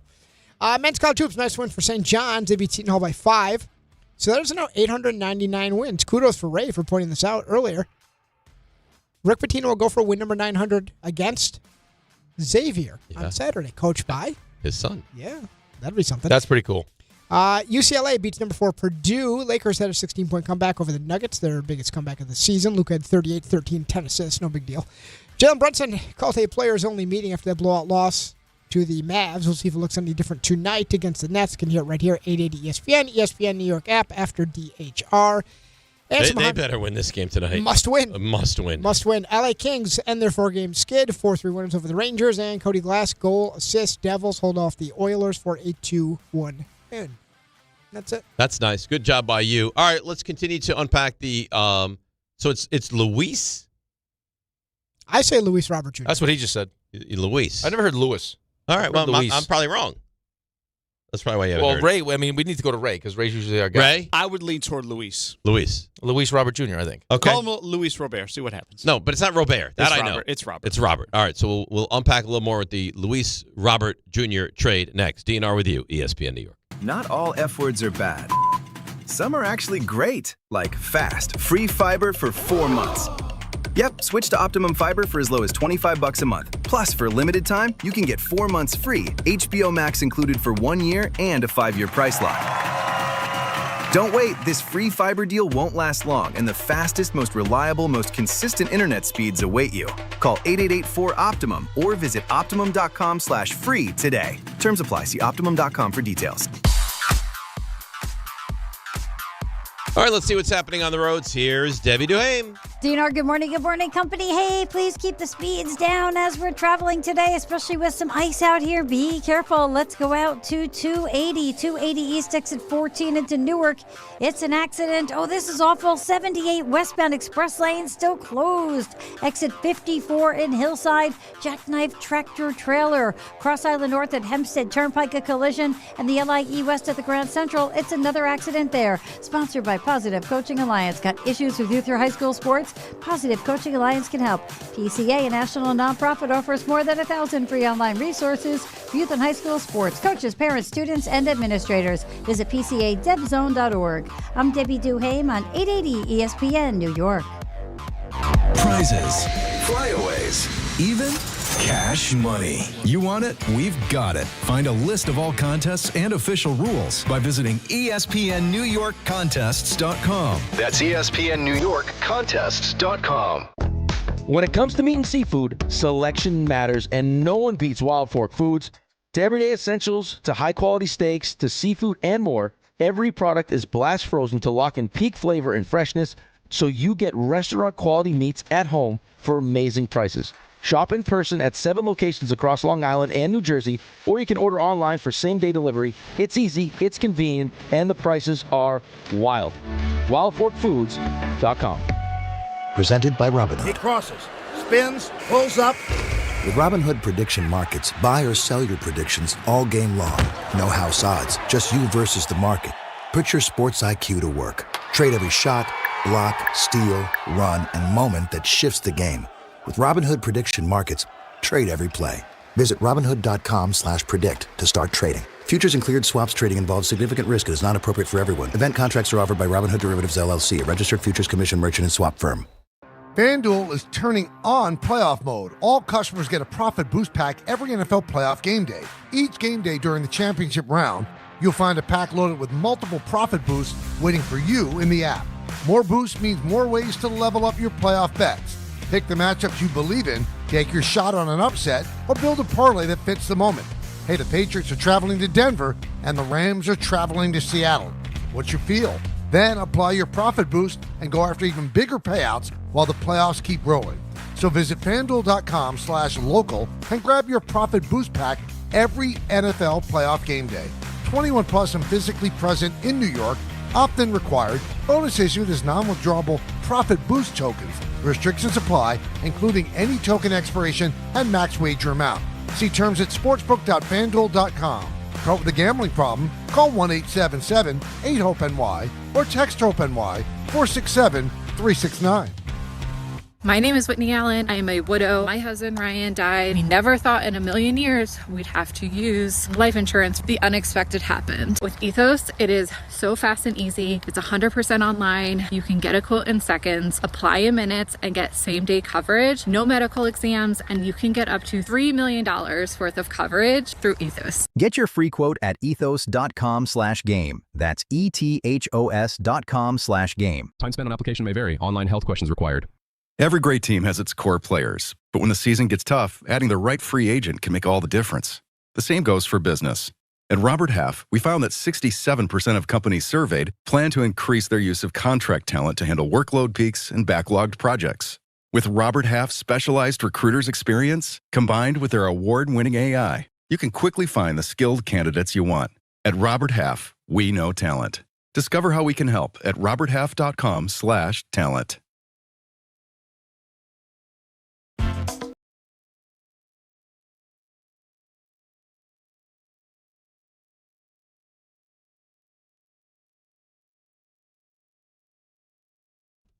All right, DNR with you, ESPN New York. Game time, Raymond, is brought to you by Tullamore Dew Irish Whiskey. When it's game time, that's when it's Tully time.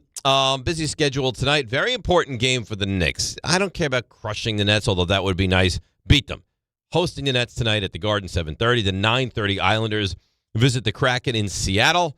And that's it. That's game time, brought to you by Tullamore Dew, the original triple distilled, triple blended, and triple cask matured Irish whiskey. Be sure to grab a Tullamore Dew or try the new Tullamore Dew Honey during today's action. Glasses up to enjoying Tullamore Dew responsibly. So I can actually speak because Rick is not here, so I kind of have leeway to do what I like. Conduit is conduiting. He's out there. You know what? It's funny, though. He started with the guise of, I kind of have to go to the bathroom. Sure. Like, well, then go. That's how it goes. And now, of course, he doesn't make his way back because he's still himself. dealing with the people. I could see him. So Jake, who popped in, he was going to get him. I could see his hat just above like the desk line. So I knew he was coming. There he is. Listen, yeah, of course we are. Because we've been on for like 2.5 minutes, and you have not been here. He hides, though. But what I don't like is it was under the guise of I have to go to the bathroom. So I gave him permission. I was like, well, go to the bathroom then. And then on your way back. I was talking to Jim. I was talking business, and then Joe came up, and he said there's another business thing. I'm just talking business. And I also didn't realize that everyone's name tag has their words on them. I don't know what you're talking about. You know our personality test? Yeah. Where you're a maximizer yeah, and woo. And I'm a woo. Everyone's name tag has their words on them. Oh. I didn't even know that. Well, it's the Gallup poll. Right. I didn't know that. I didn't know people wore name tags. No, on their desks. Oh. That's not a name tag. It's a name tag on their desk. Name plate, I think you call it. You know what I meant. I thought you meant like people wear name tags on their shirts. Yeah, when you say name tags, it implies. Oh, here we go. Right. Here we go. How many? I work with slow people. You work with slow people. You just called a desk plate a name tag. You know what I meant? I actually did not. Spell it out for you. Hey, listen. Only one of us got into Harvard. Yeah, right. Sorry, and that was based on intellect solely. The nameplates say their words on it. Can we get it to the Mets? Whatever you want, okay, Lewis? It's Luis. No, I'm told it's Luis. Thank you. Okay. I like this trade because you're not really risking anything. It's what the Mets now like to do. Depending on what you thought of Acuna, which doesn't really fit now. Where in the world are you gonna play Acuna? He was nice off the bench. For what? For speed? Speed. For defensive purposes? Well, you don't really need. I mean, that's my point. So Robert is a speedy guy, right? And when he's on base, yeah. Okay, and Simeon is a great defensive player. Yep. So I guess you could play him at third, but we don't even know what Bichette's going to be. Oh, Bichette's going to be a third baseman, but we don't know if he's going to be good or not. Like if you would ever take him out of a game to put Acuna in at third, it doesn't matter. You're going to keep his bat in the lineup. Point is, it's low risk, right? You agree with that? Like, what did you risk? Well, no, you're paying him. I mean, now we're paying him $42 million. And how does that affect you? It doesn't affect me at all. No, if you're willing to spend it. I mean, listen, you're better. It's a better option than Tyrone Taylor. He's a good defensive player. So now you add that with Lindor at short and Simeon at second base. You like that a lot. It's a right-handed bat, which you like, and then the versatility of depending on how he plays, where you decide you want to use him in the lineup. I mean, if he gives me anything close to what you saw in 2023, I mean that's a middle of the order guy. Yeah, listen. If somebody gave you 38 and 80 with 30 steals and a WAR of over 5. It would be a great steal for the Mets. Right. I think that's asking for a bit much. Play really great center field, which I think you will get from him. Steal bases, which I think you'll get from him. And what I like is there's not going to be pressure on him. He can bat seventh in this lineup. But forget the pressure. I don't even know if it's a pressure thing. I just like, I mean, for me, watching him play, he gives off and I know injuries are part of this, like the vibe of a player that when all of a sudden is now incentivized to play for a new contract, you'll get his best. Oh, isn't that good? That's good for us, which is another reason why I like the move. Right. I totally agree with you. I mean, he's 28 years old. If he doesn't play well this year, he'll be a free agent. And, right, you just don't pick up the club option. You got a club option for 22. Teams are not going to be lining up for him. Right. He's already shown, like... Well, there was a chance that the White Sox were just going to not pick up his option. Right. And it turns out it was a smart move by them picking up the option because now, they get something in value of return. Right. If you're going to make this move, probably could have made it last year. I don't know what the asking price was. Well, there was a lot of rumblings about this but last instead year. we went with Cedric Mullins, who was nothing for us. Beyond nothing. Nothing. He was a net negative. It was a horrendous baseball player. Robert's a good player. Robert's not an old guy. Robert has tons of talent. And Robert, if he plays well, will reap the financial rewards of playing well. Right. And that matters. It absolutely matters. I mean, that's part of it, though. I mean, if that's one of the reasons why you feel like he hasn't really lived up to the expectations over the last couple of years, is because, he's just one of those guys. There's plenty of guys like that. And you feel like this is going to be his, you'll get more of what you saw in 2023, then absolutely. Are you creeping towards you like what the Mets have done this offseason, or are you still in the I don't like it? No, I like it. It just it doesn't jive with what the GM said. Right. Defensively, I mean, Robert's a great middle, addition defensively. But, I mean, the corners, no. Right. Like all the reasons why you didn't sign Pete Alonso were exactly what you just did at first and third base. Like, Bichette's not a good shortstop. No. So now all of a sudden he's going to be a good third baseman? You wouldn't think so, except that you have to have less range at third base. So maybe it's better, but then Polanco's played one inning at first. It doesn't add up. Right. Now, is Bellinger coming to the mix? Maybe. I don't know. Yankees fans would have a nervous breakdown. I don't think these two guys would be able to do the show. No. I think there's a chance that Ray finds the role and they just disappear. RJ, if you were to lose Bellinger to the Mets here now, what happened? Do you go missing? Do you walk the streets at like 3 degrees? Like, what do you do? It'd be very bad. I don't want to find out. I don't think you will. What percentage would you guys think you're still realistically in on them? 25%. Yeah, I would agree with that. It sounds like we're one of the most serious teams, though. It sounds like we're serious, like the Yankees 3. are serious, and then there's a couple of teams that are kind of sniffing around. Well, the Yankees are definitively serious. Of course, they made an offer. Right. And a big offer. A big offer. And they want you to know they made a big offer. Of course they do. In case this thing goes sideways, and they don't. I mean, but with that 110% tax, I mean, if Oof. What are you paying Cody Bellinger a year? You're talking over $60 million. Yes. $60+ million a year. But so what? If Steve Cohen says if you need to do this to make the team better, that's the concern. It doesn't seem realistic. Dodgers just did it. Right, but it doesn't seem realistic now. Look at how much it doesn't. But it seems more like they're going to have. But the experts are saying no. The Mets are still very much in on Bellinger. Depending on what that deal looks like, though. How that deal's structured. Somebody had yesterday. Like this is almost done too. Like we should find out the answer to Bellinger this week. Yeah. I would imagine it's the same kind of deal that they have Bichette. But it's probably more. Yeah, it's going to be a massive amount of money. Yes. More money with opt-outs. Short-term deal. Yeah. Yes. So go make. So now you're talking even probably more than 60. Oh yeah, the Yankees offer was what? It could be 80. What was the Yankees offer? 32 a year? Yeah. Was it 5 for 160? So that's 32, right? Mm-hmm. So it's going to be more than that. Probably going to be more than 32. Yeah, maybe it's 40. I can't pay him $80 million. But it wouldn't be him getting $80 million. But you're still that's the equivalent. You're paying $80 million. But if Cohen's like, I don't care. Yeah. And if Stearns is adamant that I'm not giving guys long-term deals, then that's how you make up for it. Now he's just going to start spending it. It would be wild. I just spend it. Yeah. I would guess you guys are still trying to shake like a Freddie Peralta free. That's probably, we need pitching. If that's I'm where going to spend the money, I got to spend it on pitching. Yeah, but Peralta doesn't cost money. Well, that money still comes. I mean, that money. We're still over. So whatever you're paying, right? I think he's making like $8 or $10 million. That's a nothing. But finds that in a seat cushion over the weekend. But that's. I mean, I would rather invest that in the pitching staff. I agree. But why would you think that if you were to sign Bellinger that now you're out on Freddie Peralta? Would be my question. Oh, I don't know one way or the other. You could do both. Yeah, you could do whatever you want. Right. You could, I think, I mean, Steve Cohen also said there's not an endless pit of money. He says that, and then he goes crazy. They go crazy for Bichette and Robert, and they're not done. Yeah, short term though. You can see the end to that coming. That's right. Everything's short term. Yeah, that is the mantra of this organization. Yeah, we'll pay you a ton, but it's not going to be for a long time. Which, according to A-Rod, is not the way to win a championship. He's on record saying that a bunch of different times. Okay, we'll see. That you need consistency, you need continuity in the lineup. 5-year deals. No, especially I'm not for saying, pitchers. Listen, dangerous I'm not saying proposition. that I hate it, but there's a chance that Bichette has a good year and he's gone. Okay, but if he has a great year and fans love him, maybe just bring him back. Oh yeah, but you can do that too. Or he just decides to go somewhere else. I mean, now he's going back to free agency. Maybe he plays really well at third base. Right, defensively he's really good at third base. Offensively hits .296, has a great season. You sign him to a long-term deal. I don't know. We also don't know what next season is going to bring as far as this whole. No idea. Labor I would strife. imagine that this whole Dodgers thing has pushed everyone towards. I would think so. The problem is that a lot of the teams at the bottom don't want a cap because they don't want a floor. No, they don't want to. I mean, you think some of these teams want to pay that kind of money? No, and you got the upper echelon players that don't want a salary cap. You got the middle of the road guys that do because they feel like they'll get paid more. It's going to be a mess. I'll tell you what. You would think that they would just try to get this. It's not going to happen. I understand that, but there's actually a positive momentum around baseball right now that they're going to completely kill. Enjoy this year of Major League Baseball. Time. Enjoy it. Because I think next March, I don't think we're on the verge of a baseball season. It's going to take some time. I've been a part of these meetings too, man. Oof. They are not fun. And they canceled the World Series back in the 90s. Well, because the reality is, if the owners want to dig their heels in, they don't need to play. They can. I mean, they can just hang out as long as they want. Right.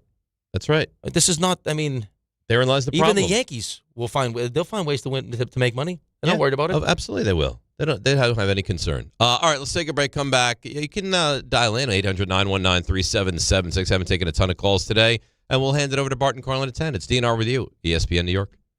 Knicks fans, it's time for basketball, and the action starts tonight at Crompton Ale House with Team ESPN New York and Ultra. Whether you need a pregame spot or you're looking for the right Knicks bar to watch the game versus the Nets, Crompton Ale House is your destination. The party tips off at 7 p.m., and Team ESPN will be giving away ESPN, Ultra, and Knicks prizes. Join fellow Knicks fans tonight at 159 West 26th Street.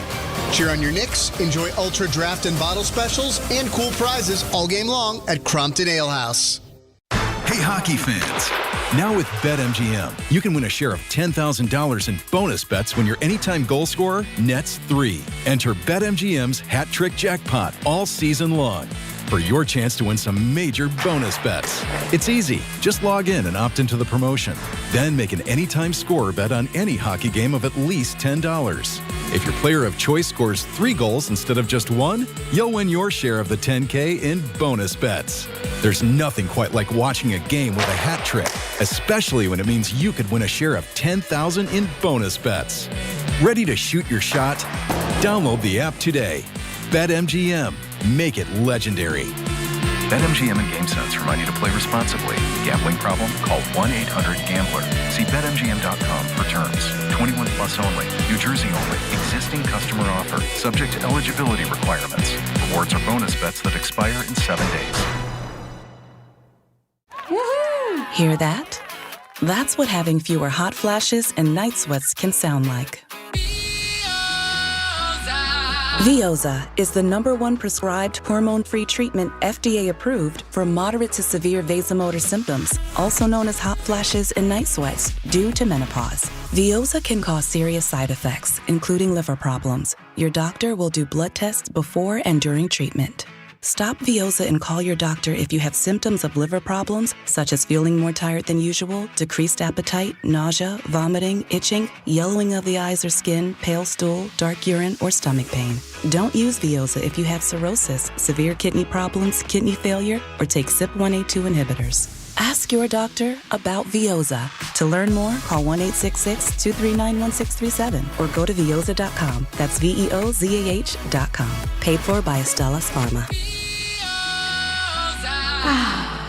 Texting enrolls you in a recurring automated marketing text messages. Consent not required to purchase. Message and data rates may apply. The team's looking good this season. I think so. Man, I miss playing football. Ever since I turned 40, I just can't find that fire I used to have. Think it could be lower testosterone? What do you mean? I was feeling the same way. After 40, the body has less testosterone, and men lose their edge. That's why I take Nugenix Total T2. That's the testosterone booster, right? Yes, but Total T2 is their brand new formula that skyrockets nitric oxide levels in as little as 3 hours. Since I started taking it, I've been lifting like when we played for Coach Carter. My energy is way up, and it even spiced up things between me and the missus. Are they still giving out complimentary bottles? Yep, just send a text. Text HAWK to 321-321 for your complimentary bottle of Nugenix Total T2, the next generation testosterone booster. Text now and we'll include a bottle of Nugenix Thermo X, our newest, most powerful fat burner ever, absolutely free. Text HAWK to 321-321. That's HAWK to 321-321. These statements have not been evaluated by the FDA. This product is not intended to diagnose, treat, cure, or prevent any disease. Step inside the game you love with the NBA app. Tap to watch every game as it's happening. Jalen Brunson does it again! And never miss a moment of the jaw-dropping action. Get closer to the players than anywhere else. Follow the latest schedules, scores, and stats. Keep up with every story from across the league. And with NBA ID, it's all personalized to you. The game lives here. Download today.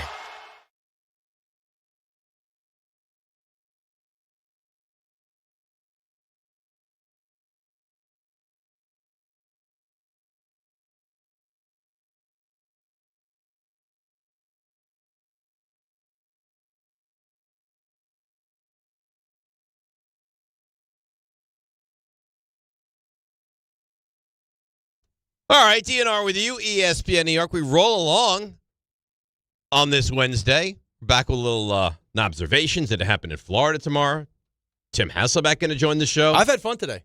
Today's been a fun show. Nice. It's been a bouncy show. A lot of NFL conversation in different avenues. And then, of course, we have two massive football games. I saw the look-ahead spread. You better root for New England to win this weekend. Why? If the Seahawks were to play the Broncos, the spread in the game, 9. How can I root for the Patriots? I think you have to. How? I can't root for the Patriots. You can't take one for the team. No, I can't. I got to listen to my buddies. So you're gonna root. They already for, mocked me. But Denver in the Super Bowl with Jarrett Stidham. Yeah, or just get mocked by my buddies in Boston. Oh, the Patriots are back. I got to listen to that. Yeah, I understand your point, but how could you possibly root for Denver to go on? I mean, viewing-wise, I don't want that to happen. But, I mean, the reality of my situation is I'm from Boston. I became a Jets fan, and now I can listen to my buddies who are Patriots fans, and my brother. But why? Why did you become a Jets fan? Because I had no allegiance to a football team. Right, but you're from New England. Yeah, but that's fine. Well, why not? I mean, I'm a true fan. Think about how different your life would be had you chosen the Patriots. I chose my path. Blame Chad Pennington. They should do a 30 for 30 on this. It's Pennington's fault. You should sue him. If Pennington was a bad guy, maybe I'm not a Jets fan. You should sue him. Yeah, well. He led you down a horrendous path. I know. And now I'm in the desert with nothing. You know, it's like you're in high school. You say, hey, you want to just try this? and then that's it.